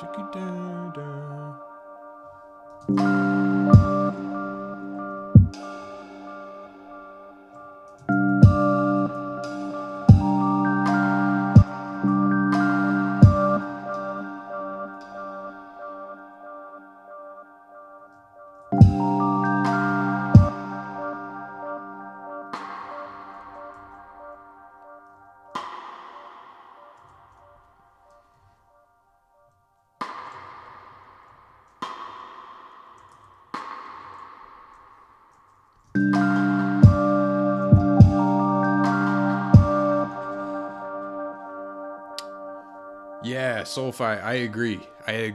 I mean, sometimes the genre, like house, for example, if you're trying to get a classic house vibe, I mean, nothing really beats just quantizing it and putting like a MPC groove or just whatever, a swing profile, like a 61%, 63%, 16th note swing.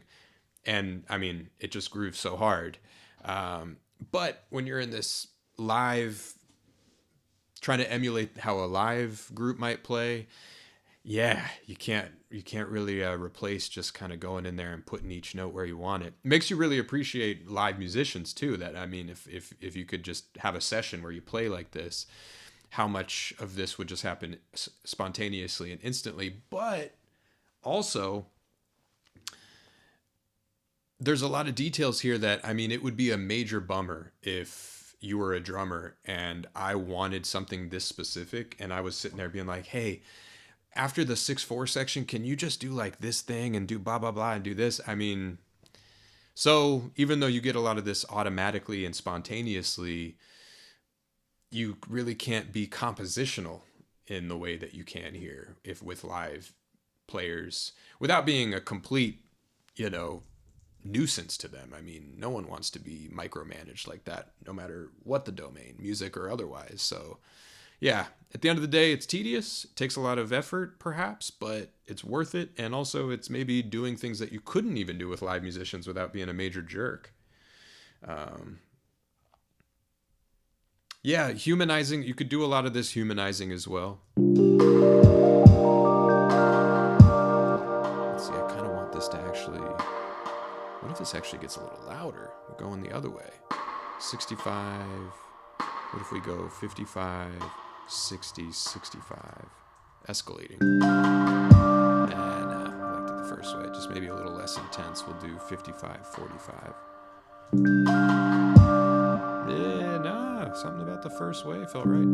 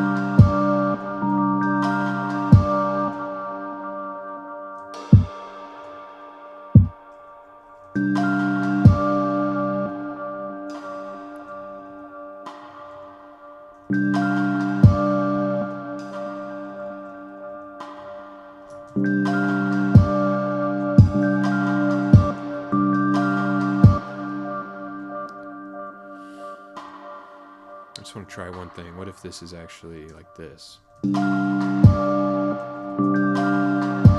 okay, this is what we need. Oh, let's turn that on.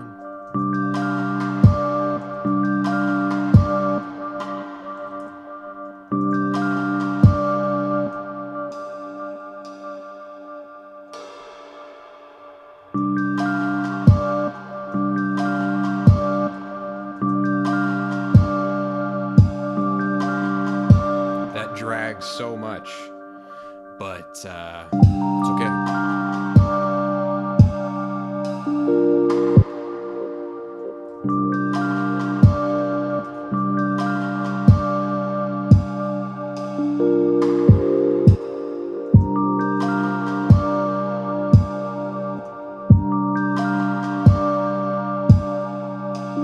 Okay, where to now?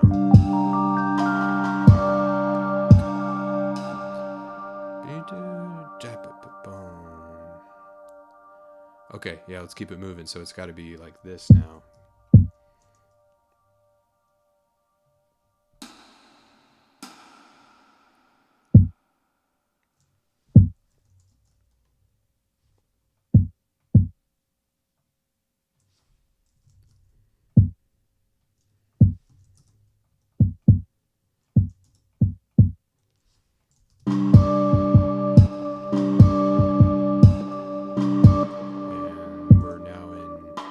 Territory, so we need this here.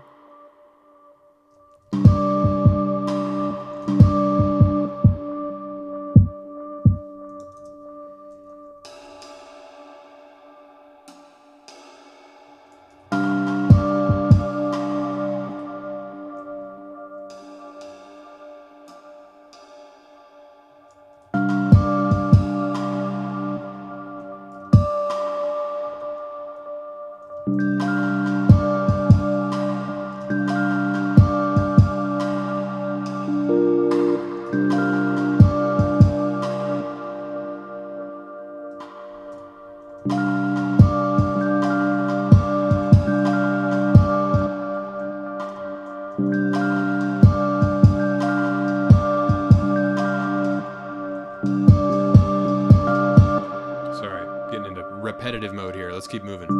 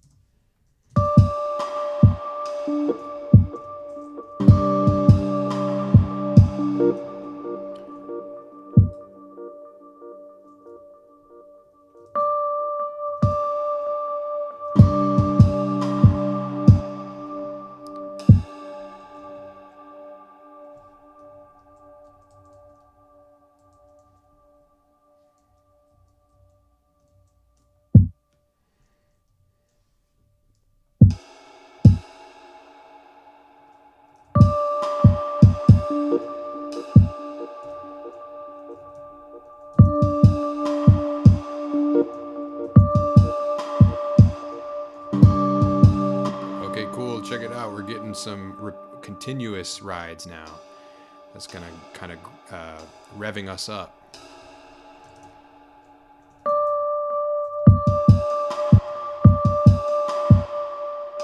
That's a good sign.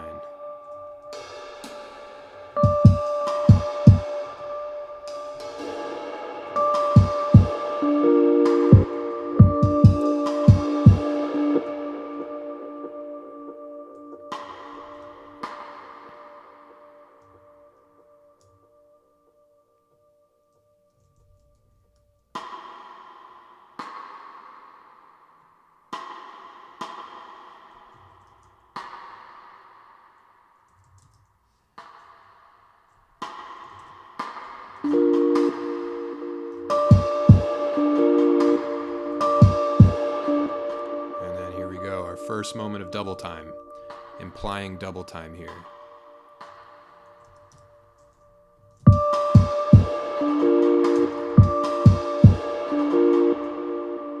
Yep.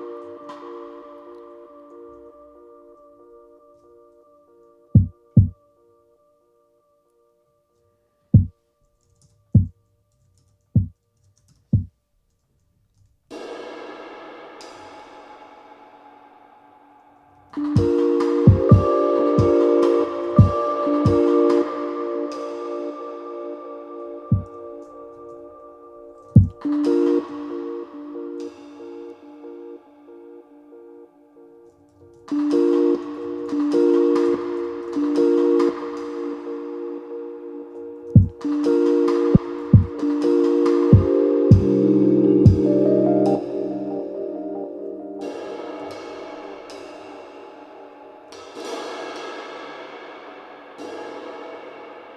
I'm loving that washiness. Just loving being in that space.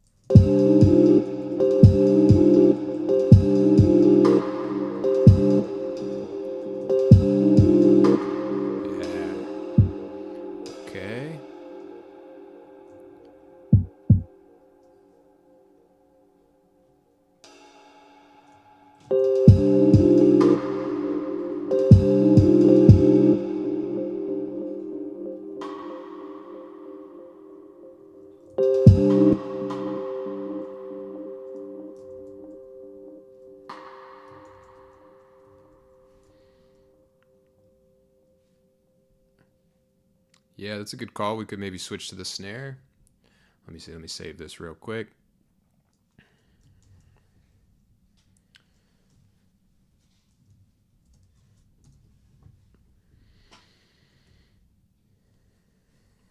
All right.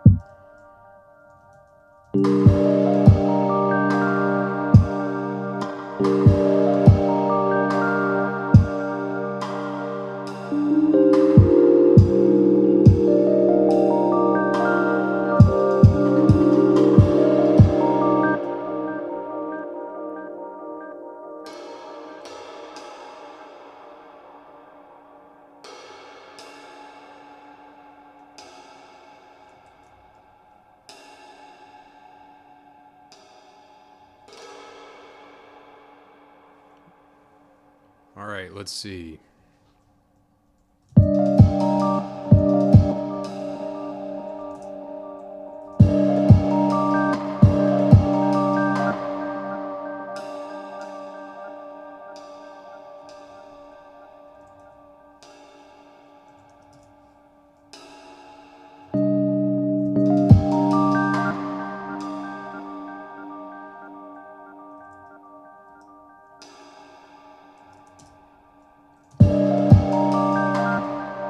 Needs to be a little more dynamic. 15.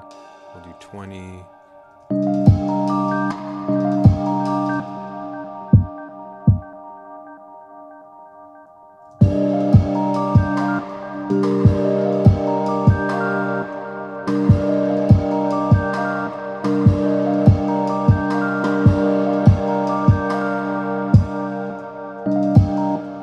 What's up, Rike? Yeah, we've been going.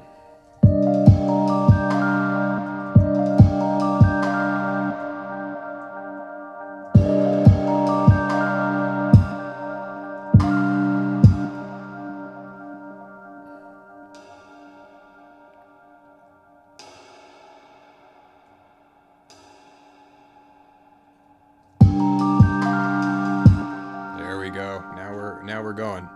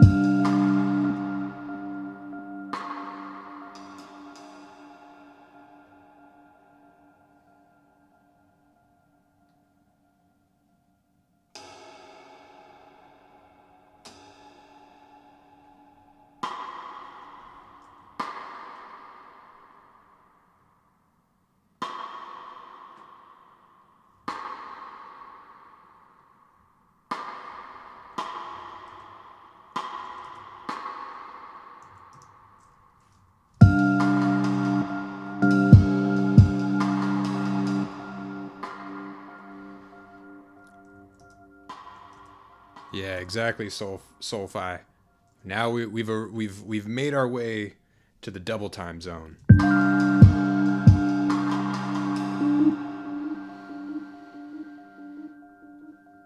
Slowly, but we did it. Just about. We got half a bar left.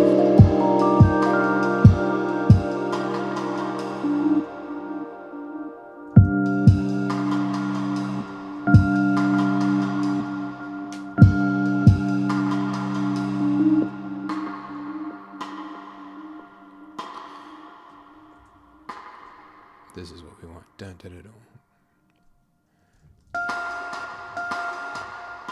We want this.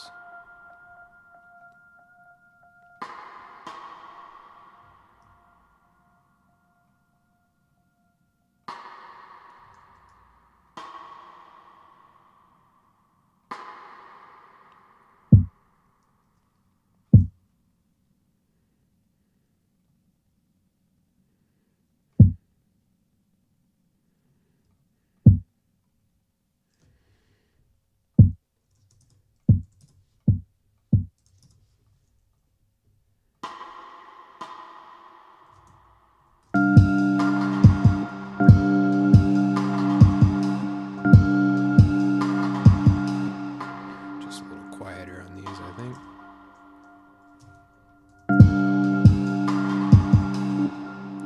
And these should be swapped. This should be 25 and this should be 45.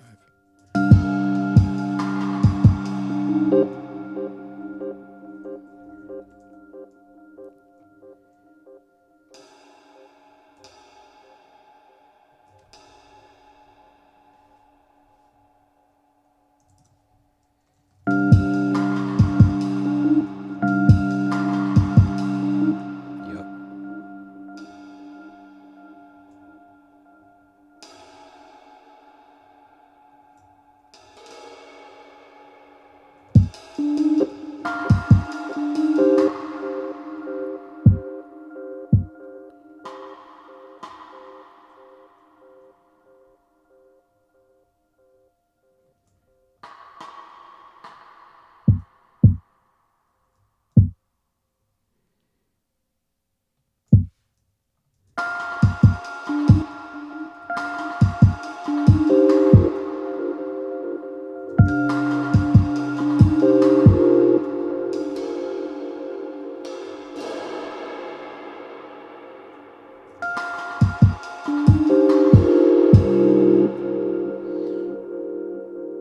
I appreciate it, TJ.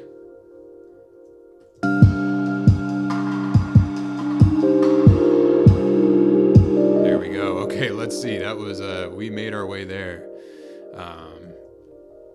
So let's see how it feels building up. It's always one thing hearing it from one side here.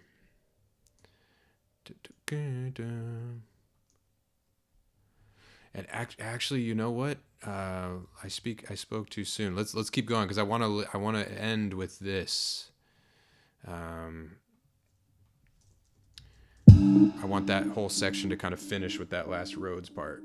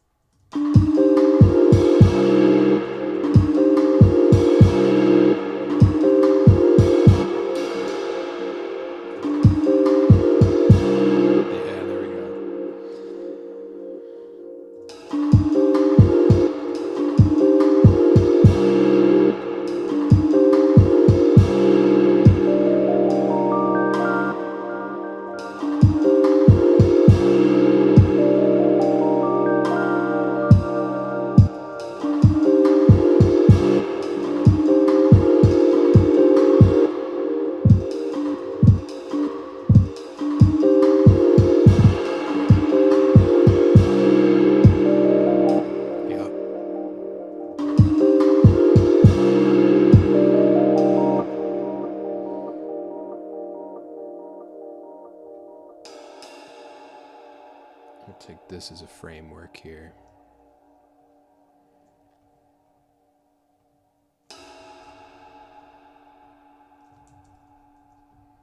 You know what? Nah, I gotta do it like this.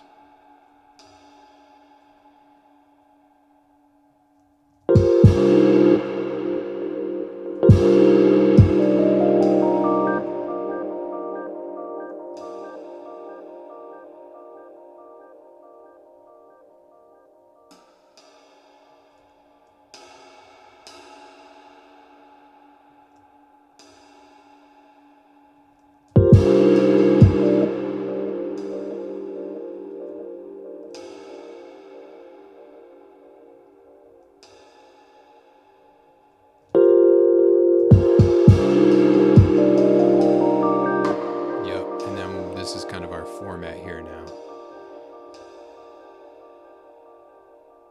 That's our new pulse.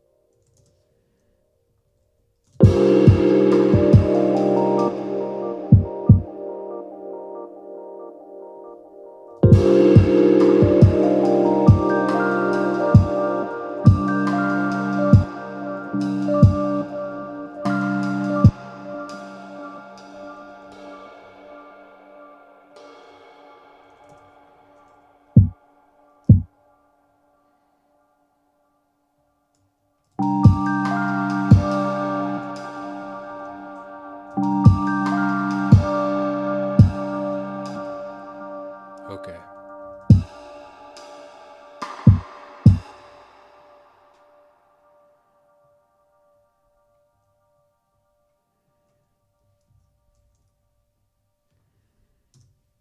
Let's see.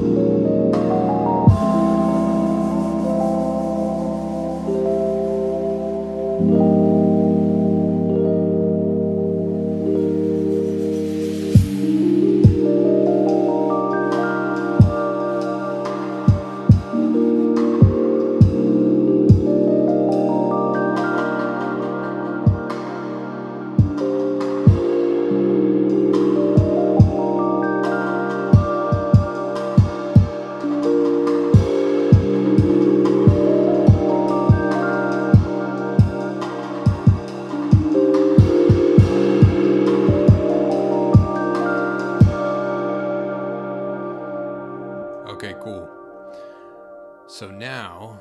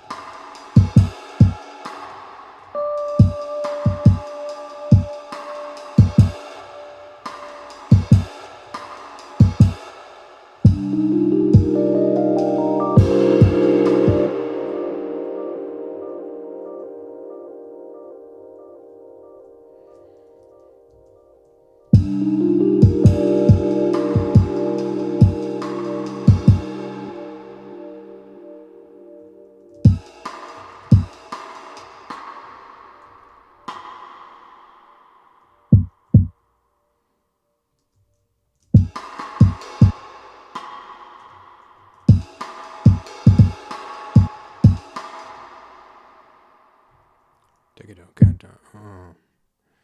it out.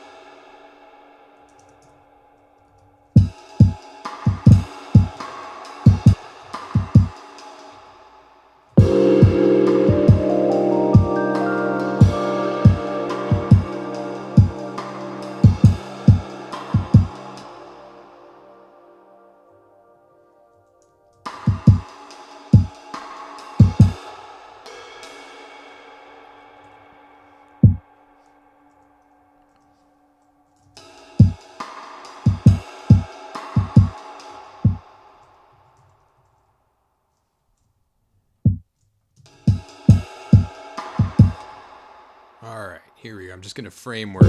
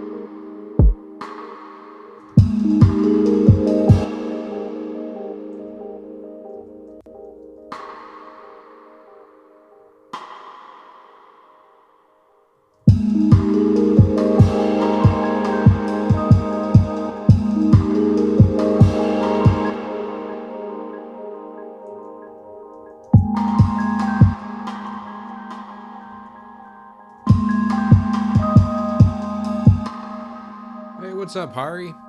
Glad to hear it. Thanks for checking them out.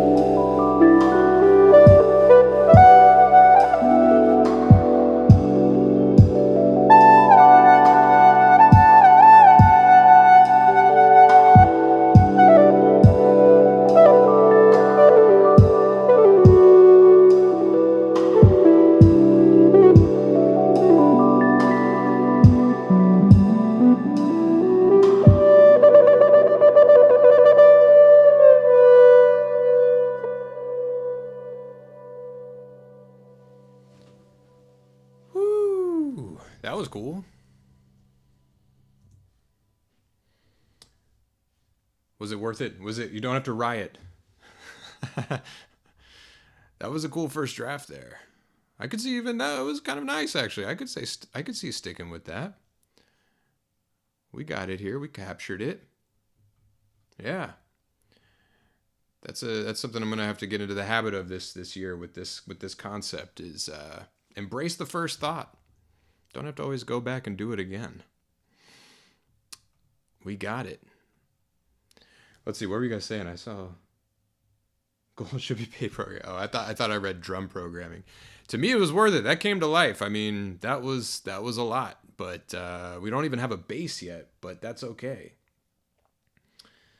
Thank you, TJ. Standing ovation. Nice. Yeah, Soulfi, you like that bending? That's actually, I'm proud of that bending aspect because this lead from my ambient electronic preset pack, it's called Turquoise, and I changed the bending so that it bends a minor third. So it's usually like 2 semitones. This is 3 semitones. It's crazy how that little tweak changes a lot because it lets you do those kind of like, I don't know, like prehistoric flute kind of motions, like.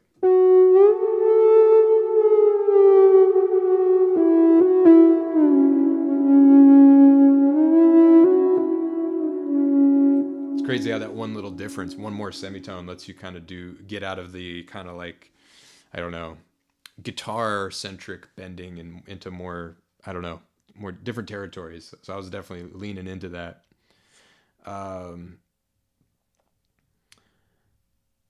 Let's see, Grego. Yeah, I think these streams, especially this format of trying to create as many tunes as possible, it'll be a recurring thing. So yeah. Thanks for coming through. Yeah, the bass will probably just play the roots of the chords. It'll be very chill. I don't even think I'm going to do that right now. Yeah, and it's definitely a goal. You know, I'm going to try to hit it. We'll see. Today we went into the deep end. You know, we got odd time signatures, mixed meter. We went in, and this is a 4-minute tune here. You know, it's not necessarily just a loop, so not everything will be like this. I'm imagining we'll cover the whole gamut. Some of them will be like this.